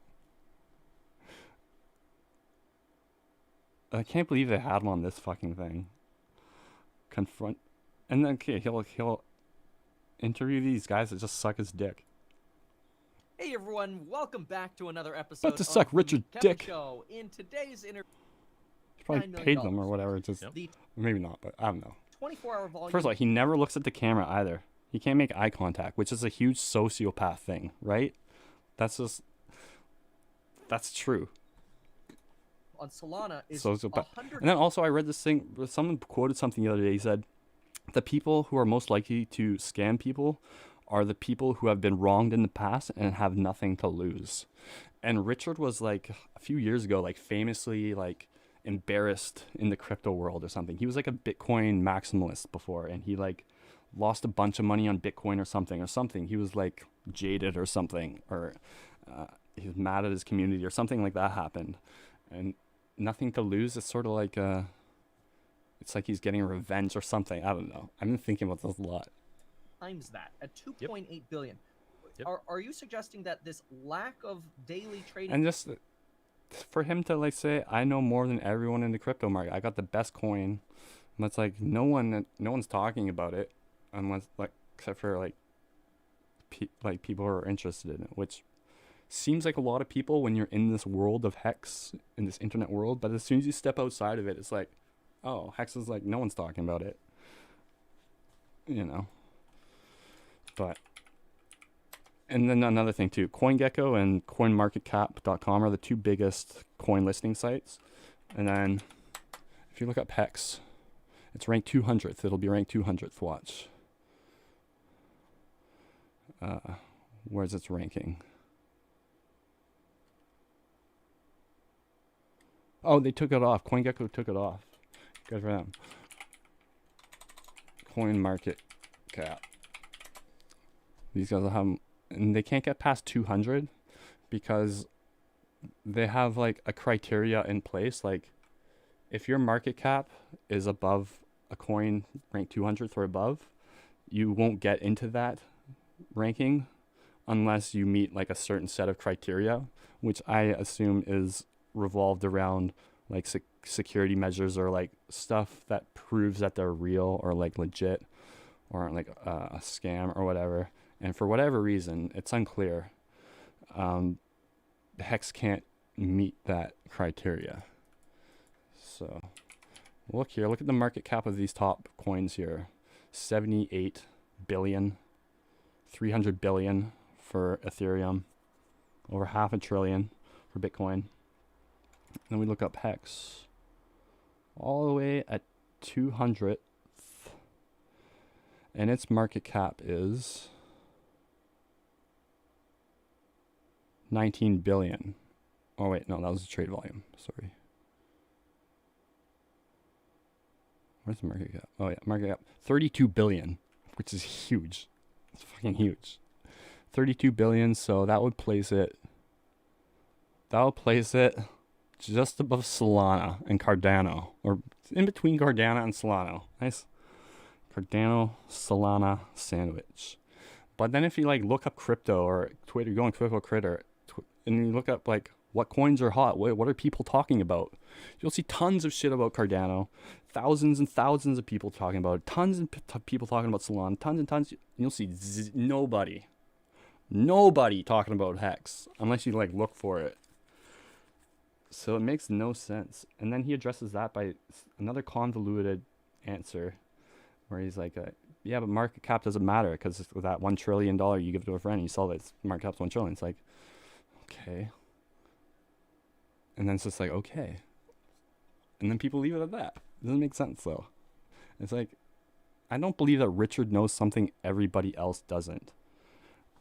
Like, you look at this guy, and then you look up like someone like So if Vitalik. you look at Hex and you say He we says have he's the 400 opposite of like Michael Saylor and like Richard, who will say tons of shit without saying much at all. Where Vitalik will talk for 5 seconds and you'll be like, hold on, slow down. Let me get a pen and paper. It's like, he'll confuse everybody in the room. He'll just start like nerding out. And like, I think he's like one of the greatest minds in crypto. Like, he just can be convinced. Like, look at the guy. That Just look at him. everything that's going on in this distributed blockchain thing is correct without actually personally checking more than like 1% of it. So that's sharding. His brains are literally bursting out of his head. He's so smart. As I understand, maybe correct me. Look, Lex is on even this, fucking confused. Is, Lex is like, this puts in this the guy's on space of another level. Ethereum, the sharding happens on some fixed number, like I love split Lex is on Friedman. some fixed number. I think it's 64. Such is a the good currently podcast. Sort of proposed number. So, 64. Or can be hard forked up over time. So we have See, he's set talking it about the so tech that, in like, depth. There's theoretically space in the data structure for 1,024 He's looking at the shards. It's camera, just that like, 64 of them are turned on. Only a genius does that. There Looks are right into the challenges with camera. having more shards because like you have to have logic that just like checks and manages all of those shards. Vitalik And is if so there's- wholesome and like naive. Like he's looking right into the camera again. He's like, he started crypto when he was like a kid. And so his whole life has been crypto. He hasn't been like marred or like jaded by the outside world like Richard has. Or like, he's sort of like a kid in a lot of ways. And he's just like, he's super trustworthy. Whether he's able to achieve what he wants to achieve or not, that's another question. I think he can, but I trust him, you know, as far as you can trust somebody you don't know, but he's funny too. Like, this is a funny compilation. He's just so awesome. What will you be like 10 years? In 10 years, what will you be like 10 years from now? Yeah.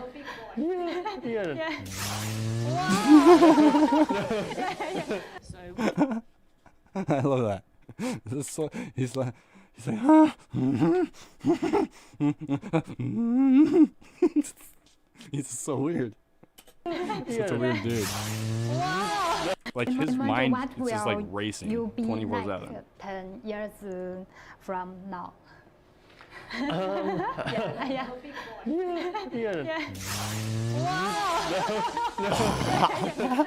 Where He's adorable.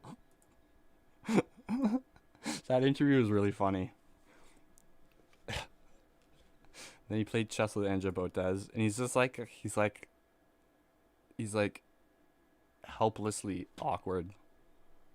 But Vitalik's one of the only guys in crypto, maybe the only CEO in crypto that gets like unilateral respect from like every other CEO pretty much. You don't hear people trash talking Vitalik like they do Charles or like Richard or whatever, or anyone else in tech, or in crypto.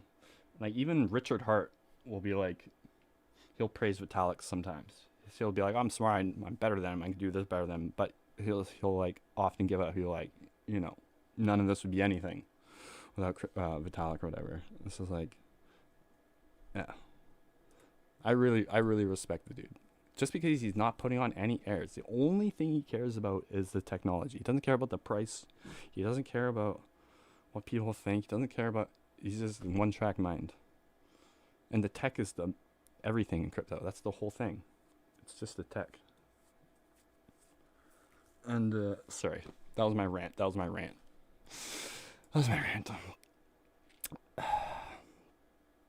Jeff Goldblum.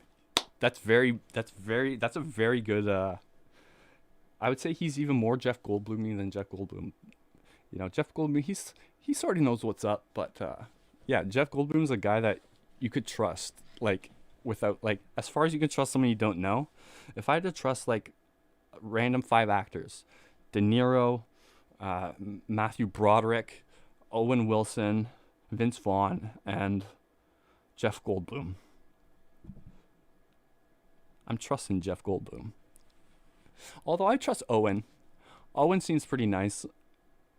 Broderick, he seems like a pretty okay dude too. Although he did murder that person. Vehicular homicide. Vince Vaughn? No. Something shady about that dude.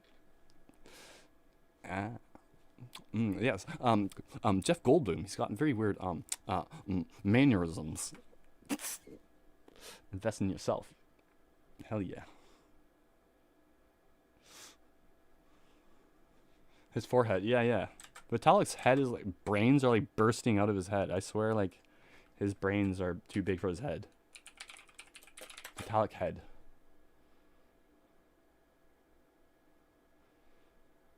Look, this is when you look. This is a fucking kid. That was a good 10 years ago, probably, but look at this bust. That doesn't really look like Vitalik. It's got the face structure right, but like, he looks older, more mature. He looks like Julius Caesar or something. What the fuck? Who would buy this? How much does this cost? Busts. That's not even real. And also he's Russian Canadian. He's born in Russia, moved to Canada when he was like 5 or something. And so I figure that's a pretty good combination. You know, you only get high quality people the norther you go. It's cold up there. It's just like it does something. But he's got the wicked smarts of a Russian, while he's also kind of like chill and likable like a Canadian. Maybe not so smart, but we're chill. So he's like the best of both worlds. That's pretty, that one's well done in terms of art, but the likeliness isn't good.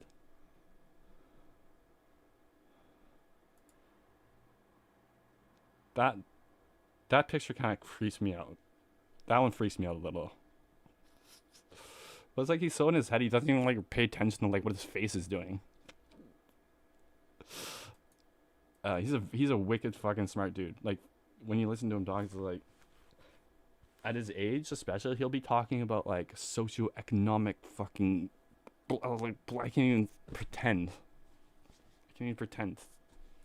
To talk about what he talks about. He's just very, very fucking smart. His ears, yeah. He's Dumbo. Smartbo.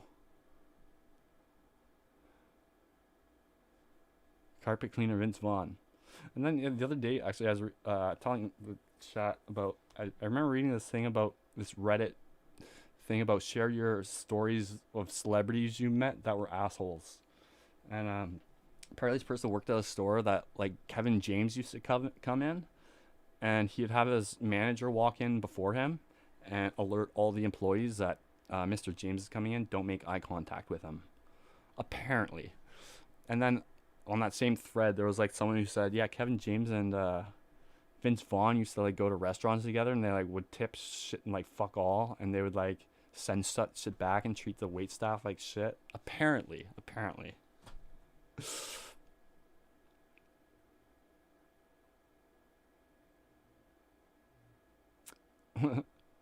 The wind chill. Whew. Smart bow.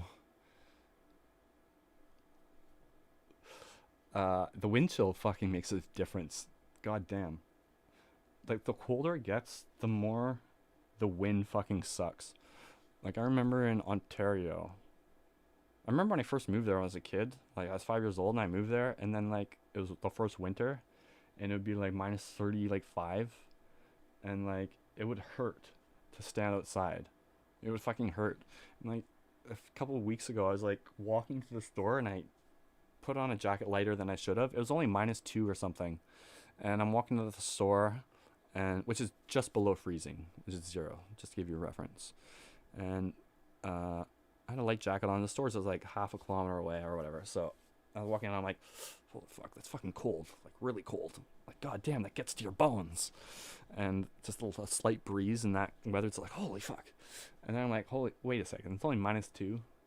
Like, I've turned into such a wimp moving out west. Like, back in Ontario during the winter, minus 2 would be like tropical. But I remember as a kid, yeah, they'd like cancel recess because it was too cold out. because you go and stand outside, it'd just be like, everyone just be like standing there like, can we go in? Like, fuck, it's like torture. And then I worked in this warehouse, this grocery store warehouse, where I built pallets of food basically to be transported to stores. And they start all the new people off in the ice cream freezer, which is a big room the size of like maybe like a third of a football field, like a really big warehouse. One of the biggest warehouses in North America, actually. And I had like a pallet jack, which you don't get to sit down. You how do those work again? Oh yeah, you walk behind it and it's like motorized, so you don't get to sit, which that would have been dope. But no, you had to like go around and you have this voice headset on and it'll be like, go to E7, and then you got like, you go, and then if you're like behind, it'll like make a noise like you gotta hurry up or whatever, you got a quota you gotta meet, and then it'll be like, go to G4, and it'll send you to like the fruit room. There's also a fruit room where it's like you have to carry these big stacks of fucking pineapples, which are super heavy, and it's all luck of the draw. Sometimes you'd be like sent to like cereal, you'd pick up cereal boxes, put them on, and you'd have to be very smart with how you place the boxes, because once your pallet gets like 10 feet high, if you don't fucking line up everything perfectly, you got like a Leaning Tower of Pisa situation happening on. And I was bad for that. I was like, I wasn't good at that. So sometimes I had these janky ass pallets, and you wrap it in like saran wrap, and it'd be like falling over basically. And I get made fun of that for that. But sometimes it would be so unfair. It'd be like, go to the fruit room or whatever. It'd be like, the fruit room again? And like one shift you just sent like pick up pineapples all day, or you'd be in the freezer all day. And they set that to like minus 25. And it's just like, I don't know what it was. It was like the artificial coldness. It was so cold in there. Like, oh, the cold sucks, is what I'm saying. That job sucked. One day I went in and I was so tired and I just quit. I'm like, I can't. I'm going home. I quit. And I quit. It sucked. You know, I'm getting $13 an hour, like lift fucking heavy boxes all day. And you're under like a time crunch, and if you fall, it's all recorded, so like if your numbers get too slow, they'll like talk to you and shit, which is like, I hate that pressure. I hate pressure. I hate like a machine telling you no, fuck off. I hate it. It's an okay job though. If you work there long enough, you get a forklift, then you don't have to lift anything. Press buttons. And I remember at the training too, I'm like, $14 an hour, not bad, not fucking bad. Like minimum wage at the time was like $10 or something, and I was like 18 or something. No, I was like 20 or something. It's not great, but it wasn't bad. If it was easy work, it wouldn't have been bad. But I was like, why am I not being paid millions of dollars for this? This is the worst job ever. You know, some of the hardest jobs are also some of the worst paying jobs. Like, I don't get how someone would want a roof for a career. I did that for a summer. That's a nightmare. Roofing is a nightmare. I'm very adverse to physical labor, but I don't know, some guys like that, I guess. Like, I don't know, the camaraderie or something. They're up there on the roof roasting, lifting shit all day and putting on a roof, making all right money. I guess if you're tenured, you get more money, but I mean, you're busting your back. And some guys that I work with, like the foreman crew, like the foremans would be like 40, 50 years old. Those are like the gnarliest fucking dudes too. So, I don't know, it takes a certain type of person, I guess. Not for me. I had a lot of physical labor jobs. I had a lot of sales jobs. I used to do Walmart product demonstrations. I'd set up a stage in a Walmart. I go up on the stage. I go in the Walmart PA every 10 minutes. And I'd be like, ladies and gentlemen, may I have your attention, please? Over in section blah, blah, blah, wherever I am, there's a product demonstration for products being demonstrated. I forget what my speech was. I spiel. And there will be a free gift for those who watch it. And I had to gather a crowd around me. And you've seen me. I'm not like a smooth talking sales pitch type of kind of guy, you know? I'm very awkward and not good at sales. And so this is like the complete worst job for me. This guy I worked with, my boss, he is the only one in Canada who had a contract with Walmart where we can go into their stores, set up a stage, and hijack their PA system to gather crowds around to sell our product. I don't know how he swung that deal with fucking Walmart, but he was the only guy in Western Canada that had that, that's pretty fucking cute. This guy was an amazing salesman. Same with the seafood guy I worked with, the meat and seafood from the van from earlier time ago. I got people to the van, and this guy would sell these rich people like fucking $100 boxes of cod and shit out of a 95 Dodge Caravan. No idea how he did that. Like, some lady just comes out to drive. I didn't know I was spending $100 on fish today, but sure. He was crazy. And then this guy was really good too. So, doesn't surprise me he got a deal with Walmart to do that. But anyways, I was his employee. So, I'd go to Walmart's. I'd set up the stage. And we were selling a microfiber mop, which it was pretty cool. It was like a Swiffer, but it was like Velcro. And so you could throw it in the wash after, and it was reusable. It's more wasted less money, I guess. And it's funny, he used a Swiffer at home. He didn't even use his own product because like he made pretty good money. So it's funny, I ended up with like a whole bunch of them, and I just give like friends, like, you want a microfiber mop? I got a whole bunch of them. I'd be like on coke, we have coke parties, I'd be giving people these mops, and it's funny. But yeah, it was so weird because like I don't like public speaking necessarily. I don't like dazzling and wowing the crowd, or like selling stuff, or asking people for money, or like having to go hard in the paint for a product that I'm like, whatever, it's a fucking mop. Like, if I wasn't making money, I wouldn't be like, you should buy this mop, I really believe in this, you know? It's like I was trying to sell a mop, so like I didn't like that. And then so I gather the crowd, and sometimes it'd be like 5 people would come, sometimes like 30 people would come, and sometimes it'd be really awkward. Sometimes I'd bomb. Sometimes, one time I got like a dry spot in my throat. I started coughing in the middle of my fucking presentation. I'm just like, we'll come back later. So I had to cancel it. It was so awkward. And it's like the fucking dry spot in the throat. It's never like when you're chilling at home watching TV. It's always like you're in class, right? You're in class and there's a dry spot in your throat. And it's like, what the fuck? It's never happened. You're like swallowing. You're like tilting your head so it like coats your throat with saliva. It's like, well, why is it happening? That's a crazy thing. And so I had all these jokes like so it was a mop, and it came with a cloth too, a microfiber cloth. This was when microfiber cloth started becoming a thing, and he was jumping on that, and we'd be like, yeah, they're made in Sweden, and they weren't. They were made in China. So that was like a lie built into that. He had a script. I'd veer off it sometimes, but and so like that was janky. And then the gift. Oh yeah, the gift. So people would come and they'd gather around. They'd be like, where's our gift?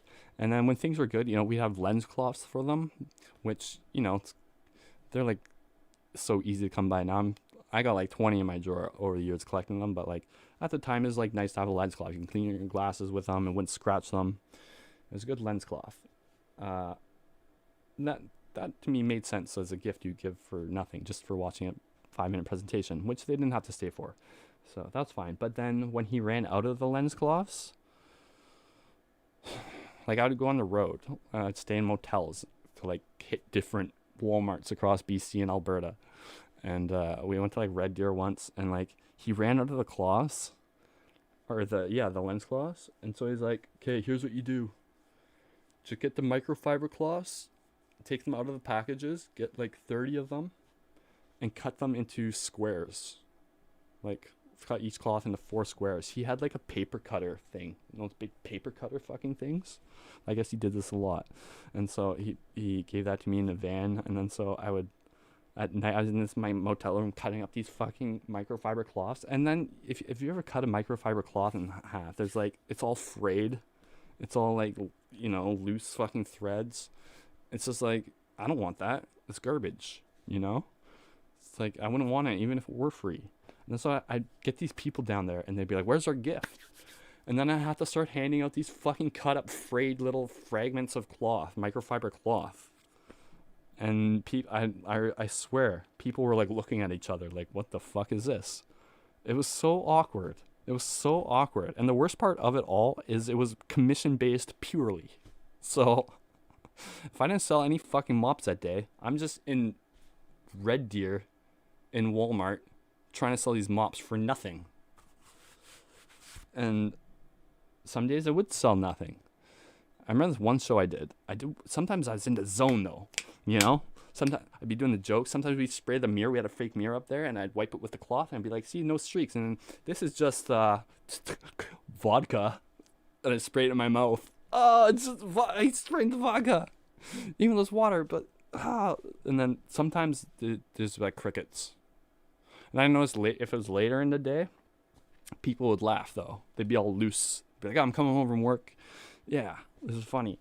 And they'd be more, and I'd sell more at the end of the day. And this one show I did, I sold 7 mops in one show, and they're like $40 mops. There was like 20 people there, and like half of them were like, we're sold. Like, that was an amazing, well, yeah, I'll buy a mop from you. And then after that, I was like, oh yeah, I figured it out. Where's the limo picking me up? And then, like, of course, the next day you don't sell anything. It's like, oh, fuck. It's like creativity. It's such like a fleeting fucking ethereal thing. It's like, I don't know how to create or how to get into that zone. But sometimes I'd be in the zone. And, but most of the times I wasn't. And then, like, I did this big fucking Red Deer trip with my ex, which is so stupid. Never work with your ex and then go on the road and working with them. Anyways, we were getting very discouraged. Like, some days we weren't selling any mops, and then like Mike's like, yeah, how are the numbers? I'm like, yeah, well, I didn't sell any today.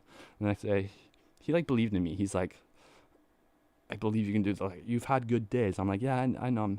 I'm still figuring it out. I think I'll get better at it, but I don't know. And then we were there and we were very disheartened. And then like one day it's like, I can't even go in. Like, I can't go into that fucking Walmart today. Set up that goddamn stage, call people down there all day long, just embarrass myself and not sell any fucking mops. And then so we decided to do it. We're like, we'll fuck the mops one night. Let's get some Coke. And so that one night I was in Alberta and we're like, yeah, let's just do Coke night. Fuck it. And then so we were wandering around Red Deer, which is kind of a sketchy city. Not sketchy, like it's dangerous or anything. It's just like, it's kind of like a dead end sort of dying, like just boring town, crackheads and stuff in it. And it's not like there's tons of drugs or anything. It's just like, I don't know. It sucks. And this one guy, he seemed clearly like a crackhead. So I was like, it's hard finding drugs in a city you've never been in before and you don't know anybody. You gotta like look for somebody sketchy. Be like, this guy knows where drugs are. And you just gotta ask him. And then I asked the one guy and he's like, yeah, I can get some Coke for you. Or blah, blah, blah. And then he's like, it's just up here, follow me. I hate when they say follow me. It's like, okay, all right, let's go. And then you go on your fucking journey. And then it's like, if they ever say follow me, it's like 90% probably not good. And then so I follow this fucking guy. And then he's like, yeah, so I just got to get in the car with Buddy and get this shit. And then we'll go around the block and we'll come back. And in my flag, I'm like, red flags. Don't give me your money. Don't give me your money, idiot. Don't do it. Red flags. Please. He's gonna take your money. 100%. And then so I'm like, in my head, I'm like, I really want Coke though. And then so I'm like, so I start saying these things I try to give him a guilty conscience preemptively. I'm like conning him. I'm like the puppet master. And I'm all like, yeah, I just had a daughter the other week. Yeah, young parent, just had a kid. Yeah, it's crazy having a kid. And I'm like saying all this stuff to be like, so maybe this crackhead will be like, you know what? I was going to take this young man's $100, but he's got a young kid at home. I couldn't possibly. That's how delusional I was. And so I'm like, okay, here's the money. Can't I come too? He's like, no, this guy doesn't want anyone with him. And then I've seen this before 100 times. 100% he's taking my money, but I give it to him anyways. And then he takes my money. Of course. But then we found another dude. And we're like, this guy looks kind of chill, but might know. And we got some cocaine from it, and it sucked. It ended up sucking, though. And then we started fighting at the end of that trip. And then we broke up at the end of that trip. And then Anna left. She left early. She's like, I'm leaving. I'm like, okay, get out of here. Get out of this Red Deer. And then she left, and then it was the worst. It was the worst work experience of my life. And then at the end of it, I made like $600 over like, I was there for like 3 fucking weeks. It was brutal. It was brutal. It was brutal. And what did I get from it? Public speaking, I guess, a little bit. Anyways, you know, like Peru. I have a friend who raves about Peru. She loves Peru, and she says, "You ever go to South America? Go to Peru." For what I've looked up, it looks pretty. I don't know if I would go there if I was going to South America though. But what don't you like about it?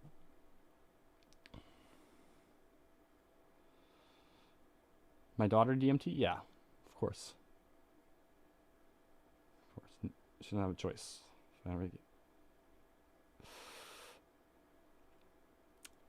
And then it's funny. I had that job, and it's like, you think I would have learned then?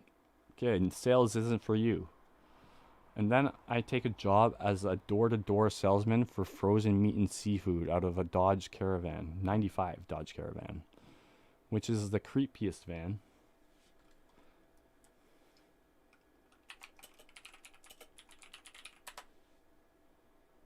There it is. We had a freezer in the back. And this guy was even more of a smooth-talking salesman than that last guy I worked with. This guy was sales is such a skill that impresses me so much. It's so out of my skill set. Like, I can't sell shit. They're not like lying, but they're also like, they're not actually that enthusiastic about the product. Obviously, it's like, and somehow I'm hearing him talk, and he's talking about this like cod or like these steaks or whatever. And in my head, I'm like, so what? It's fucking steak or whatever, blah blah blah. But then I look at the cousin, and they're like lapping it up. And then it wasn't cheap seafood either. It was good quality food, even though it was coming from this van. But like, my job was to get them out to the van. I'd knock on the door, and he taught me a couple tricks. He had these tricks, like this one he called the Pied Piper trick, which I'm not sure what that fable is about. It's something to do with people following this Pied Piper guy or whatever. And so he had this trick where you say, one trick was, yeah, I just sell to your neighbor Johnny or whatever down the street. You just make up a name, and she'd be like, oh, I don't know him or whatever. So it gives you like, you're trustworthy, you know, you sell to her neighbors or whatever. And then, but yeah, we got some good specials on today if you want to come take a look. And then you just turn around, start walking towards the van, and it fucking works. Not all the time, obviously, but like a surprisingly high percentage of the time, they'll just be like, oh, okay, I guess so. And they'll just start following you. And it's like awkward to do that because I know the people that are following you are just too mild-mannered to be like, oh no, I don't want any. And I'm uncomfortable because I know I'm making them uncomfortable, but they're coming to the van anyway. So I'm like, oh, this is sales. I'm doing sales.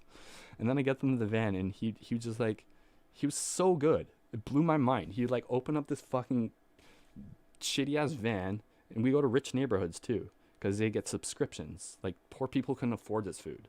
And it was good food. And then he'd open the van, and he had like steaks that like the keg would get, and like he'd have a pack of 10 like strip loins that would go for $100. So it'd be like 10 steaks, you know. And $100 is a lot to pay for steak at once, but it's kind of like buying in bulk. It's just a weird purchasing decision. It's like, who on the spot says, oh, okay, yeah, I will buy bulk meat today. And that combined with the fact that he would sell he would actually get people to buy it, it was just like, how are you getting people to buy this? This is insane. It was just, I don't know, it's really cool. Yeah, both those guys I worked for were very cool dudes. They weren't like scummy, like sleazy salesmen, but they were just really good at it. And then I had another job. This guy was the sleazy guy though. I was another I haven't learned my lesson still. I took another door-to-door sales job, except this time we were selling water filters that attached under your sink. None of this Brita bullshit, this cheap, affordable Brita bullshit. No. There's a $2,500 big rig that had to be installed like by a professional that went under your sink. It was like hooked up to the pipes and everything. This super crazy water filter, and it filters your water super clean. It costs $2,500. And then also, if you read the fine print, like the filter's got to get changed every like 3 months or whatever, and they're like $100 a pop or whatever. So it's like totally just like sucking these people into this expensive ecosystem of water filtration. And this guy was so scummy. He would say, don't I had the same job. I get people to come look at his stuff. And he said, don't ever get anyone who's like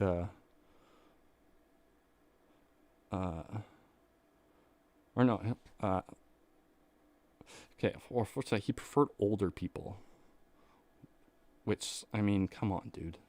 And then sometimes I'd watch some of his sales pitches. He was very good at sales too, except this guy was selling a product that was bullshit. It was a shitty product. It wasn't no keg steaks. It was like, it cleaned your water, which we have clean water in Canada. It's like, what do you need a water filter for? And he had this fucking little device. It was like this metal thing, and he would stick it in their water, and it had this number. It'd be a TDS meter, total dissolved solids, and the number would go up to like 34 or 40, and like, heaven forbid, it goes above like 50, and then it's like, oh god, you really need some filtration. This means there's 50 different types of elements in this water. Could be arsenic and all this stuff, which is all true.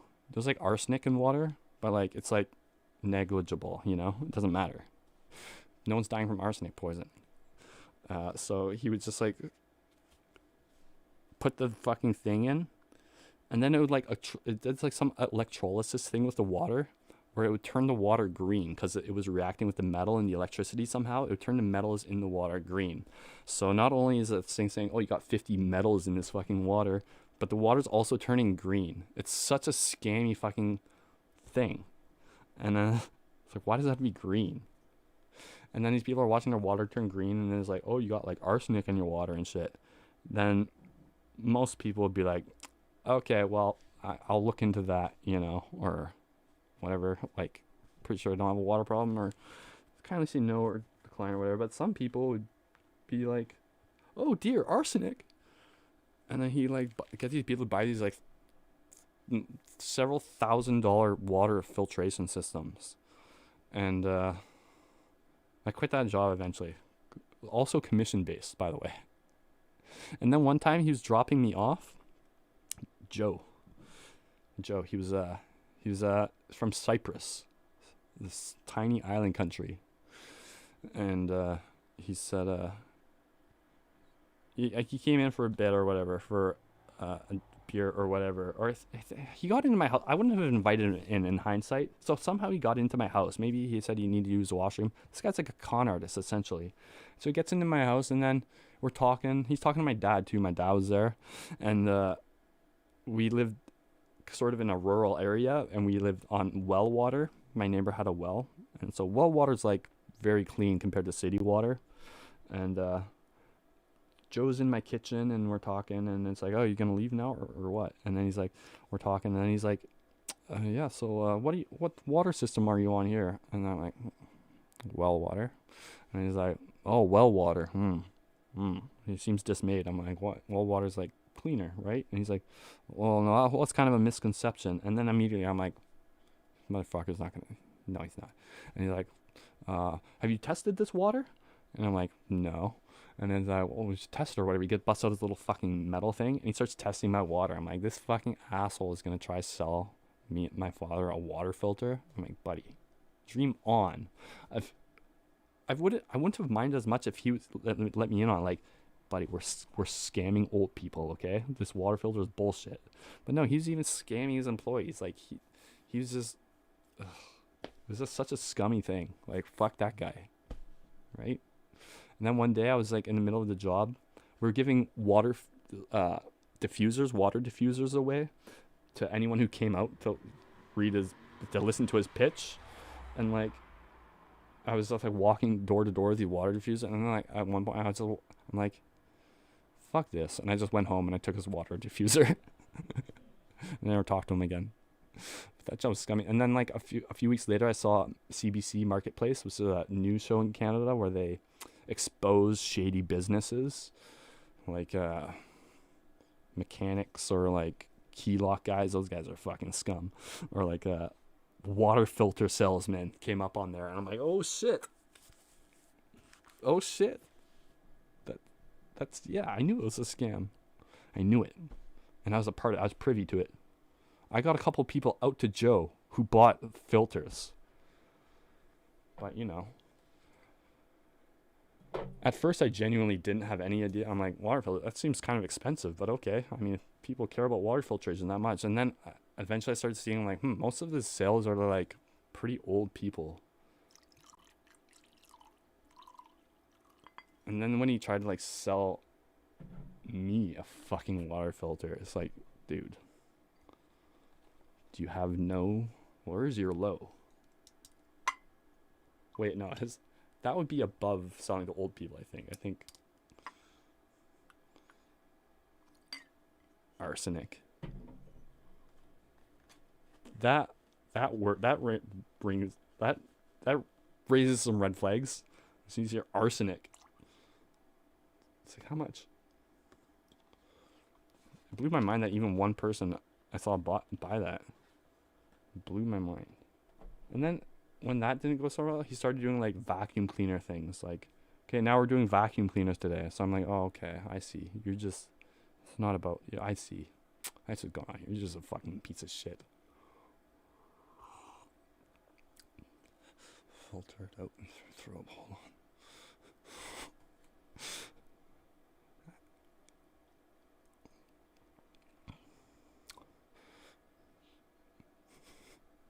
Hold on. Vice has an interesting sort of journey. It started out, they're really cool. They had like international criminal related, drug trafficking related stuff. And then it's like, it got really shitty. But now, it's kind of cool again. It's like kind of getting good again. Because like, they can never retain their former glory. And now they've accepted that, and they're doing more like lighthearted stuff. They're not taking themselves so seriously. But they still do, I don't know. Apricot seeds mainly. I've heard of that. That's scam. Sodium fluoride fucks you up. Oh yeah. That'll be the thing they say, yeah. Right. I think fluoride's good for your teeth. Or like that's a conspiracy theory. Like it's one of their favorites. Like they're mind controlling us through the fluoride they put in their water. But like yeah, fluoride like prevents cavities. That's why they put it in the water. And it's like the thing is like to anyone who knows elements or chemicals or a chemist or who's good in that specific field, whatever relates to that, like anyone in that field I'm sure is like, oh, it's easily verifiable that fluoride is safe, at these levels or whatever. And it's like the thing with the conspiracy theories is there's so many people that have done the work to understand the subject, and then everyone who is coming up with these conspiracy theories, it's never like the person who studied it that also thinks there's never like a virologist who's like, COVID's fake, everybody. It's like no one studied if it's just never the people that studied it that are suspicious of it. There's never like a pilot who thinks the earth is flat, except for that one guy. There's like some like offshoot, like there's that one astronaut who's like, yeah, the earth is flat. It's like, fuck that guy. You're just giving them so much ammo. Anyway.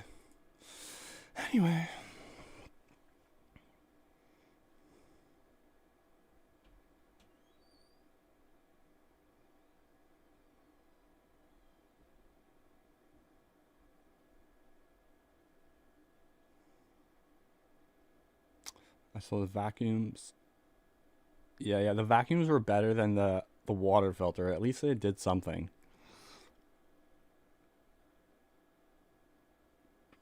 I have slowed down with drinking. It's a weekend. I said I'm going to stop drinking on weekdays.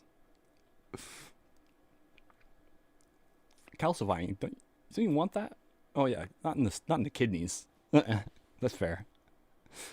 I think I might have a kidney stone. My doctor said maybe it's a kidney stone. or ulcer or something. I don't know. It's going away now though, but I don't think it's a kidney stone because it's like it seems to be going away. I don't know. Can't they like laser those things and break them down before it comes out your piss hole? Whatever. Probably be.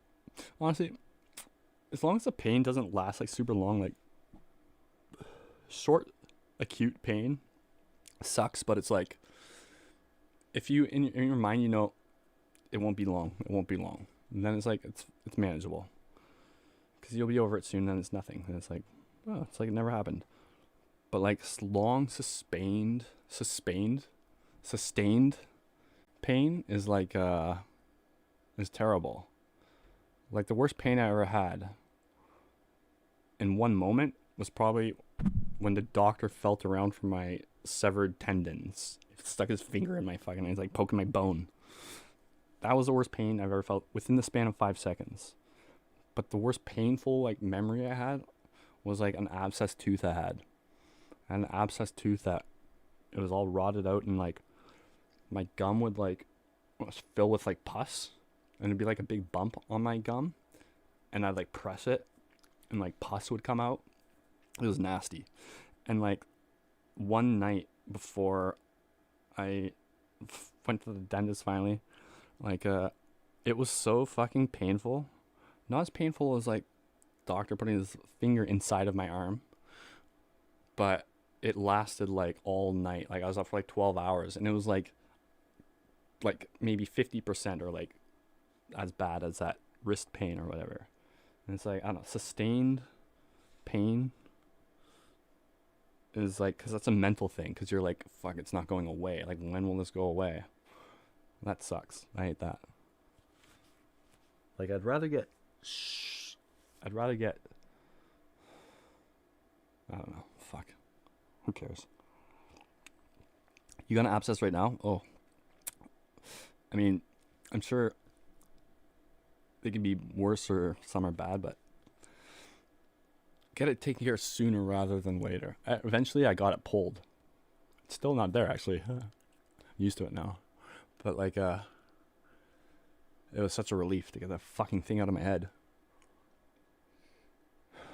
The whole night before I was looking up like teeth pulling videos. Don't do that. Doesn't help. They don't actually just take the tooth and pull it out. They take pliers and crush the fucking tooth and break it into like several parts and then pull it out shard by shard. Ooh, gross. But I built it up in my head. I'm like, this is gonna suck. Whatever, get it done with. Like I said, I don't mind short, sustained fucking things. Just go put it on your mind and get through it. But I go, and then he fucking filled me so full of Novocaine. I didn't feel a thing. Not even like this hurt. That hurt more. That actually hurt a lot. A really powerful flick. But yeah, I go, and it just felt like someone tugging on my fucking jaw. Like there was a lot of pressure. Like it felt like someone was just going like, and then like I felt it like slip, and I'm like, that's it, sweet. It was such a relief. Oh my god, such a relief. And apparently, if you have those like those things swelling up on your gums and like pus coming out of your gums, if you swallow that putrid bile or whatever it is, that whatever it is can stop your heart apparently in rare situations. So I don't know why I didn't swallow it anyways, but spit your pus out. Pro tip.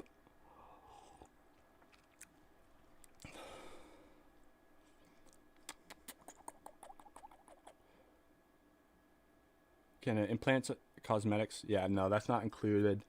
Anything like unnecessary or like cosmetics, yeah. Certain things though I think are covered. Also, like there's good like employee plans at some places. Also, like dental generally isn't covered in Canada unless you're like on an employee health plan. So like that's one thing that's like costly still in Canada is dental. Which, I mean, I hate going to the dentist. And, okay, my dentist told me this once. And it's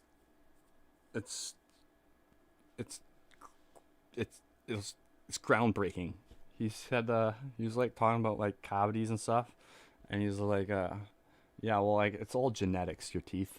It's like brushing, it's like, it doesn't really, it's all genetics. I'm like, really? You're like, yeah. You're like, if you're born with bad teeth genetics, it doesn't matter what you do. And then so, like, I'm like, damn. And his name was Dr. Butt. 2 T's.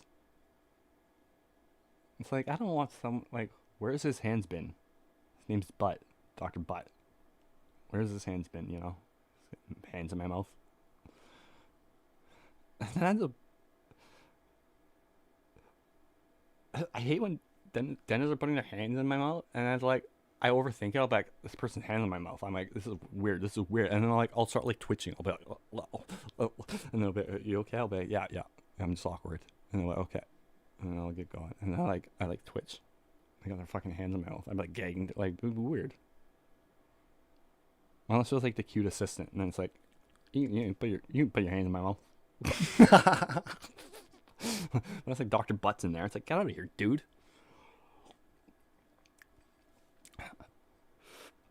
Yeah, I don't believe in it either. I mean, I'm sure that plays a factor, but then also, like, I've been pretty lax on my brushing over the years.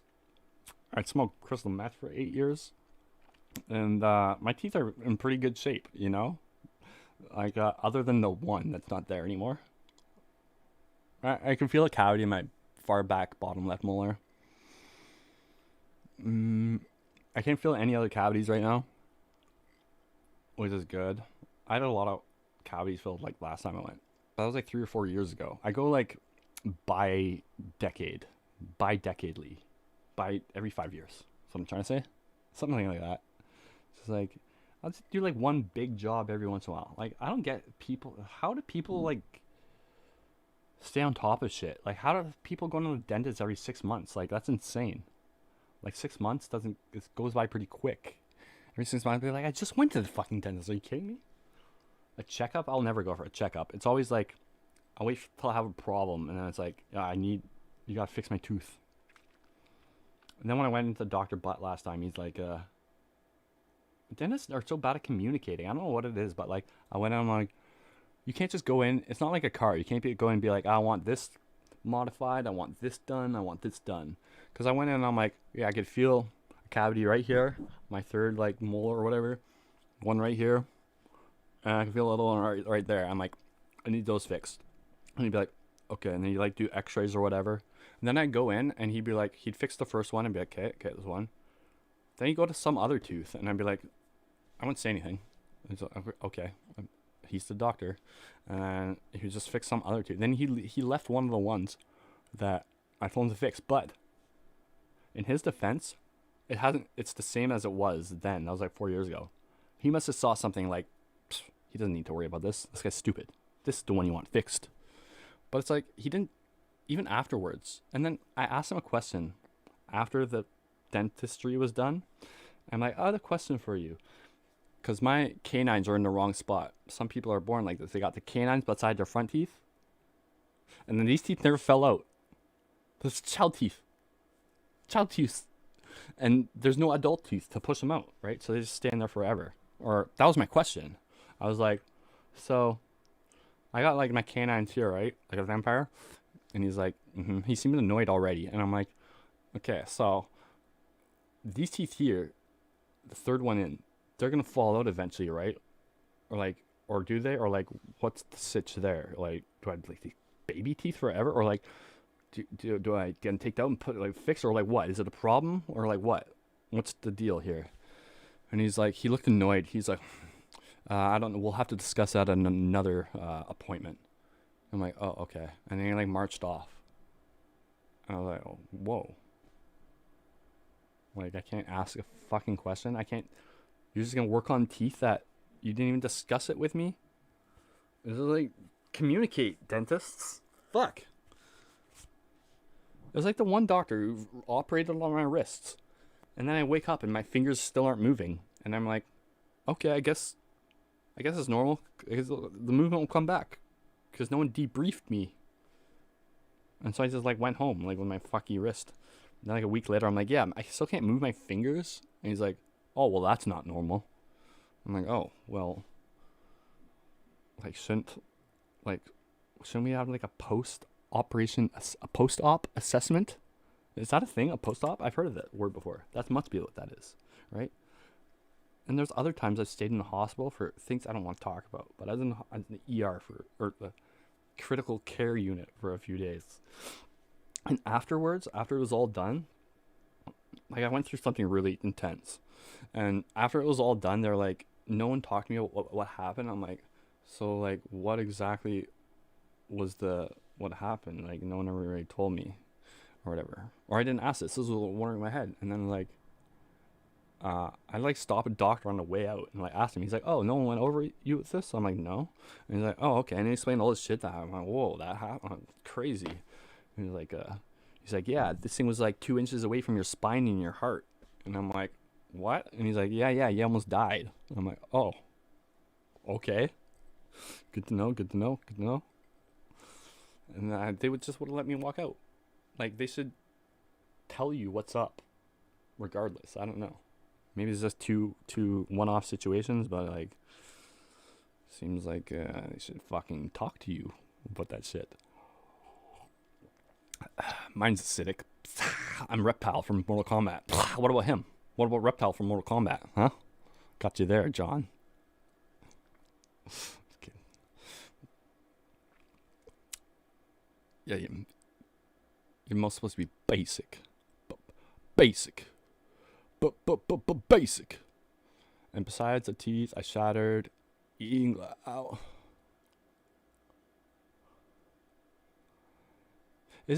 I've heard this, like somebody's, stomach bacteria, like everybody's makeup of stomach bacteria is like unique to their like diet and stuff. And it like normalizes into like everyone's stomach acid is different or something like that, I heard. And then also like apparently gut bacteria is tied to mental health somehow. I'm not sure. That's all I can say, unfortunately. But like apparently there's like a link to like mental health issues and like types of stomach bacteria you have. And then there's another thing, like when you're like born, like the slime put on you from your mother's vagina apparently like coats you in this like embryonic like something that like defines like your immune system properties or something like that. That sounded crazy what I just said, but let's look it up, because that, I mean, even I question what I just said. But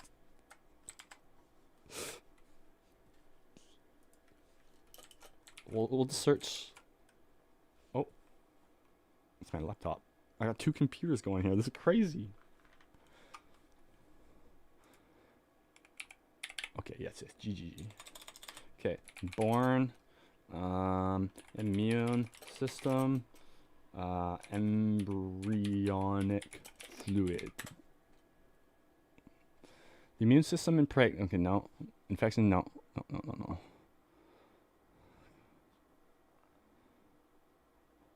Hold on. What's a bacterial baptism? Oh. This is it. This is what I'm talking about. It doesn't look good though. This is like a debunking website. I've been fooled, Jerry. Some moms want to give their C-section babies a bacterial baptism, but experts advise caution. Okay, the bacteria, I guess, when you're born is supposed to like create some sort of tolerance or something. I don't know how it happened that quick, but so far, it's not looking good for my intelligence. So far, I'm looking like a stupid. Maybe you heard the advice that you should let your kids play in the dirt. Yes, let them get germy. It will build up their immune systems, they say. You know, I almost believe in that theory, though, because I don't care about germs really at all or whatever. Like, whatever. And my immune system is strangely effective. Like, which is weird because I'm, not the healthiest lifestyle. An unhealthy lifestyle, one might say. And like, I never get sick. And I don't think I've been sick since I've started this channel. Like, once every like couple of years, sometimes I'll feel a cold coming on, like for a day or two, but then my immune system like gets on top of it and then it goes away. It like nips it in the bud or something. I don't know what it is, but my immune system is quite the system. I never get sick.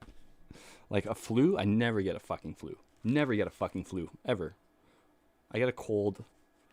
Sometimes it flushes out into a full-blown cold, but it's never that bad.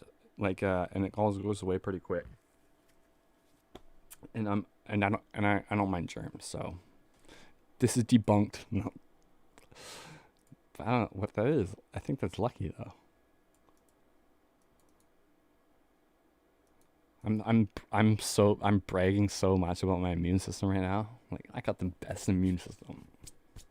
I never get sick. I never have a flu. What is a flu even? What's it feel like? I think I've had a flu before where you get like hot and sweaty and you feel like you got puke or something. I don't know.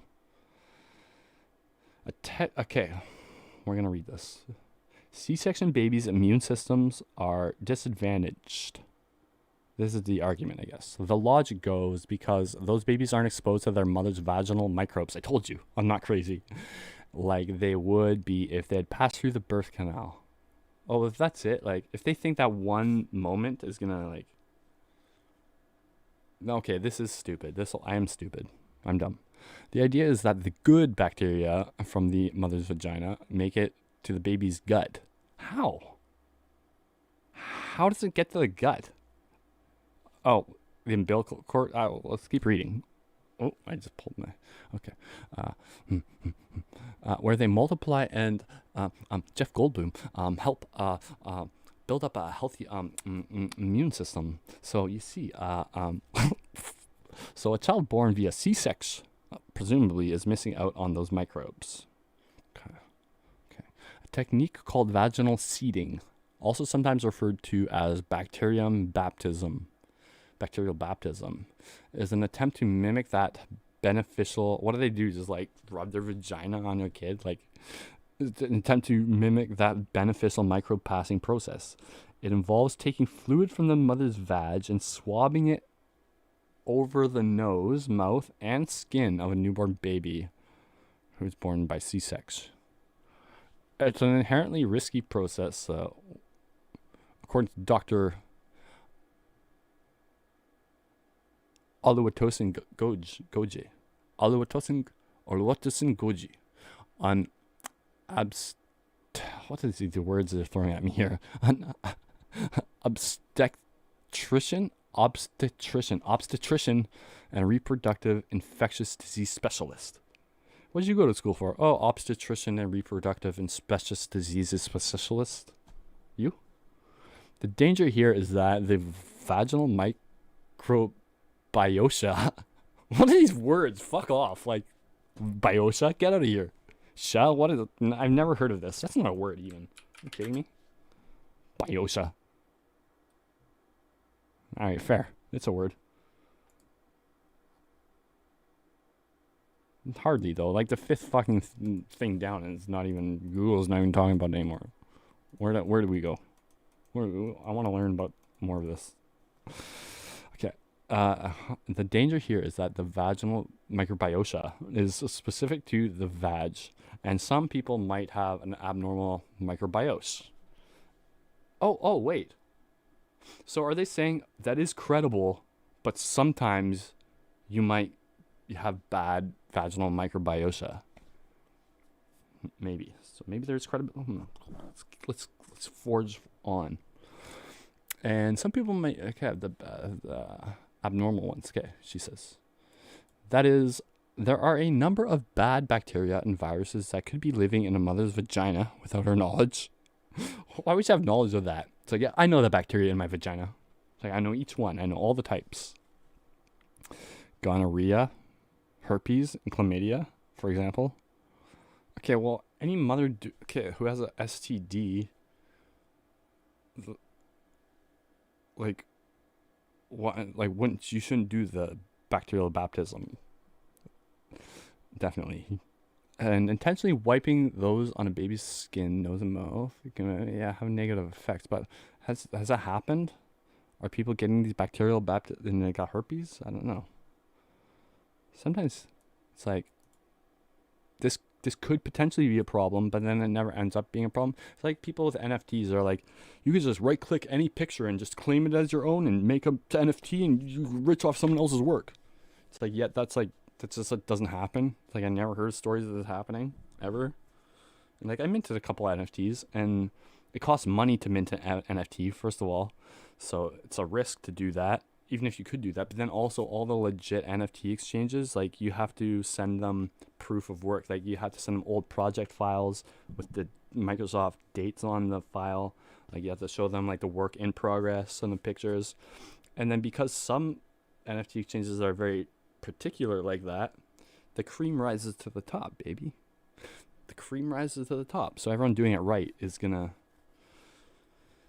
you know, if you're stealing somebody's artwork and selling it on some shady NFT website that lets you do that, then like no one's gonna buy it. And so like this is the thing. Are people rubbing chlamydia on their babies? Because they're saying here it could be. But if that was happening, they definitely put it in their argument, right? So it's not happening. So it's like okay, that could potentially happen, but like it's not. Anyways, let's read on. Dr. Goji acknowledges for the idea of vaginal seeding isn't far-fetched. Oh, see, I'm not stupid. I'm a genius. I knew it. There are studies indicating that Dustin is a genius and early exposure to lots of microbes can help up a baby's immune system. But the risk... Then, like, I have a great immune system, so, like, what were my parents doing to me? Like, throwing me in the garbage can? Like, just, like, mopping the floor with me or something? Thank you. It's worth it. But the risks... I hate that SKS sound. You gotta go sks. You know, it's tough. And then my birthday's the 6th. That's the worst word to be born on. If you got a lisp, which I had one in grade, like, when I was a kid. So people would be like, I remember these girls. These two girls, one Tamara, and I forget the other one. And I thought they're both kind of, like, cute and whatever. They're, like, kind of popular-ish. I've never, like, unpopular, never a loser, but I was never like one of the main like preppy like popular kids or whatever. I didn't want to be, you know. It's not me or whatever. But anyways, these two girls come up and Tamara was one. I forget the other one, but they're like, Dustin, when is your birthday? And they're like kind of giggling. I'm like, and I was so like dumb. I'm like, oh, they want to talk to me or whatever. Tell them your birthday. And like too stupid to see through that they're doing something's up. And so I'm like, what, June 6th? And then they giggled and walked and jogged, like ran off. He did it. He said his lisp. That was emotionally scarring. I remember that specifically. But then, you know, I just looked into it and I'm like, I was putting my tongue like under my front teeth. You know, and so I'm like, so if I put it back here and just practice it, and eventually it like went away. And some people can't help it. It's like their tongue like sticks their facial structure, you know. But I overcame adversity. I got over my lisp, which was it was a mild lisp. Some people said like, you don't have a lisp. And I'd be like, it's because you know me for a while. It's like, I do. Trust me, I do. Trust me. Why is Tamara laughing if I don't have a lisp?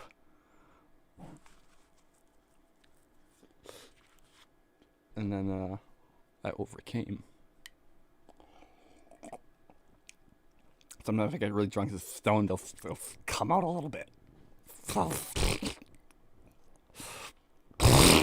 That's what a lisp is. And who's the asshole who put an S in the word lisp? Who came up with this word? It's like a sick joke. You know? And some words with an S in it, like, even if you have a lisp, it's like not hard to say.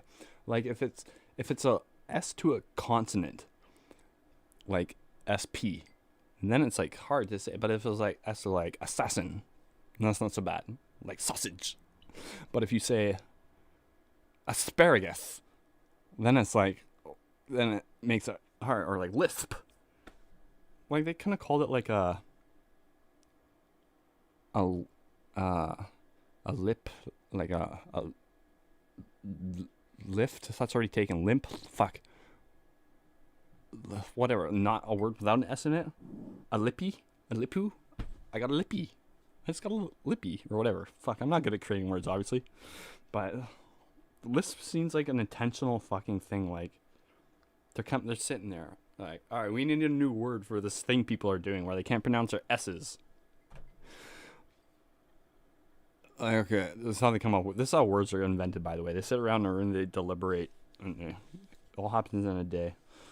Like, all right, we need a new word for this this thing people are doing. They can't pronounce their S's, some of these idiots, and we need a word for this. And one guy's like, a new hire, hot shot. He's coming up in the world of word creating, and he's all like, well, wouldn't it be funny if we put an S in the word Lisp, like or in the word we're trying to come up with, like, I don't know, like Lisp, and then they're all like, ha. It was all men too, because it was back then. There's no woman in the workplace. And they were like, yes, yeah, that'll be funny. Yeah, it'll yeah. Fuck these people who can't pronounce their S's. Let's make their lives even worse. And then also, I happen to be born on the 6th of June. Daffy fucking Duck.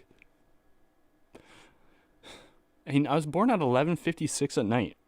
So it's like, Mom, hold out for 4 more minutes. And sure, 7th has an S in it, but I was saying earlier, some words aren't bad with a lisp. If it's a S to a vowel, you're golden. 7th is like, it's a million times better than 6th. That word is hard for even on the best of days. Like, you gotta go, what's with X first of all? Get the fuck out of the alphabet. Is there any situation where an X cannot be replaced by CKS? No, there's not. I'm telling you. I'm boldly stating this. There's no situation where an X cannot be replaced by an CKS, simply. Let's look at words with X. I'll prove it to you. Words with X. Oh, come on, I all did that.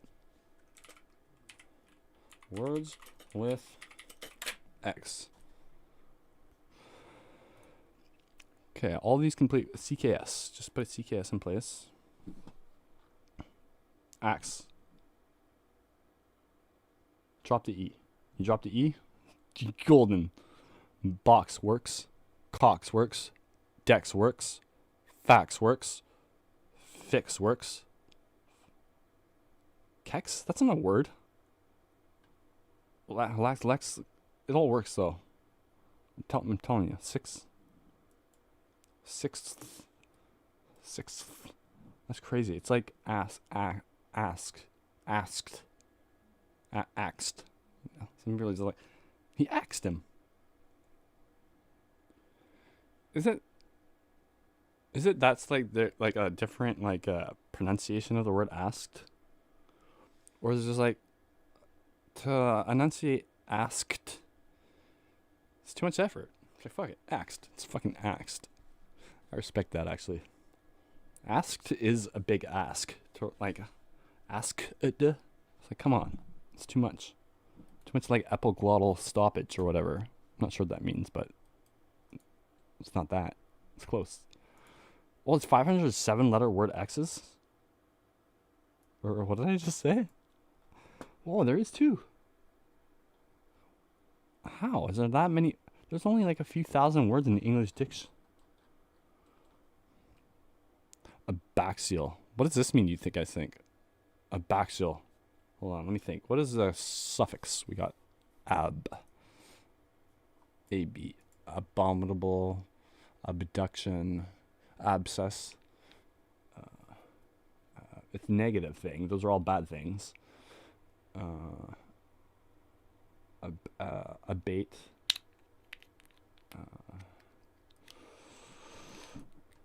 It's a negative thing, whatever it is. And xial, that's a weird suffix. Axial. Coaxial. I have no fucking clue. Bad. Okay, hold on. Coaxial. Axle. So, It's a wire, maybe. I don't know. Ab is bad, so it's a bad.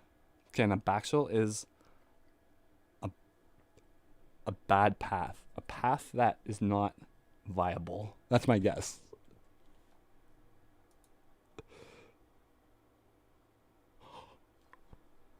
Hold on. A hollow stalk? That's kind of a bad path. Hold on. Kind of like, right? Hold on. Not really, but hold on. I think I'm like in the ballpark. This word gets... How do you rate words? Oh, abaction.com. Okay. That's a shitty word. I don't like it, though. Is it action? Abaction? Axiom? Witchcraft course. Oh, man. This is a sucker's website. Where do I buy? Ritual items. Yes. Take me to the alien items. What is this? A wood pentagram ash catcher. Who's buying this? Back to incense. It's just a incense burner. So, okay, hold on. Why has it got a fucking pagan? This is so dumb. People are so dumb. Who is this? David? Oh, it's not even fucking secured. What is this guy's into light refraction? Okay. This guy is... God save him. He's in too deep. He's in way too deep. Hold on. These are all links? How much work has gone into this? Oh.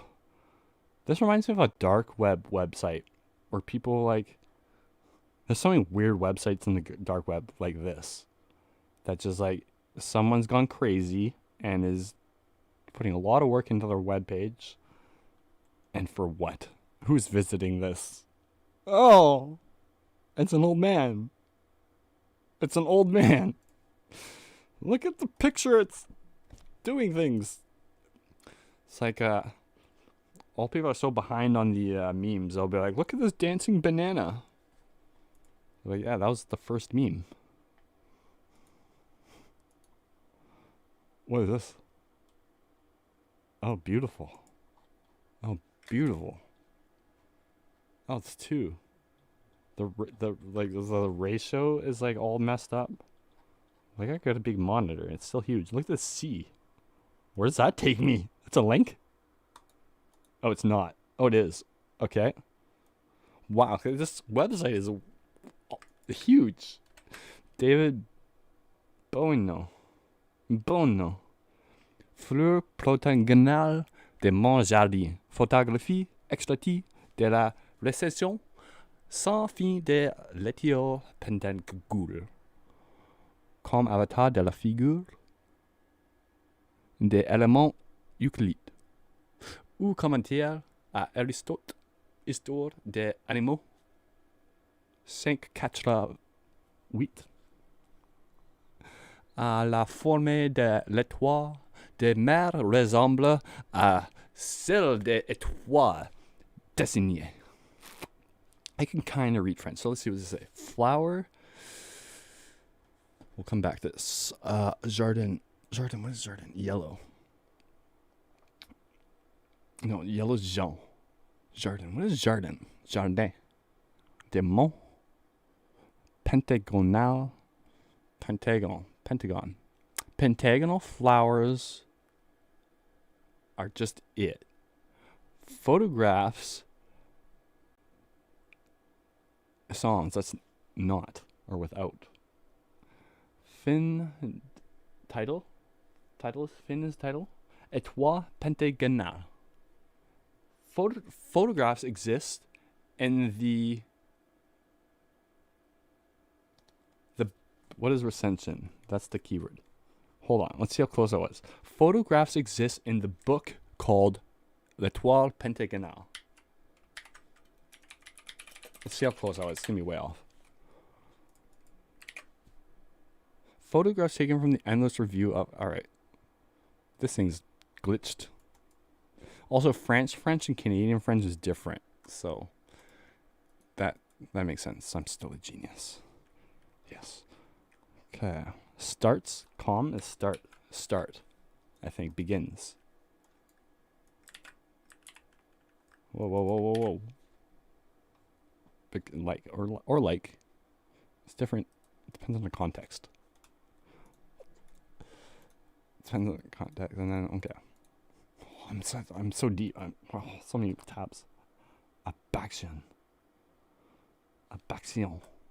New Age jewelry. I hate this. I hate this store. This is such a. When did they build this? 1997.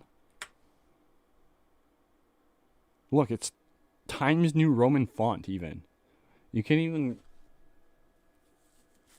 customize the font. Or maybe they like. It's a nice font. Maybe they like Times New Roman. That's fine. That's fair. I like Times New Roman. Better than well, that's not. I was gonna say it's better than Arial, but it's not. I have a friend who's she has like some sort of thing that it's hard for her to read. Like it's something related to dyslexia or something. And she said she can read Arial font way better than any other font for some reason. Whatever that means. So ever since then I've always had a certain respect for Arial font. I'm like, it's an everyman's font. It's readable. It's gonna go on these weird little fucking fancy fucking, like, look at this. These fancy little woohoos going off at the end here. The P, you got the little fucking, that's too fancy. That's like a bad boys font. Like when you start getting like the fucking artsy like that. Where Arial, it's like no fucking bullshit. It's just the letter. Nothing fancy. The Romans. Typical of the Romans. The Romans were badass. What happened, Italy? I mean, Italy seems nice. Don't get me wrong. But let's talk about war for a second. The Romans used to like kick everyone's ass. They were ruthless, one might say. And then like they fell a long way since the world wars. Italy just blew it in World War II. Totally blew it. Kind of like fucked Hitler too. Like Hitler's like he probably would have done better off without them.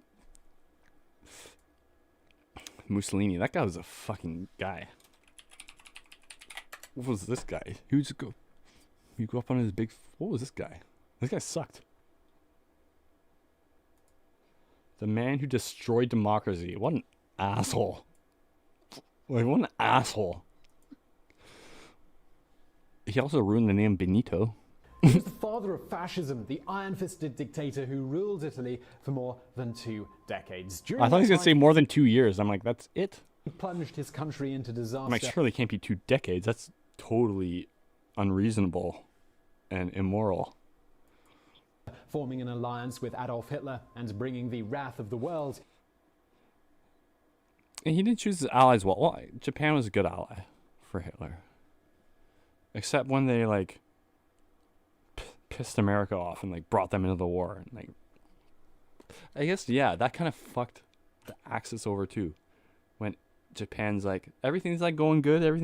Ah, shit, they're taking over the world. Yeah. Then Japan's like, let's get Pearl Harbor. I was about to do, like, an accent there, but I'm like, no, I shouldn't. Probably not.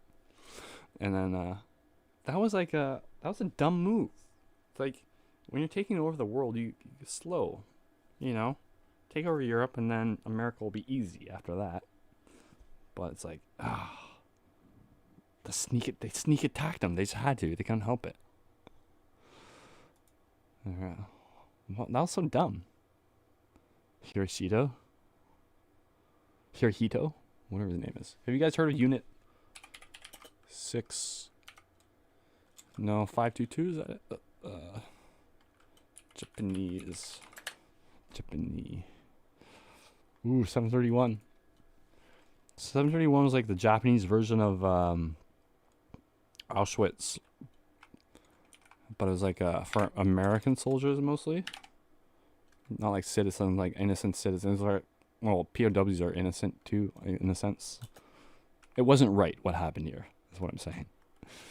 But, oh, Jordan Peterson talks about it? And yeah, well, Unit 731 was vicious. A vicious thing. It's a slippery slope.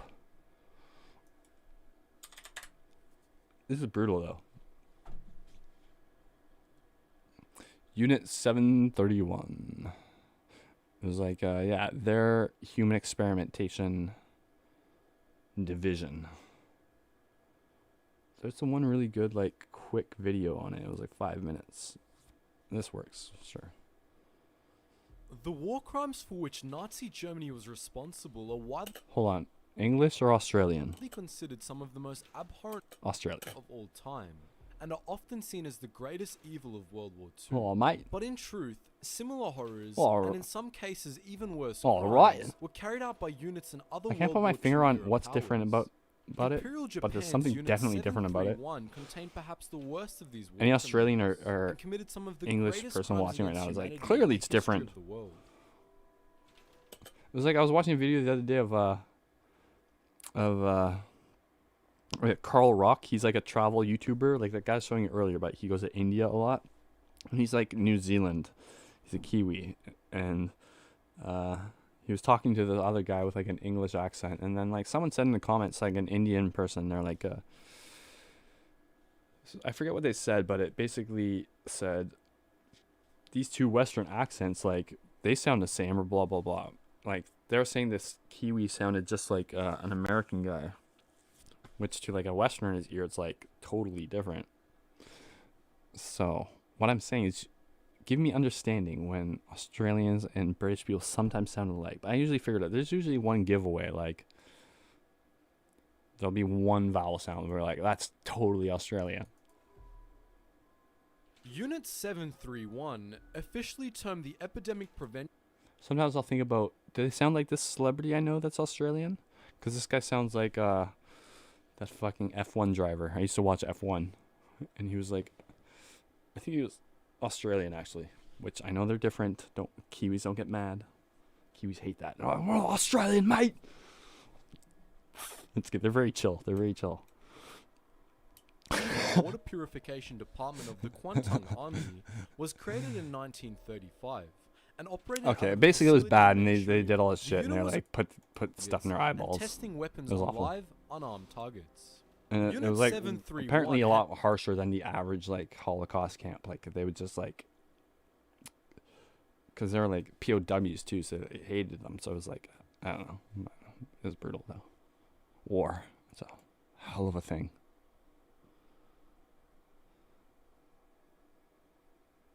I'm getting tired. It's getting hard to open my eyes. I just smoke more weed. That's not a bong. I should. I shouldn't.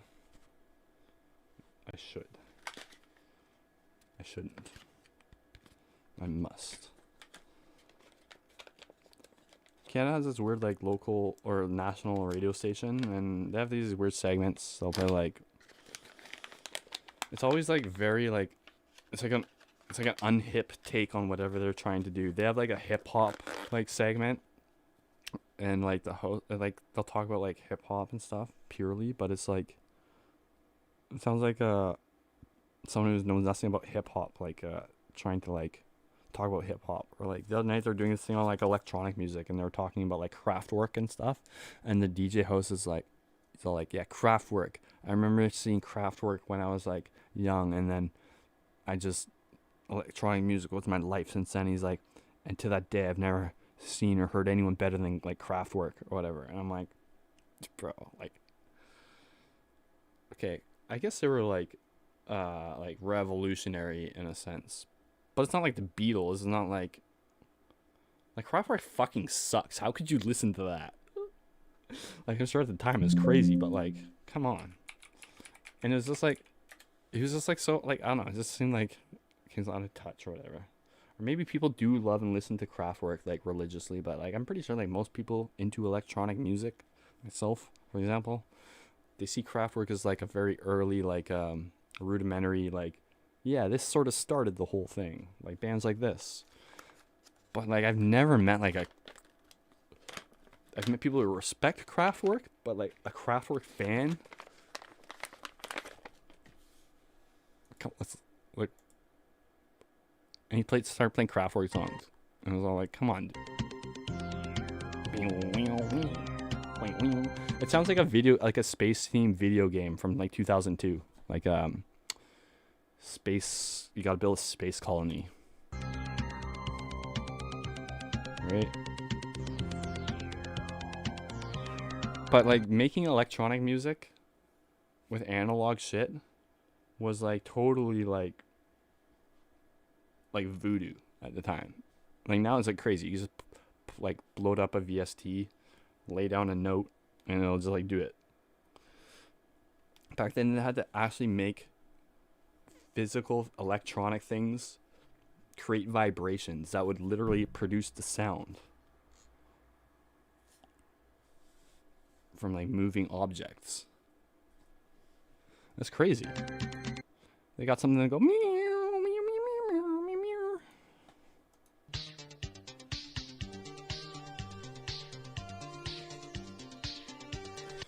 Yeah. Oh, I was listening to Rammstein the other day. They're pretty dope. Links 2, 3, 4. Links 2, 3, 4. They're dope. They're dope. They're German. What else can I say? What else can I say? I'm running out. Brain's dying. Okay, let's smoke. Oh, it was Granddaddy Purple I smoked last time, right? Yes, it was. I remember now. I remember saying specifically, I'm going to try to smoke the Granddaddy Purple. So this time we're going to try the Peanut Butter Rockstar. Will Dustin like it? Stay tuned.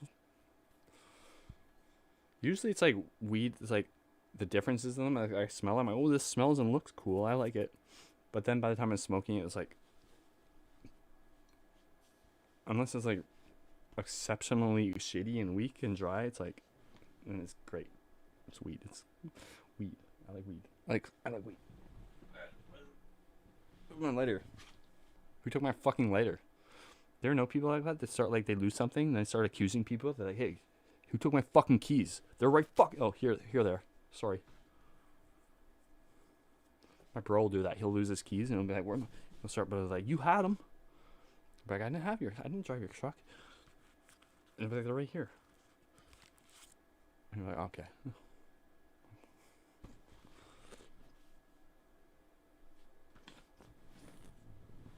He did that one time. Where's my lighter, though? Seriously. Which one of you fuckers took it? Where'd the chat go? Oh, here it is. So a big percentage of us Canadian boys in 2003 got sick and lived, and it's never been the same. What is this? Hold on. I always read from the bottom up, which is a stupid man approach. Oh, you guys are deeply embroiled in an argument, a debate. Your move. Oh, this is too much. Oh, I like this. I like conflict. I like strife. I'm a very, what's the word? Conflictional person. Yeah, that's how you say that. I like conflict. I'm conflictional.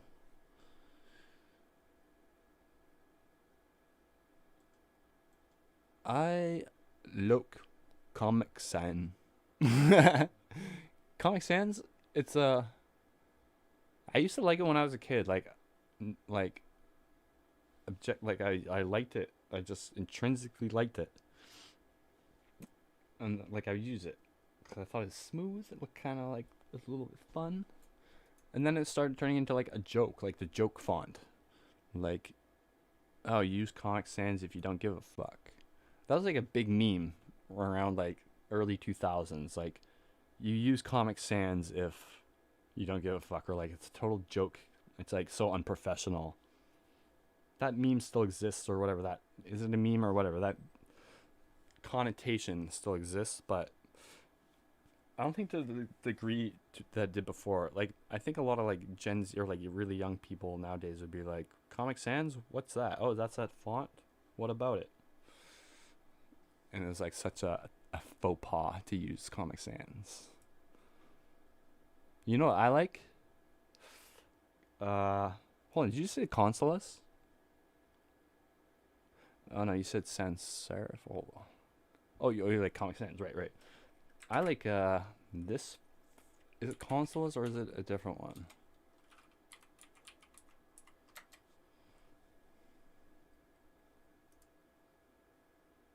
No, that's sort of system-y looking. You know what I mean? That's sort of like... It looks like system. What's that one? Font starting with C. It's the one my university likes to use. Like, all the teachers say, you can use this or that. Which usually is just to keep it all, like, the same length. Chiller. Or Jokerman. I always liked Jokerman since I was a young kid. I was like, Jokerman, that's such a wild font. Jokerman is so, like, against the grain. Charlemagne STD? Okay. Look at this. Yes, I want this. I wonder what the other letters look like. Buy you coffee? No. You shouldn't have got into the font game if you're looking for money. It's like the easiest rip-offable fucking thing. Even if it said you need a commercial license, I'd be like, no. And I just use it and get away with it. I wouldn't. I was looking for the free ones. There's so many good free fonts. You don't need to steal fonts. Courier is... I don't like this. It reminds me of like instructions for like a Soviet hairdryer or something. Or a Soviet anything. I don't know why I said hairdryer. It's just it's communist. I like this. It's kind of squared off a little. I like fonts. I'm into fonts. Let's see. What do we want? We want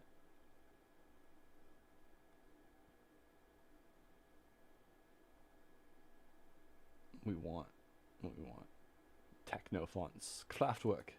Get Kraftwerk font. Babylon Station. Oh, I like this. I like the 80 computer. I like that look. Belfast. I have a font like that. I don't like it. I like the dotted ones. You got shrimp stew. You got shrimp salad. You got shrimp. I like Bubba over here with fonts. You got Babylon Station. You got Digital Sans EF Medium. You got iDigital Bold. iDigital Light. You got shrimp soup. You got shrimp. I can only think of shrimp stew and shrimp soup for some reason in my fucking example, which aren't even things. Shrimp stew. Fucking idiot, doesn't. This sucks. Digital strip. Making a font, it's like interesting because like every letter has to. I don't know how it works, but every letter has to match up well with every other letter, which would create tons of possibilities, right? You'd have to make sure every letter looks good beside every other letter. This, I like. This is good. This is a good one. We're going to download this. You ever notice Windows has a hard time opening font files? Like, even with my like new computer, it was like a pretty good computer. Like open a font file if it's like the one type, if there's like two types, so I don't even know the difference. But like you open it and it just shows the preview of the font and you can click install. For some reason those files or programs are like really poorly optimized by Windows or something. Sometimes like if you open a few of them, like it'll slow down. NASA can't even open these fucking files without a little bit of slowdown. It's an outrage. It's the mildest inconvenience in the world. This sucks. See, this is what I was just talking about. Some letters won't look good together if you just like fucking slap it together. Like look at the fucking D and the O, bro. How are you gonna release this?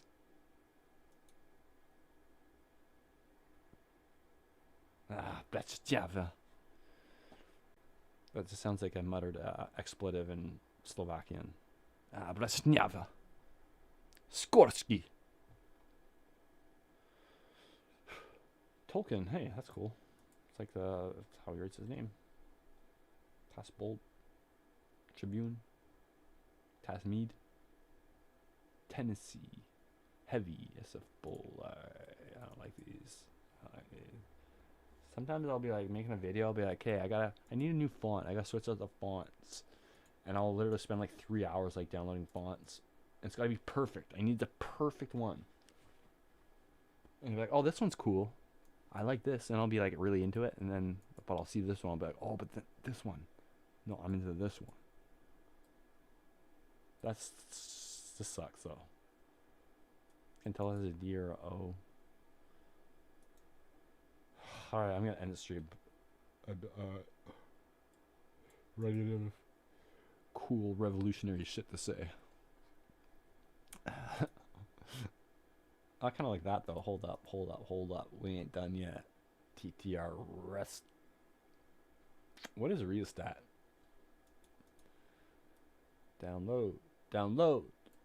Hey, I want them chips with that dip. I want my chips with them dip.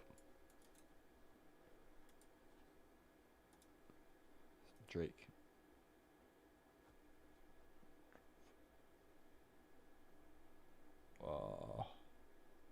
Dustin. Groovy fonts. I don't have any energy left, but I gotta see the groovy fonts. Well, I guess okay. I was gonna play some Battlefield right now, so I'm just gonna play that, and then if you don't want to watch that, you can leave. Obviously, you're allowed to leave. I will allow it. Granted, I will grant this freedom upon ye. But I'm gonna be playing Battlefield, and I know some of you are like, "Fuck video games. You should be out there in the world talking to people, expanding your mind." Nerds. Or wait, I guess we're the nerds. We play the video games. Anyways, I'm gonna play it. I got my laptop here to run the stream. And we'll see how it works. I don't know if it's gonna be my internet connection maybe that fucks me up or what. But I keep meaning to upgrade my internet upload speed. Tomorrow's the day. I'm doing it tomorrow.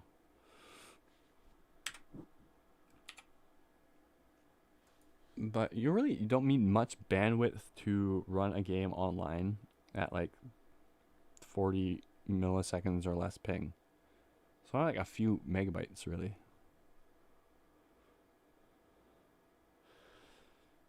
I just opened Battlefield, right? Yes, I did.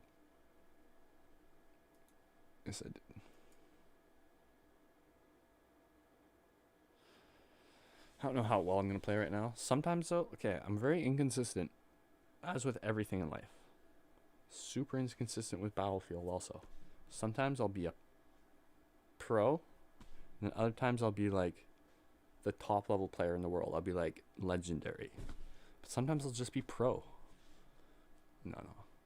Sometimes I'll be like not pretty good. And then sometimes I'll just be like trash. We'll see. It's always when I'm like tired and like not expecting it, where I'm just like, I become like Rain Man. Also, I'm like, headshot. Mulligan scores. Mulligan, he goes up, he passes the center line, he goes a little trouble at the blue line, he gets across, Mulligan scores. Mulligan picks up the puck at the end of the ring. He's behind the net. He's going left, he's going right. He shoots it up to the left winger. Johnson passes it back to Mulligan. Mulligan passes the blue line, scores. Goal! Hockey announcers rock. They're the best. Mulligan picks up the puck. He's got speed. He's in and out. He's dangling. He's through the leg. Scores! My God, Mulligan, he's good. Oh, he is good, Jim. He's so good. He's so fucking good. I can't believe it. Yes, he is. Wow. I should be an announcer. I bring excitement to the game. That's exciting. Let's make I'm ready. Oh. I like when she goes, let's make the impossible possible.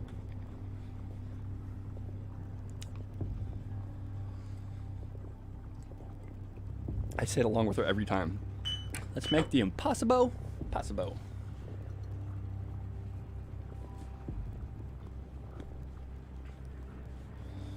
Mulligan picks up the... Mulligan's got speed. He's looking for the puck. Johnson passes it to Mulligan. Mulligan around the red. Score! 5-0! Wow, that was quick. He's so fast, Jim. He is so quick. It blows my mind. Oh, that was beautiful. And now we're going down to Doug at the ice, who saw that ice level. And boys, let me tell you, at ice level, that looked sweet. Mulligan dangled it through the legs of Peterson and scored. Hockey is a beautiful game. Okay, I played hockey when I was a little kid. Pike League. I hated it.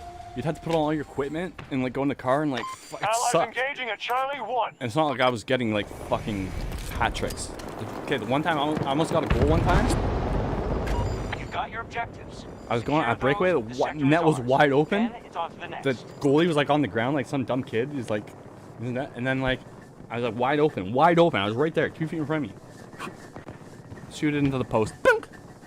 Knocks out, and I'm like, oh my god, my goal! Oh my god, and that haunted me to this day, because I never scored a goal. Not one. That was my one. My life would have been so different if I got that goal. That would have led. One thing would have led to another. I would be. I mean, it's the reason for all my fucking problems. And is that? Oh, you assholes! That's a post. That's a teammate. Okay. All right. We're good. Someone's trying to snag me. Why do I got this gun? This gun sucks. Nobody wants this gun. I got it. What is this? A turret? Fuck a turret.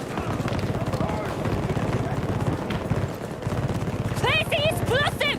Yeah, placing explosives! Oh! I'm too drunk for this. War as hell. Fuck you! Airplane? Oh yeah, I got him. You see that? You see the plane like spiraling in the distance? Like no game has like dynamic shit like that, like Battlefield. That's like a player-controlled plane. You see it like spiraling in the distance. Burst fire? What is this gun I got?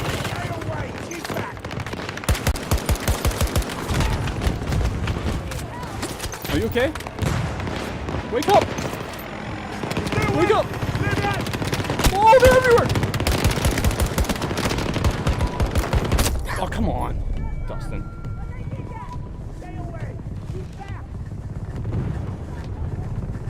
Alright.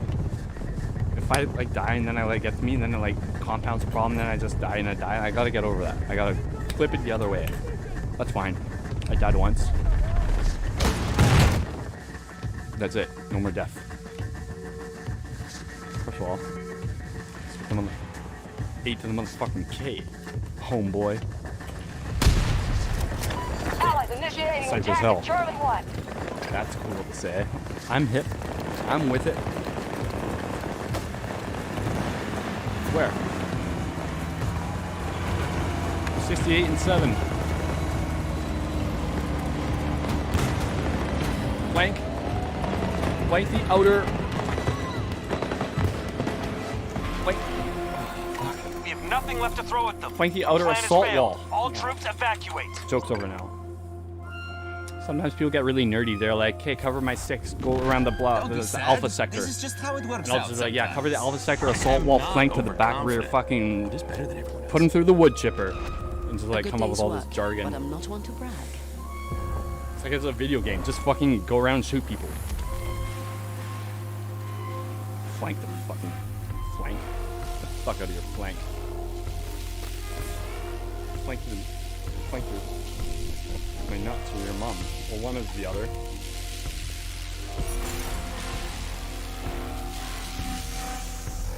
Promo. Got the big promo.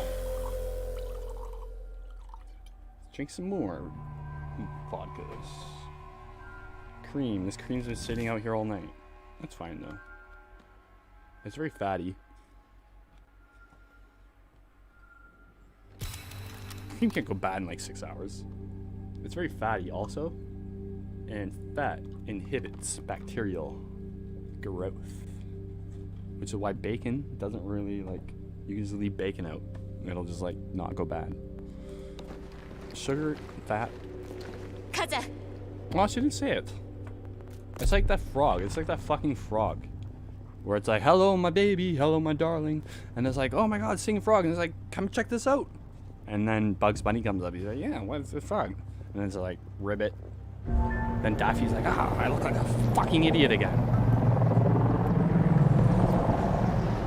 Well, you know that frog. Bastard. Bastard frog. Start menu. Start bar. Why? Why? Oh, I got weed. I must. I have to. It's like a shark needs to swim to survive. A dusting. Needs to get stoned. To play video games or music or enjoy his hobbies. It's sad. I don't ever play my guitar when I'm sober. With all of us, how can we lose? That's a new one. That's a new one. With all of us, how can we lose? You can't.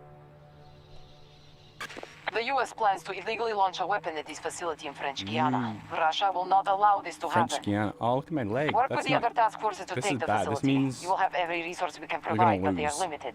And the Americans will try to outlast us. Oh, I got a tank. It cannot be I counted got for a a long tank. siege. Strike fast and hard. I got a fucking Transport tank. is waiting. Why is it on this screen now? Why the hell he'll do that? I'll switch my fucking monitors. The world. It's out to get me.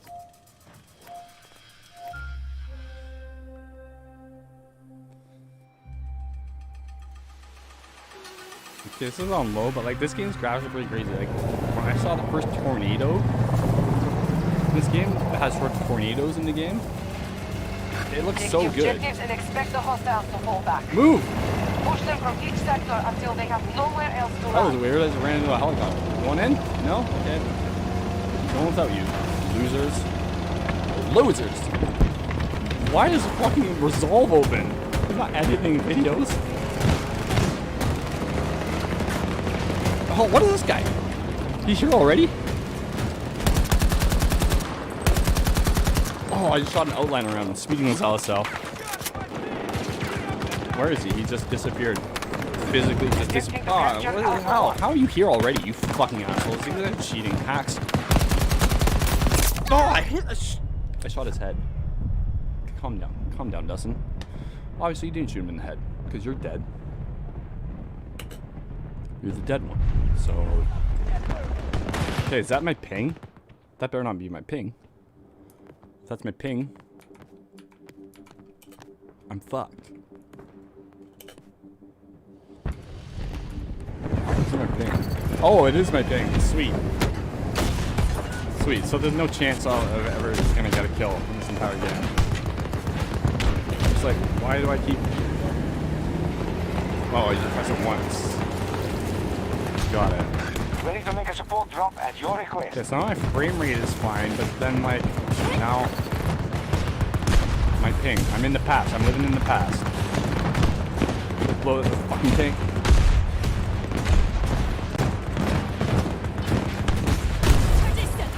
Charge is sick.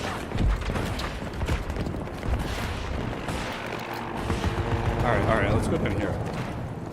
Okay, so, I got the ping disadvantage. 300 milliseconds behind my enemies. So I just have to be Initiating attack on objective a Alpha fifth 1. of a second quicker, better. There's 20 people in this section, really? Oh, an enemy! Oh, it's a drone! Okay. Alright. Okay, chill. Dustin, this is war. You gotta chill. You can't be all frantic. You're gonna get yourself killed. Okay, I'm gonna pretend this is my real life. Fuck, I'm going this way. If this is my real life, I'm getting out of here. Initiating attack on objective Alpha 1. Oh. Okay, who? I'd be good at war. Look how careful I am. Oh! Oh, I destroyed that vehicle! Those mines! Gotta set those mines. You just never know what you're gonna get. Look at that fucking thing. These things suck. I've never been killed by one of these. Grenade! Come on. Feels like I shot him a million times. Like 20. I took like 20 bullets in the fucking dome. Did he not? It's the leg. It's the leg. Right. Oh, who killed him? Who killed my best friend, you son of a bitch? Oh, where'd he go?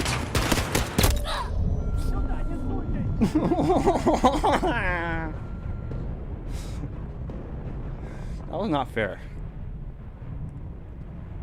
Okay, I gotta settle down. I'm so fucking. Fuck, this game gets me hyped. Alright, smoke some weed. So take your medicine, Dustin. Bring it around town. My brother used to do that. It was a joke when we were bring it around town.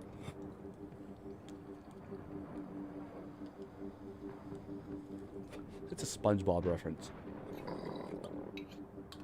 Which I'm not big on SpongeBob. I watched quite a bit of it when I was younger for like a year or something. He's pretty funny. SpongeBob's pretty good, but like some people have SpongeBob. It's fucking fair. Forces are assaulting Alpha 1. Okay. SpongeBob's pretty good. SpongeBob's pretty good.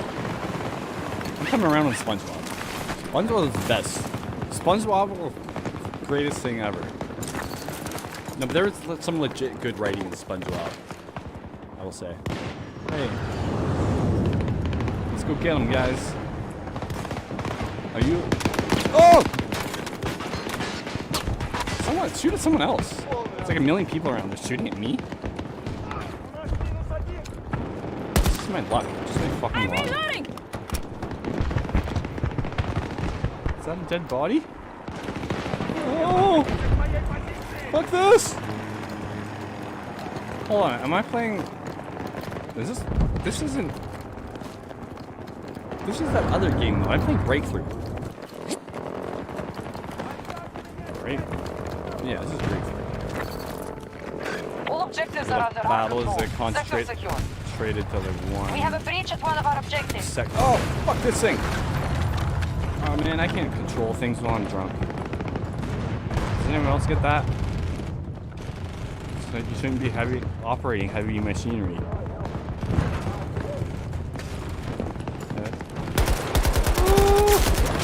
I killed the man! I killed the man!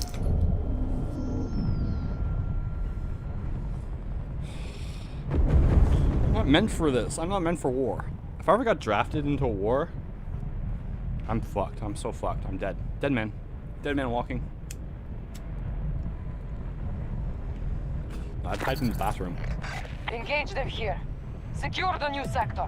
Wait for the noise to go away. Friendlies are securing I objective gotta take Bravo 1. Oh shit, here comes the enemy! So let's go, let's fight him! I gotta take a shit, Sarge. I'll be 2 seconds. Just hide and stall. Little war dies down. Let's get in the helicopter. I've never been in one. Ooh!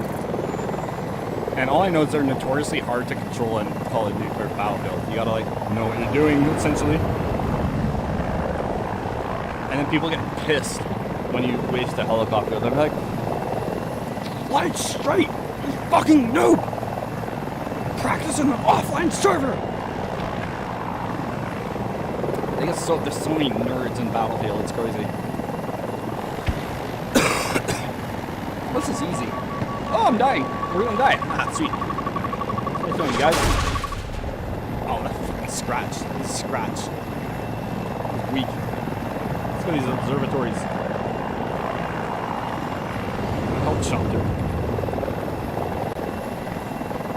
Oh, look at that. How I'm so high. In more than one way. Because I also am on drugs. Whoa, whoa, whoa, whoa, whoa, whoa, whoa, whoa. That's kind of broke. That was kind of broke. If I didn't yell, I would just come off like a total badass right now. Okay, well I should go to the... Oh yeah, this is... Oh right. There's only one objective in this game mode. We gotta blow these up. Let's get them.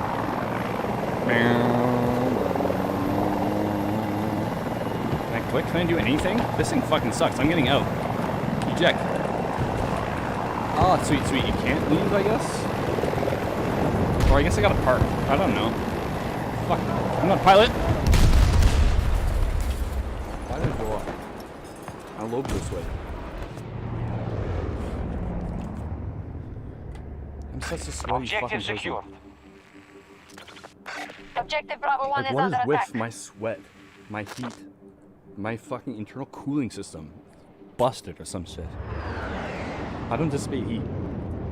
I conduct it. I'm a heat fucking conductor. Let's move to my medbug. What am I doing? That was fucking weird. Oh, stab him. Got him, yeah. Oh. I like... Oh, I like fell out of the fucking helicopter into the building. Oh! Took one out. I took one out. Reloading. I took one out. I killed the man. US Killed the man. That was good. Feels great. Ah, come on, tank. Explosives already. Come on.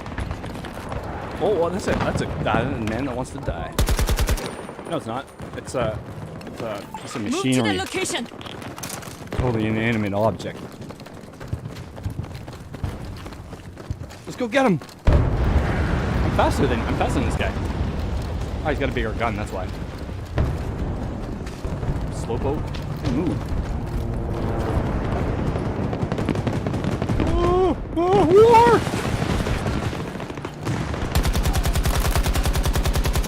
How did that guy not die? Hostiles have secured an objective. I didn't shoot him enough. Oh no, fuck this tank. Our troops are moving on Bravo 2. Dangerous, don't go. No, don't go. This guy's cool. This guy's dope. Who is this? I've never seen this character before. Grenade. Oh, I hit somebody. Grenades suck in this game. Okay, my fucking leg is bad because that was on him the entire time. I guess I'll just shoot ahead. I'll shoot ahead of my targets. Where's my leg at? 75. That's not bad. That's not bad now. It's not ideal. This gun can't shoot long range. It's not me. It's the gun. That's a turret I'm shooting at. Oh, I just saw my best friend die. My brother wrote a poem in grade 6. He's like, it was about war, it was during Veterans Day. They had a poem, and he got like an A++, and my mom like framed it and everything. It was like my brother's great poem from grade 6 about World War, or about war, or whatever, Flanders Field, some bullshit. And he's like, one of the lines was, I've walked down the bloody road, I've seen my brother's head explode. That was one of the lines, and my mom framed it.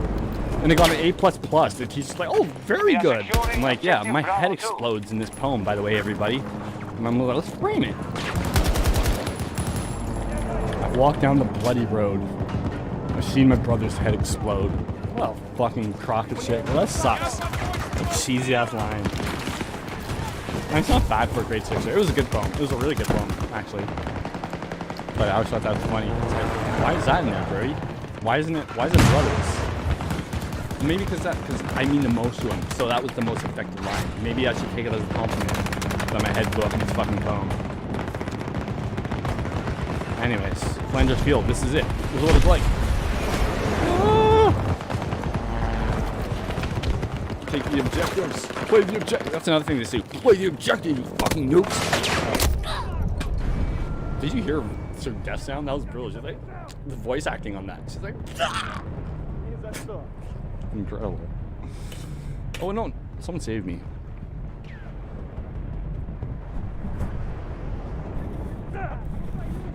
Oh, I can't wait to use my new camera.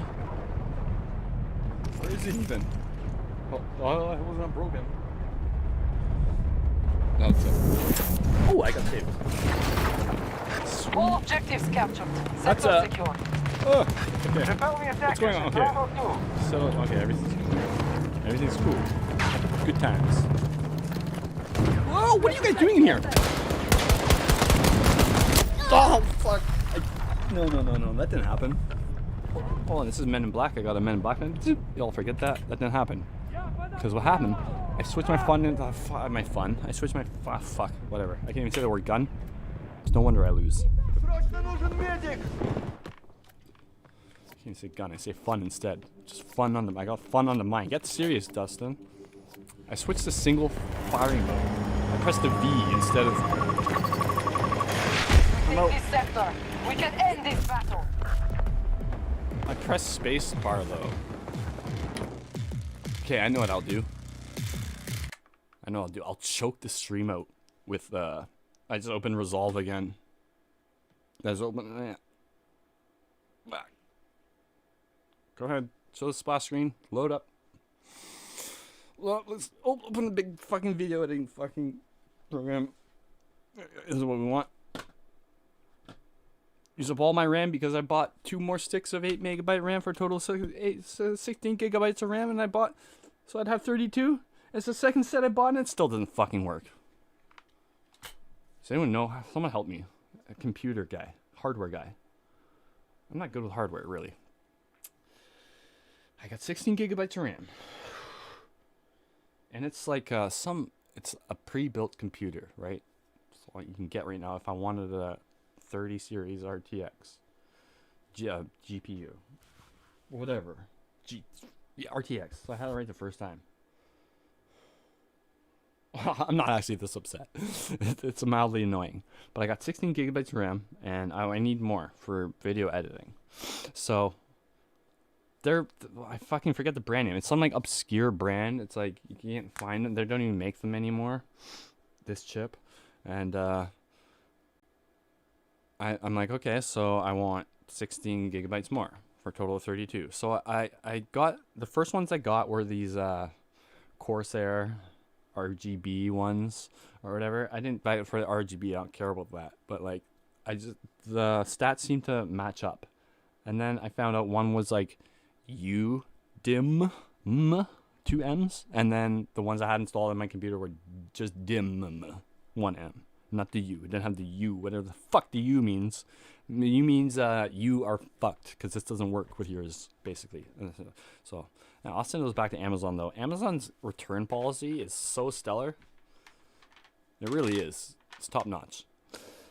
So that's fine. And then okay, so I go online and I really dig deep and I look for similar RAM chips. And I found these ones that look the exact same. Everything says the same. It says 3200 megahertz.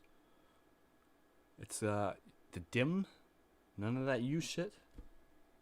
It said the CL, whatever the CL is, no clue. They're both 22 though. They both look the same. They're both generic green chips. They both.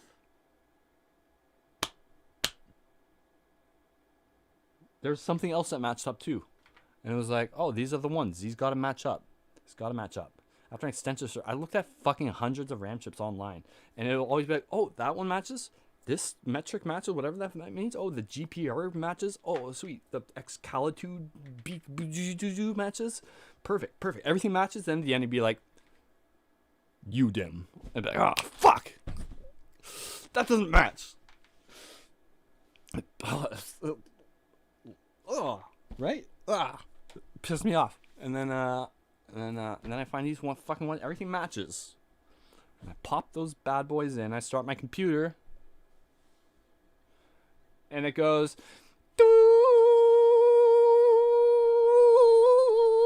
until I shut it off and take them out. They're right here.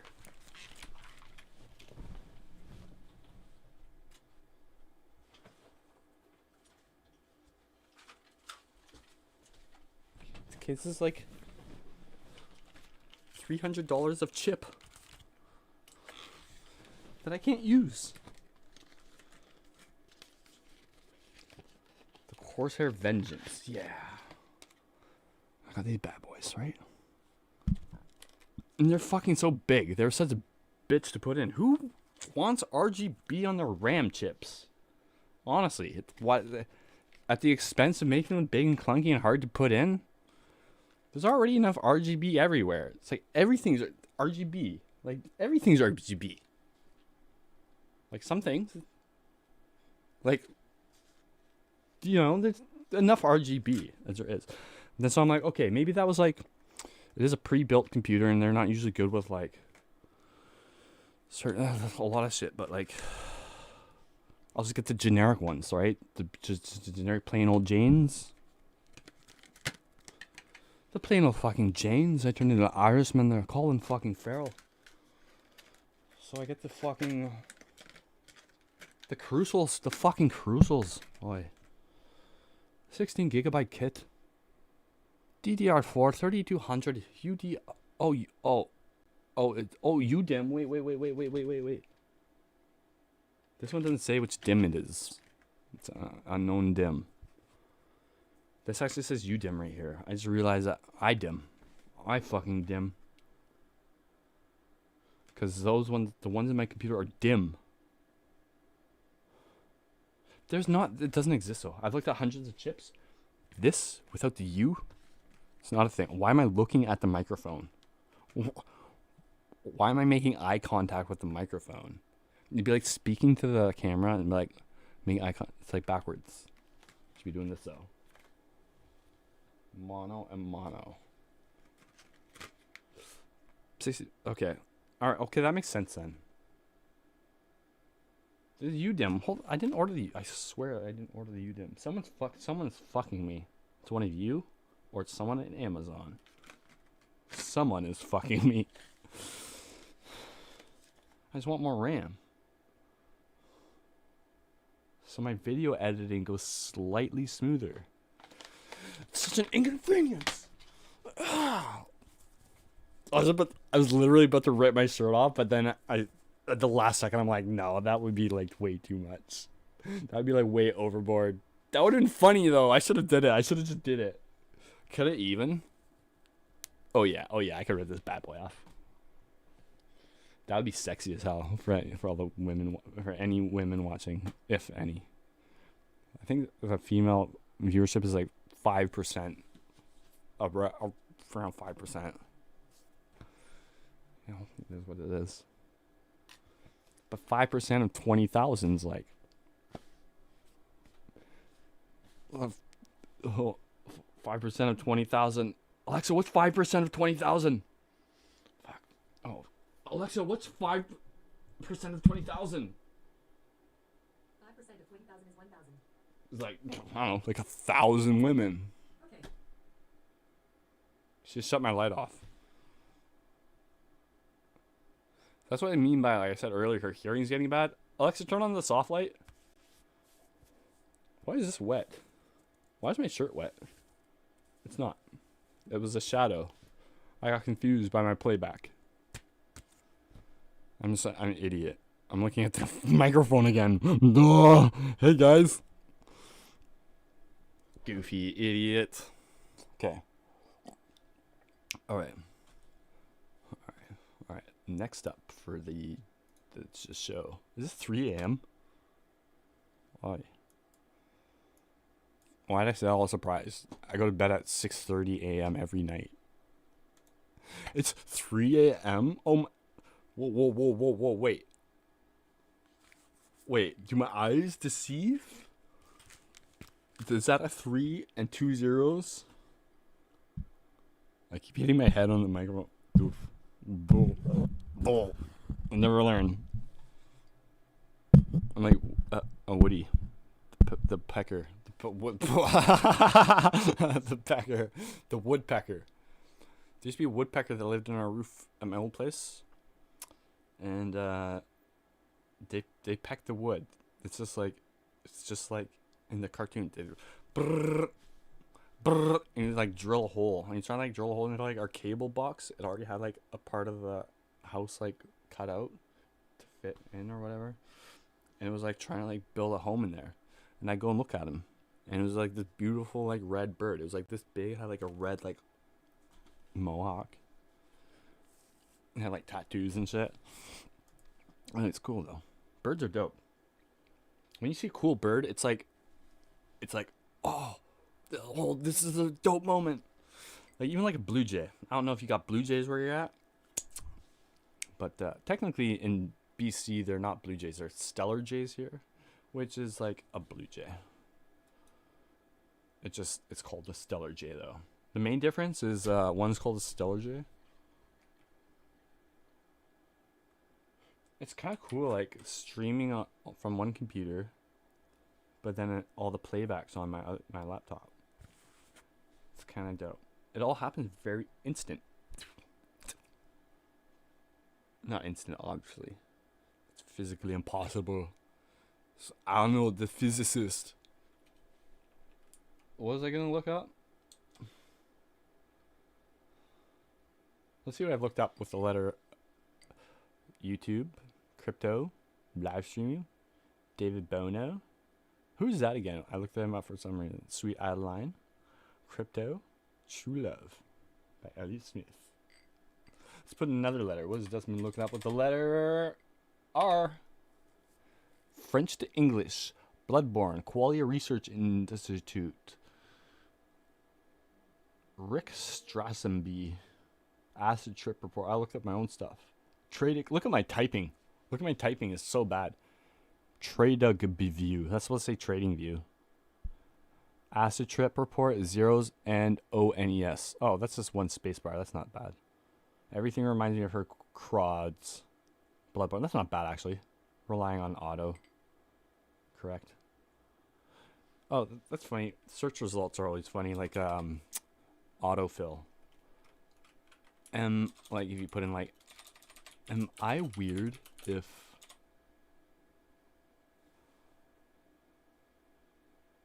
I like being alone? I don't like parties. I watch anime. Yeah, weirdo. I like... am I... Two of them are I watch anime. Or if I like anime. Oh, am I weird if I watch anime? So yeah. Yeah, totally weird. No, you're weird if you think that's weird. Am I weird if I don't have friends? Probably. But it's not a bad thing. Okay, am I gay if I watch Bi? I paint my nails. Oh, I paint my nails. It's some like kid going through like an emo phase. They're like, "You're gay, Brandon," and then he goes on me like, "Am I gay? I don't even know. I do paint my nails though." Like, what do I do? Ask Google. Come on, people. If you need to ask, like, you just know. Do you like dicks? It's easy. If I watch Bi, like, by guys, or what? So hold on, like, what Bi? Like, that could be any combination. Like, lesbian porn could be Bi, you know. So you'll need to clarify. Sorry, caller number 3. Is it stupid that I love you to buy a new car, to buy a house, to buy gas? This is just more like this is more practical people. This is actually practical questions or lyrics they're looking for. Is it gross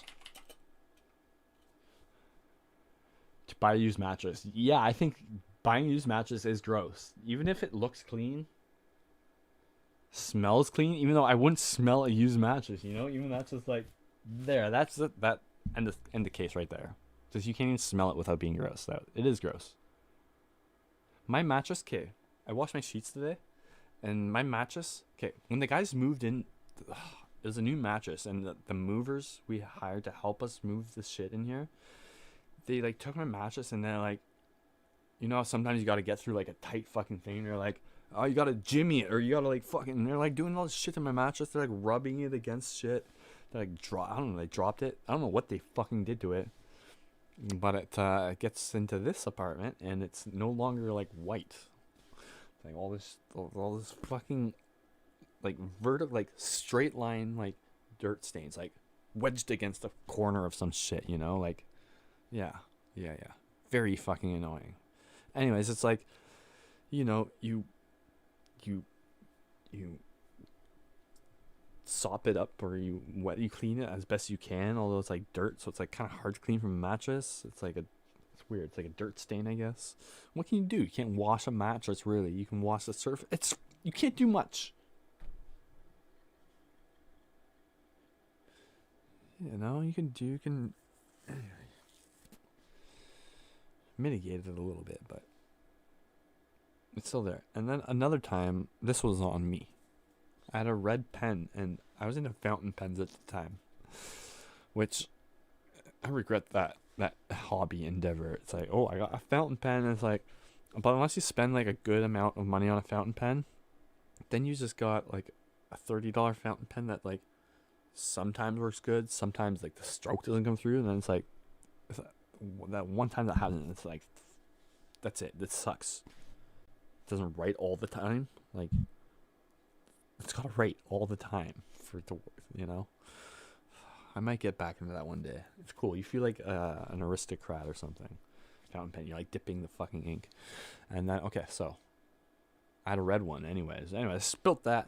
And so this big red stain on my mattress, like this big, like red. Like it's ink. You know, it's the reddest of red. And that, okay, so it doesn't look good. I got dirt stains. And then like I've spilled coffee, I'm sure a few times, drinks a few times. I've never pissed it. I've never pissed my bed, you know, like this bed, you know, maybe as a kid, maybe, you know, but you know, somehow I'll drink. Sometimes, see, right now even I have this just sitting on my bed like that. It is a memory foam mattress, so it's like, it's pretty stable. Although I do, look, my bong right beside on me, the other side, on my bed. It's pretty stable in bed though. This should be like a commercial. Junk Bond Trader has his drinks and his bong on his bed. He sits in between them, and he only spills them like once in a while. Oh, and he hits his head on his fucking microphone every 4 seconds. The idiot doesn't learn. This is a weird commercial. Buy your mattress.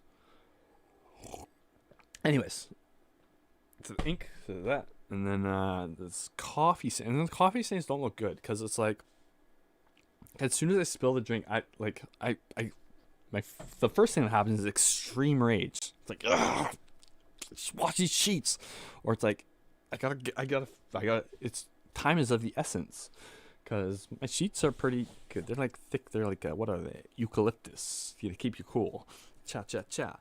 And so I spill the coffee on the eucalyptus sheets, and then like it sits on top for like a little bit longer than it would cotton. So I got a little head start. But times of the essence, as I said. So I run and grab a towel, and then I grab a side sheets and I stick it under the sheet, so it's underneath the spill, so it doesn't soak into the mattress. My sheet's fucked, but at least it won't go into the mattress. And then I get another towel, and then I go, this is my protocol. And I'll grab another towel and I'll put it on top, and then I'll make like a spill sandwich with 2 towels, one on top, one on the bottom, and then I just push them together and leave it for 12 hours and avoid that area of the bed. This is a very big bed, so that's not bad. I don't move much when I sleep either. Sometimes I'll wake up, I'll be at the exact same spot because I'm just like, I'm just usually out cold, because usually I'm like drunk or high or something, or like been up for long or whatever, you know. And I'll just be like, I'll just die comatose, and I wake up, and like 15 hours later, not moved an inch. So I don't even know why I got a queen size mattress in here. Honestly, if I had a single bed in here, or double for the ladies, you know, if I had like a double in here at least. But no, honestly, guys, I'm not lying. I'm honest. A smaller mattress would save so much fucking room. What are you doing with this big whopper of a mattress? Okay, but also, I got this desk. I bought this desk, this bad boy, and it was supposed to go all the way to the floor and come up to here, but my mattress is literally, my bed's like 20 feet tall. Like, I need to like take an elevator up here. That's it, basically.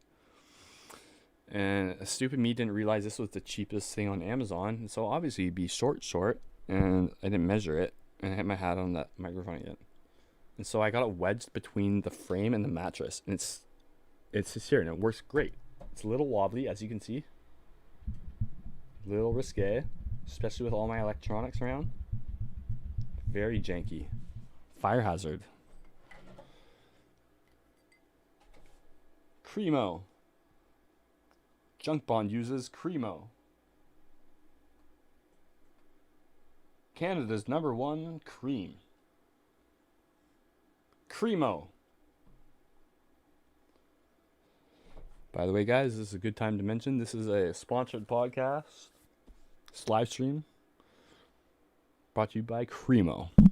Oh, I fucking hit my fucking hat on the microphone again. Stop doing it. Like, stop doing it. That's insanity by Einstein's definition. I hate when people say that. You're like, do you know what the definition of insanity is? It's like, yeah, it's like a mental illness that causes delusions or something like that. Or no, it's doing the same thing over and over again and expecting different results. That's what Einstein said. It's like, oh, okay, that's what Einstein said. That's not the definition. That was like a tongue-in-cheek thing Einstein said. People literally think that's the definition of insanity because Einstein was quoted as saying that. But that was like his like viewpoint of, I think this is insanity, you know? It was like he's being sarcastic. And then people always like, they'll quote that and they'll be like, the actual definition of insanity is doing the same thing over and over again and expecting different results. It's like, no, Einstein's just saying it's insane to do that. That's such a, like a pseudo-intellect thing to quote that thing and misunderstand it. You know who's very pseudo-intellectual is Jim Carrey. What the fuck is this guy up to? Let's look up Jim Carrey. Let's see how old Jimmy boy's doing. He's like, I need color. And then he's like drawing these like political cartoons. And it's like, they're not good. You know? They're so like, he thinks they're so edgy. How do I get to YouTube, for fuck's sakes? Look at my moving theme. Look at this. It moves. It breathes. Oh man, I can't wait to use a new camera. That sounded like Arnold Schwarzenegger's like younger brother. I can't wait to use my new camera. I always like drift into an Arnold accent. What is with this? What am I looking up again? Oh man, what am I legit looking up again? Sometimes you forget something and the feeling is like, oh, I'll get it right away. And other times it's like, oh, I really forgot this. And I really forgot this. I was just about to look something up and it's not even on the tip of my tongue. It's like with my upper chest. It's on the tip of my lung. That's such a like confusing pun. It's not on the tip of my tongue because I forget so much. It's more like it's on the tip of my lung. Okay, the chat might know though. Wanna take a hit with me? Yeah. Fuck yes. Hold on, where's my pipe? Let's pull out a crack pipe. Start shooting up. Alright. Tie it off. Smacking the fucking arm. I've seen him do that. It's a thing. It makes your vein bulge out. Let's do it. Ow, that hurt. I went all out there. But I don't mind acute pain, as I alluded to earlier, because I got such a big dick.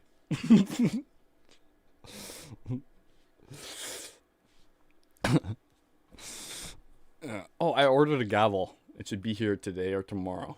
So, look forward to the gavel. It's coming. And you guys this is gonna be oh, I fucking bonged my beak on the microphone again. And a gavel is coming. And I'm gonna keep you guys in order. Sometimes you guys get disorderly. Not anymore. Because I got a gavel. And It's gonna piss my neighbors off even more. It's funny. I bought so many things in the last like month that will just piss my neighbor off so much. And we know he is a complainer. He's already been up here once. Can you turn it down? It was like 10 o'clock. It was like, can you realize you're living in a fucking apartment, a cheap apartment? There's gonna be noise. Can you put in headphones or earplugs or fuck off? But I made it enough where I'm like, oh yeah, sure. But I was like, I gave him like a little, like I cut a little slit throat or like something. I let him know, I was irked. No, I want to fucking kill you. Fucking kill you. I mumbled under my breath. No, I said it like, I was a little, like a, curt? Is that a word? I said it curtly. Alexa, define curt. Alexa, define curt. In Germany, the name Kurt is from the name Curtis. Not Curtis. In England, the name Kurt is a diminutive of Curtis meaning polite, courteous. Not the name Kurt. How do you define a name? What is a Dustin? What is this going on? Windows? Define Kurt. Short-tempered. Rudely brief. I got it. I spelt it wrong, but hey.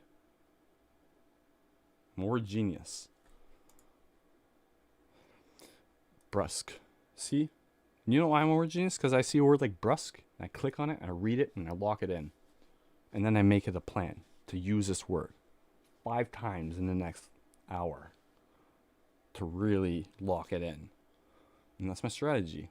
Brusque, abrupt, offhand in speech or manner.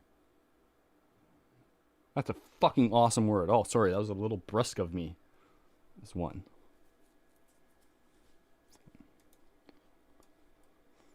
Okay.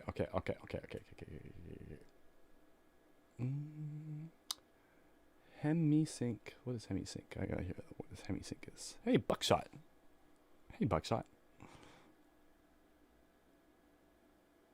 Jesus.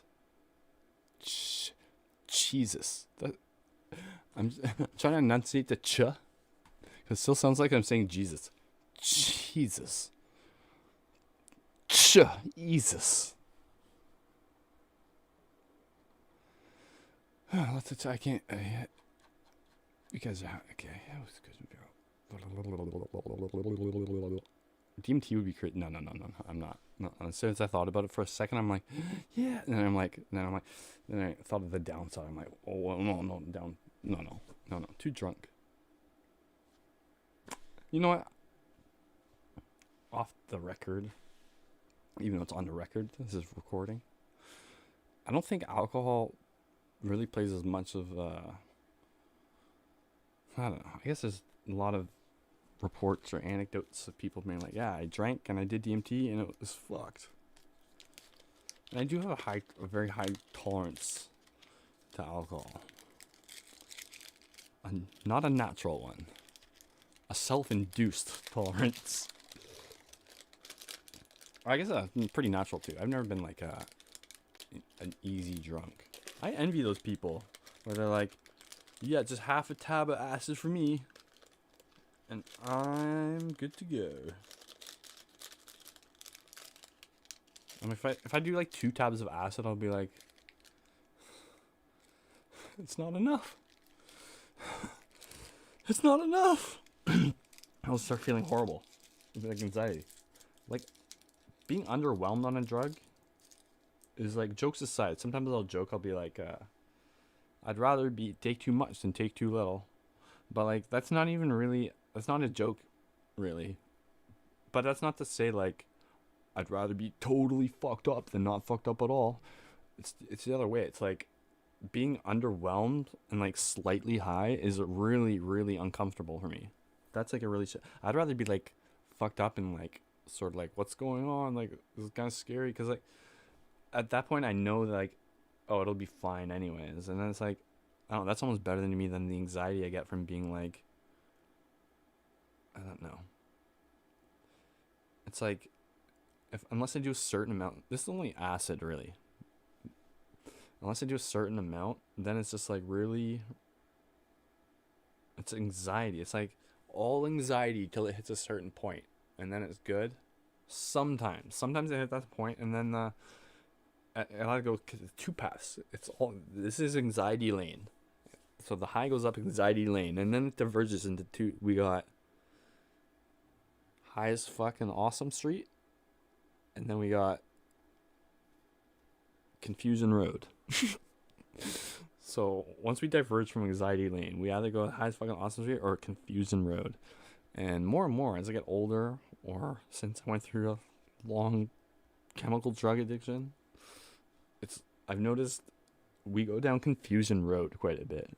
And it's like everything about an acid trip except the coolness turns into confusion. And it's like the visuals will be the same intensity of everything except I'm confused, and like I can't do anything. Like it takes me so long to do anything. I'll be like, I should smoke a bong. Maybe that'll like chill me out a bit. I'm like, okay, smoke a bong. Let's do this. I'll be like, okay, the first thing, what do I need to do? Okay. And I was like, oh, I got distracted. I'll like do something for like 10 minutes. I'm like, oh yeah, smoke a bong. Okay. I need to weed. And then like, it'll be like an hour. And I'll have like the weed in my hand, and I'll be like, I can't do anything. But then other times when acid's good, which I don't know why, sometimes it's good and sometimes it's shit for me. It's like, I don't know. But when it's good, it's great. I love it. But mushrooms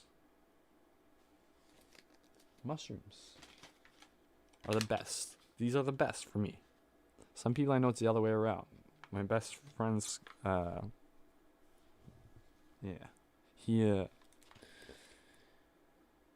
he's like the other way.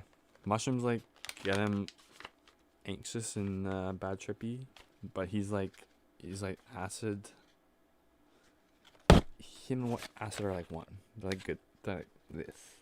Where acid is like, he doesn't like. It's like, oh, we don't see eye to eye. Sometimes we do. But I don't know. Acid is more challenging of a trip, for better or worse. Or mushrooms is more like it's like a good time. No matter, I've never had a bad mushroom trip. I've had hundreds. I think people always overestimate how many trips they do when they're like, I've done hundreds of mushrooms trips. It's like, oh, you're 19. It's like, yeah. It's like, well, do the math. You do mushrooms every 5 days? But like, yeah, people overestimate numbers in general for a lot of shit. But that's one for sure. Because if you think about it, it's like, I do hundreds of mushroom trips, I almost said there. But that would be like 1 in every 3 days over a year. Or 10 years would be like 1 every 30 days, right? So 10 years. Did I just do that math correct? That was fucking impressive what I just did there. I can't even redo that that godly equation I just busted out. Oh man, that was crazy. My simple math is pretty good. Like 70 minus 40 is 30. 50 minus 22 is 72. 8 times 9 is... Oh, it's 72. It's 72 also. Alexa, what's 8 times 9? 8 times 9 is 72. Yes! I knew it. I knew it. Obviously. Duh. What's 12 times 4, Dustin? 48. What's 6 divided by 2? 3. That was easy. Okay. 41 times 6. 40, 80, 160. 166. Alexa, what's 41 times 6? Alexa, what's 41 times 6?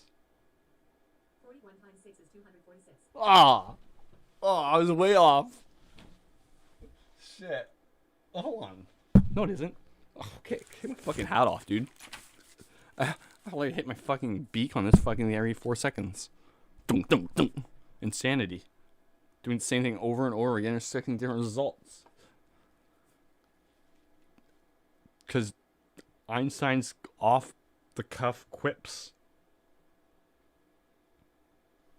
or definitions that rules out Webster or whatever, Gideon. Wait, Gideon's Bible. What are these people that make these, that name these books after themselves? Webster. Who's Webster? Let's look up who's Webster's, really. I need to know. If I ever think of a thing that I don't know, like, how does this work? And I know there's an answer. And then it's like, I gotta know. How did people live in the 80s? Well, I lived in the 80s. I was alive in the 80s. I can tell you. You guys want to know what the 80s were like? Some of you know. Some of you are my age or older. Most of you are younger than me, though. And the 80s were a wild time. It was all a blur. Like, I don't really remember much, to be honest, of the 80s. I was born in 89. In June 6th. Spit on my arm. I'm gonna leave it. What was I about to look up? Something great. Oh, it was so good. It was, whatever.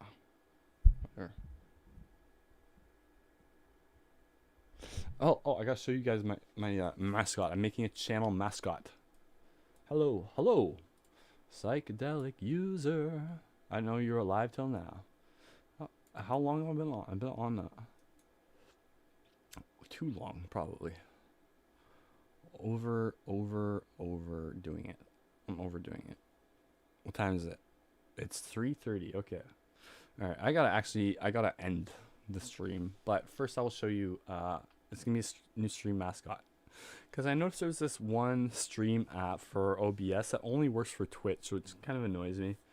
There's a lot of shit like that. Like, YouTube needs to expand their interlopability with third-party plugins. Interlopability. You guys like that? Let's see if I used it right. You liked it. Like compatibility, basically. The ability of computers and software exchange and make use of information. Wait, with each other, right? Or wait, junction with each other. Yes. Second one says that. Second one says with each other. Oh, your boy's smart with words. And pretty good with basic math, as we just learned about 4 minutes ago. And those are pretty good time predictions. It's pretty good with predictions too. Estimation. This is an estimation, not a prediction. He's pretty good at correcting himself too. Calling himself out on his own errors. He's good. He's good. Okay, I just dropped a piece of shatter though. So, this is like red alert, because you don't want it to disappear. You're like, where'd it go? Then 3 weeks later, you just see like a piece of shatter like stuck to your chin. Like, what the fuck? Has it been here the whole time?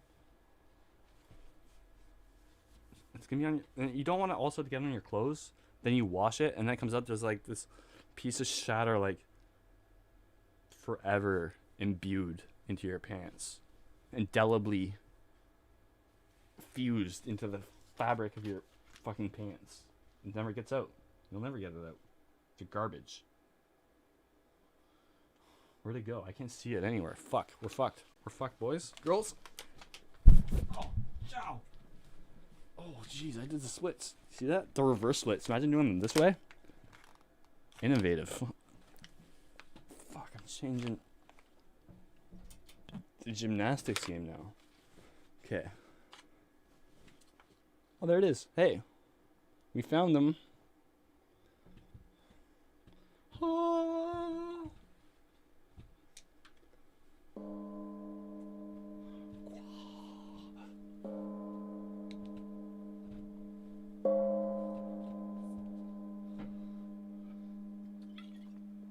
Beer. This beer's good. I've never had it before. Kahlua coffee liqueur beer? I don't know. It's sweet. It's a sweet one. Oh, it's a sweet beer. Okay. Oh man, I gotta get my torch and everything and all that and all my. I haven't done dab in eons.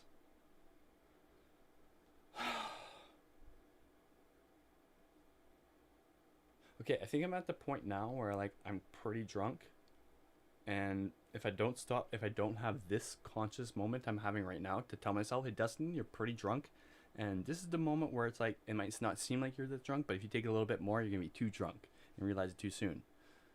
But I'm catching myself right now.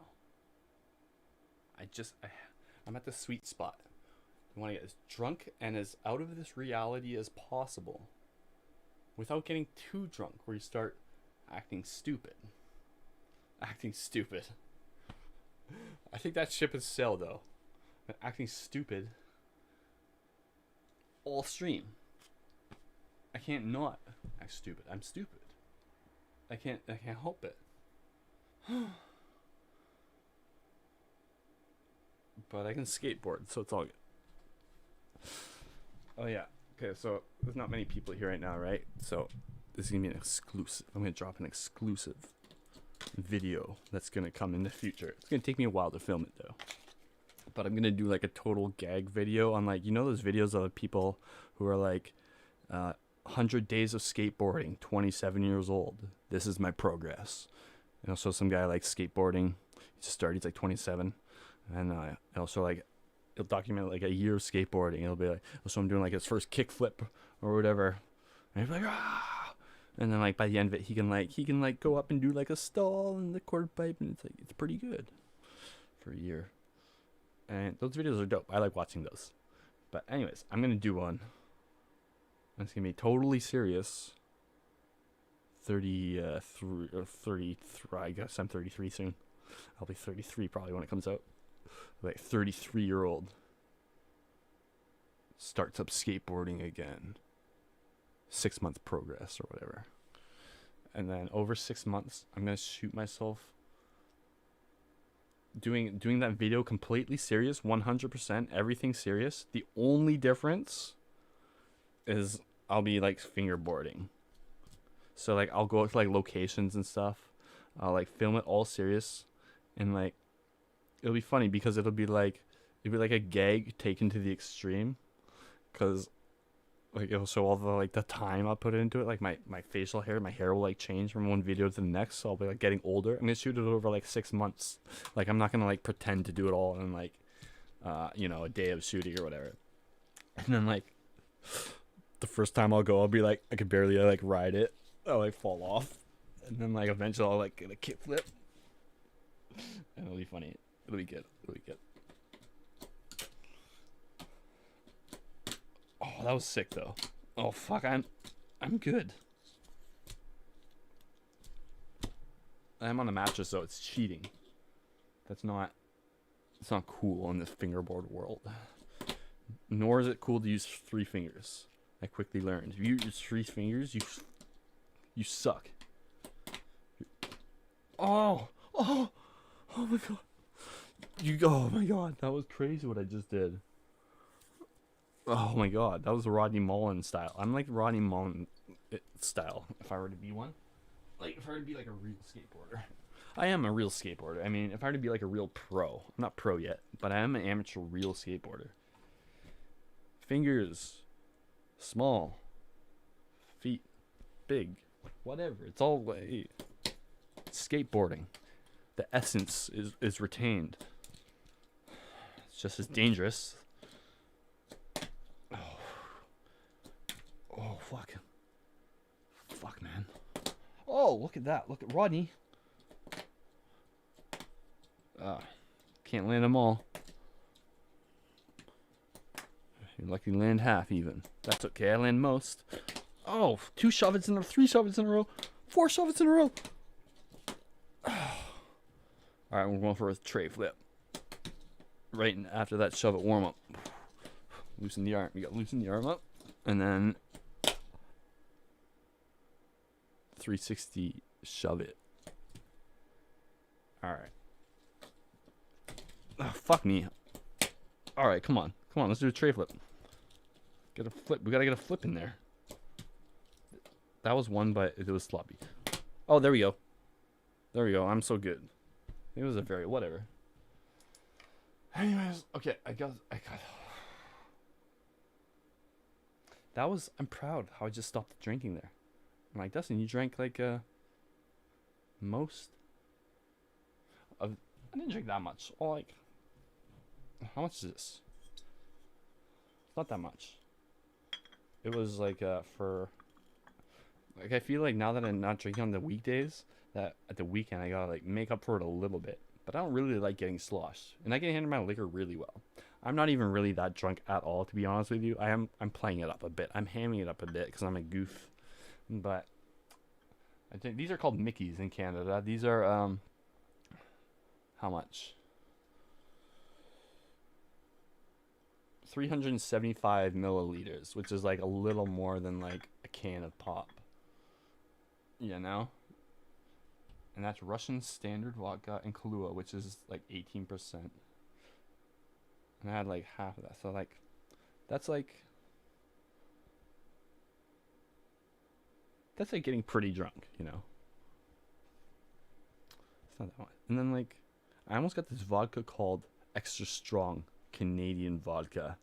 Which Canadian vodka, that sounds like a no. You know? Vodka is a scam. Actually, when it comes to vodka, it's like it's good for mixing because it's essentially like alcohol. It's like neutral, you know. So it's like I don't want flavor to my vodka because I only use vodka to make certain drinks that require it. It's never like I make a drink where vodka's the star of the show. Because vodka sucks. It's like alcohol flavored, you know? So it's great for mixing. So like, if it's great for mixing, it's like, why does Grey Goose cost like fucking $60 a bottle compared to like Smirnoff or Stolichnia, which is like $23 a bottle? Like, that's such a scam. That's such a market, like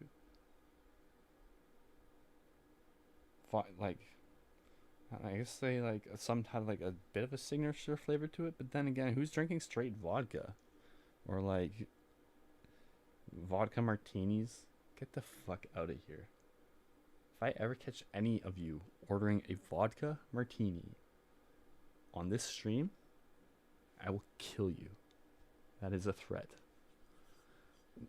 I'm sorry, I won't kill you. I'm just kidding.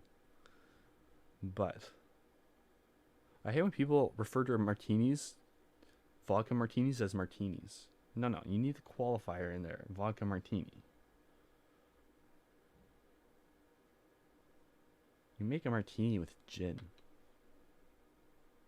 Otherwise, it's just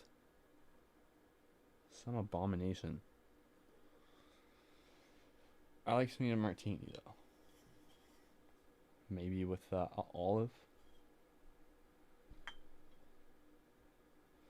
First time I tried a martini, I'm like, what the fuck is this? I always thought they were like weak, like I thought they were like weak, like girly, like weak drinks, like TV show tropes. Always like girls always want like an apple-tini. It's like such a trope. It's so overplayed. The apple-tini trope. It's like, and then it's always like favored by like prissy guys, and so it's like Niles might drink one and Fraser or whatever. So I always had this connotation like, oh, martinis must be like weak or something, you know? Or I never knew it was in a martini, but then I tried a martini one day and I was like, wait a second, you accidentally, so I think you just gave me straight gin by accident. They're like, no, that's a martini. It's basically it. It's gin, with added liquor, more liquor added to it. But if you get it really cold, it's so good. But you gotta like gin. It's gotta be cold. That's why the cups are so fucked up. It's like a big stem and like a fucking saucer. so you can't warm it with your hands. Cups are designed that way to make you hold it a certain way. Like wine also does that. So you gotta like, I don't know, does certain stuff. Or like whiskey cups, it'll be like funneled, so it shoots into your nose. And then what else? What other facts do I know about the universe? I've been holding this piece of resin in between my fingers for like half an hour. I'm good. I guess I'll smoke it now. What away these? I'll save these. Huh. You can save them for the next day. I just realized. Like, huh? Wait. Hold on.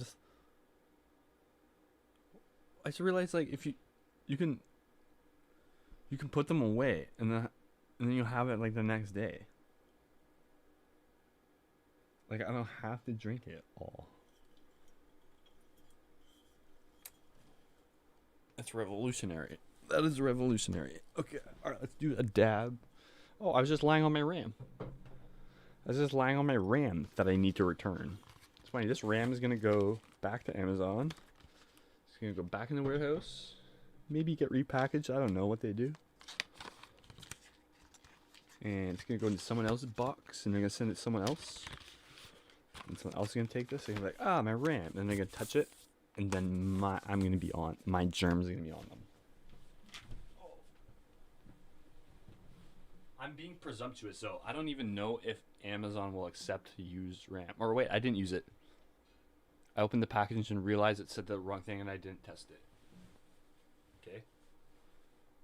Okay, everybody, that's what happened. It didn't go anywhere in my computer near. Alright, oh, you know what? We're not doing a dab. I lied. Because I gotta find my banger, and I just cleaned my room like crazy earlier. I organized the shit out of this fucking room, and I don't recall seeing bangers, so we'll just... Oh, no. Okay, what am I gonna do? I've been saying this recently to myself. For some reason, I'll just be in the halls, or like, if something goes wrong, or I run out of like ketchup or something, or like, I don't know why, but I imitate an Italian, not knowing what he's gonna do. Essentially, I don't know why it's so addicting to me, but every once in a while I'll just be like, oh, what am I gonna do? Like, by myself, completely by myself, 90% of the time when I do that. I always do. That's weird. I do weird stuff alone. Weird stuff alone. Stuff alone. That sounds like an Italian, like, cheese or meat, or like stuff alone. I do weird stuff alone. Alright, these jokes are getting strange. I'm getting.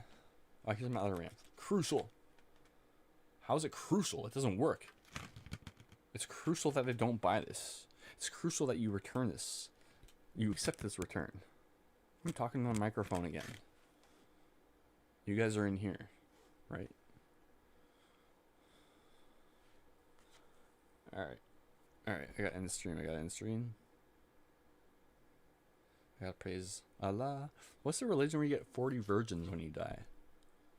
I was thinking recently, that's like a crazy cool perk. Like, heaven sounds dope. Or what are those? Reincarnation, I guess the Buddhists go with. That's a pretty safe bet, because like, I think life's pretty dope, but there's a lot of like hard lives out there. So, and I might come back as like a fucking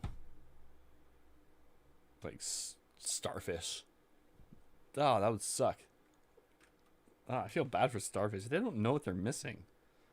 Like, it sucks to live underwater. First of all, it's just so much shittier than living on Earth. Like, nothing can exist down there. Like, they'll never evolve because of, you can't build electronics. They can't, technologically limited down there. Because you need electricity. It's a problem. It's gonna be hard for them to get to our level down there. That'd be crazy if like one animal started like just really taking off evolutionary. Like they just started making like real advanced. Like the porcupine just started like really fucking like under our noses. We just didn't even realize it. And then one day there's just like a family like camping, and a couple porcupines walk by, and they're talking. You hear them talking. Oh, look, there's humans over there. Oh, did you hear the porcupines talking? And they'll just start like grumbling. It's like, oh, a couple heard porcupines talking in the woods, and then everyone's like, no. And then they'll start seeing them standing up on their hind legs, walking, and they'll be like, the sightings of those, and it's like, then there'll be rumors milling around. The porcupines are evolving at an uncontrollable rate, and then all of a sudden they're talking to us, like, hey, fuck you, yeah, we're evolving. It's like, whoa, that'd be crazy. And then also they want rights. We want rights. Then what do? Do we kill them? And they're aggressive too, and they're, give us rights or I'll stab you with our quills. And then it's like, that's crazy, because then what do? Do you give them rights? Or do you kill them all? No, that's just the mistakes of our forefathers. Killing, war. You give them rights.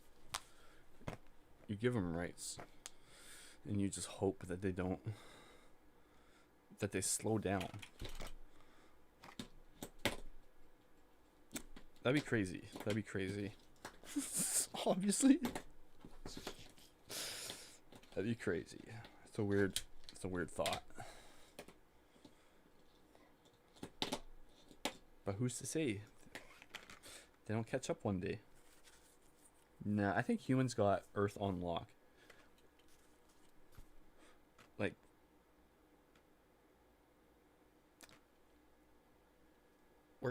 I think humans are gonna last a lot longer than a lot of people think. If you look it up, like, it's pretty grim. Like, the scientists, like, predictions are there. A lot of scientists are like, yeah, we got like 100 years tops. Although maybe they got like an agenda, so they're trying to, like, I don't know. Because, like, in my mind, the way I see it, and I probably didn't do as much research into this topic as this scientist who said it, that thing, but I think humans, like, easy 100 years, easy. I think thousands. I think we'll be around like 5,000. I'm not even joking. If I had to put my money on it right now, I'd say humans definitely be around year 5,000. Because, like, maybe not at the population we're at now. There might be massive die-off. But humans are, like, super cockroachy. Like, there'd be pockets of us that survived anything. And then technology. Okay, by the year 5,000, we wouldn't even be human, though. We'd be like some sort of robot. We'd be robots. Totally. Especially if you think, totally, we'd be robots, dude. Especially if you think, like, of the exponential factor. It's like, humanity is like, say here's 5,000 years. This is the time, 5,000 years. You got this chart. I'm making a chart. And then the vertical axis will be technological smartness. So, starting at 5,000, here is present day. It's like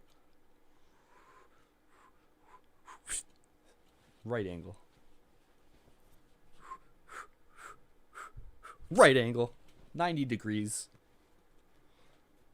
You know? Everything happened in the last like 300 years. Before that, we're just stupid cavemen.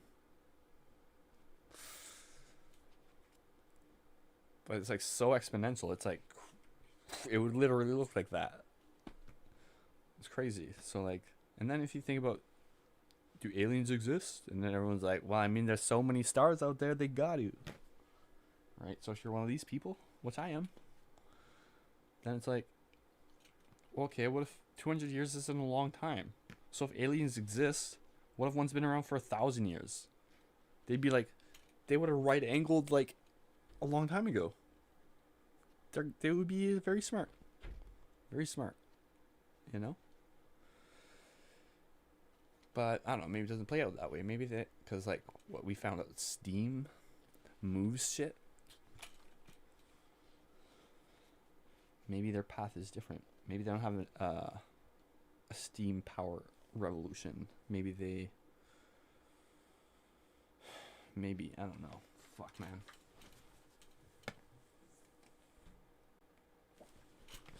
Alright. I'm going to bed, finally. Good night, everybody. Sorry, I've been not interactive at all with the chat in the last like hour and a half, 2 hours. Just been rambling. But sometimes I just got to ramble.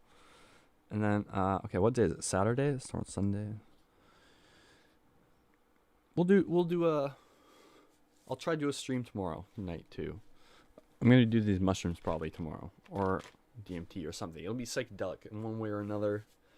Also, like I said, the videos have been pretty slow in January, but I've been really started working on my music, and I really got these tracks that I want to record and get recorded, and it's sort of what I really want to do right now. But I do got a lot of videos in the makings. Like I said a little while ago in December, I think my videos might be fewer and further between, but they're gonna be like bigger projects now. I want to do like more like videos that like really stand out, or like I don't know. Yeah, you know what I'm trying to say. I don't know. I want to break free. I want to break free from you all. Is that how it goes? Sure. Probably. Where's the chat? Where'd I put it? I don't even know where the window went. There's probably like 2 people left. I'm guessing 2. Let's see, 2. Big up. The whole island must know it's your boy chatting, huh?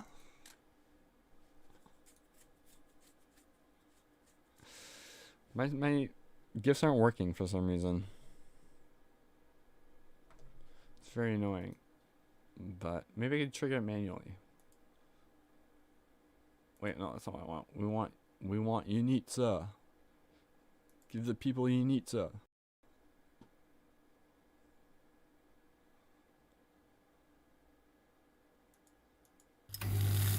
All this shit. Thanks for watching. I hope you are enjoying the stream.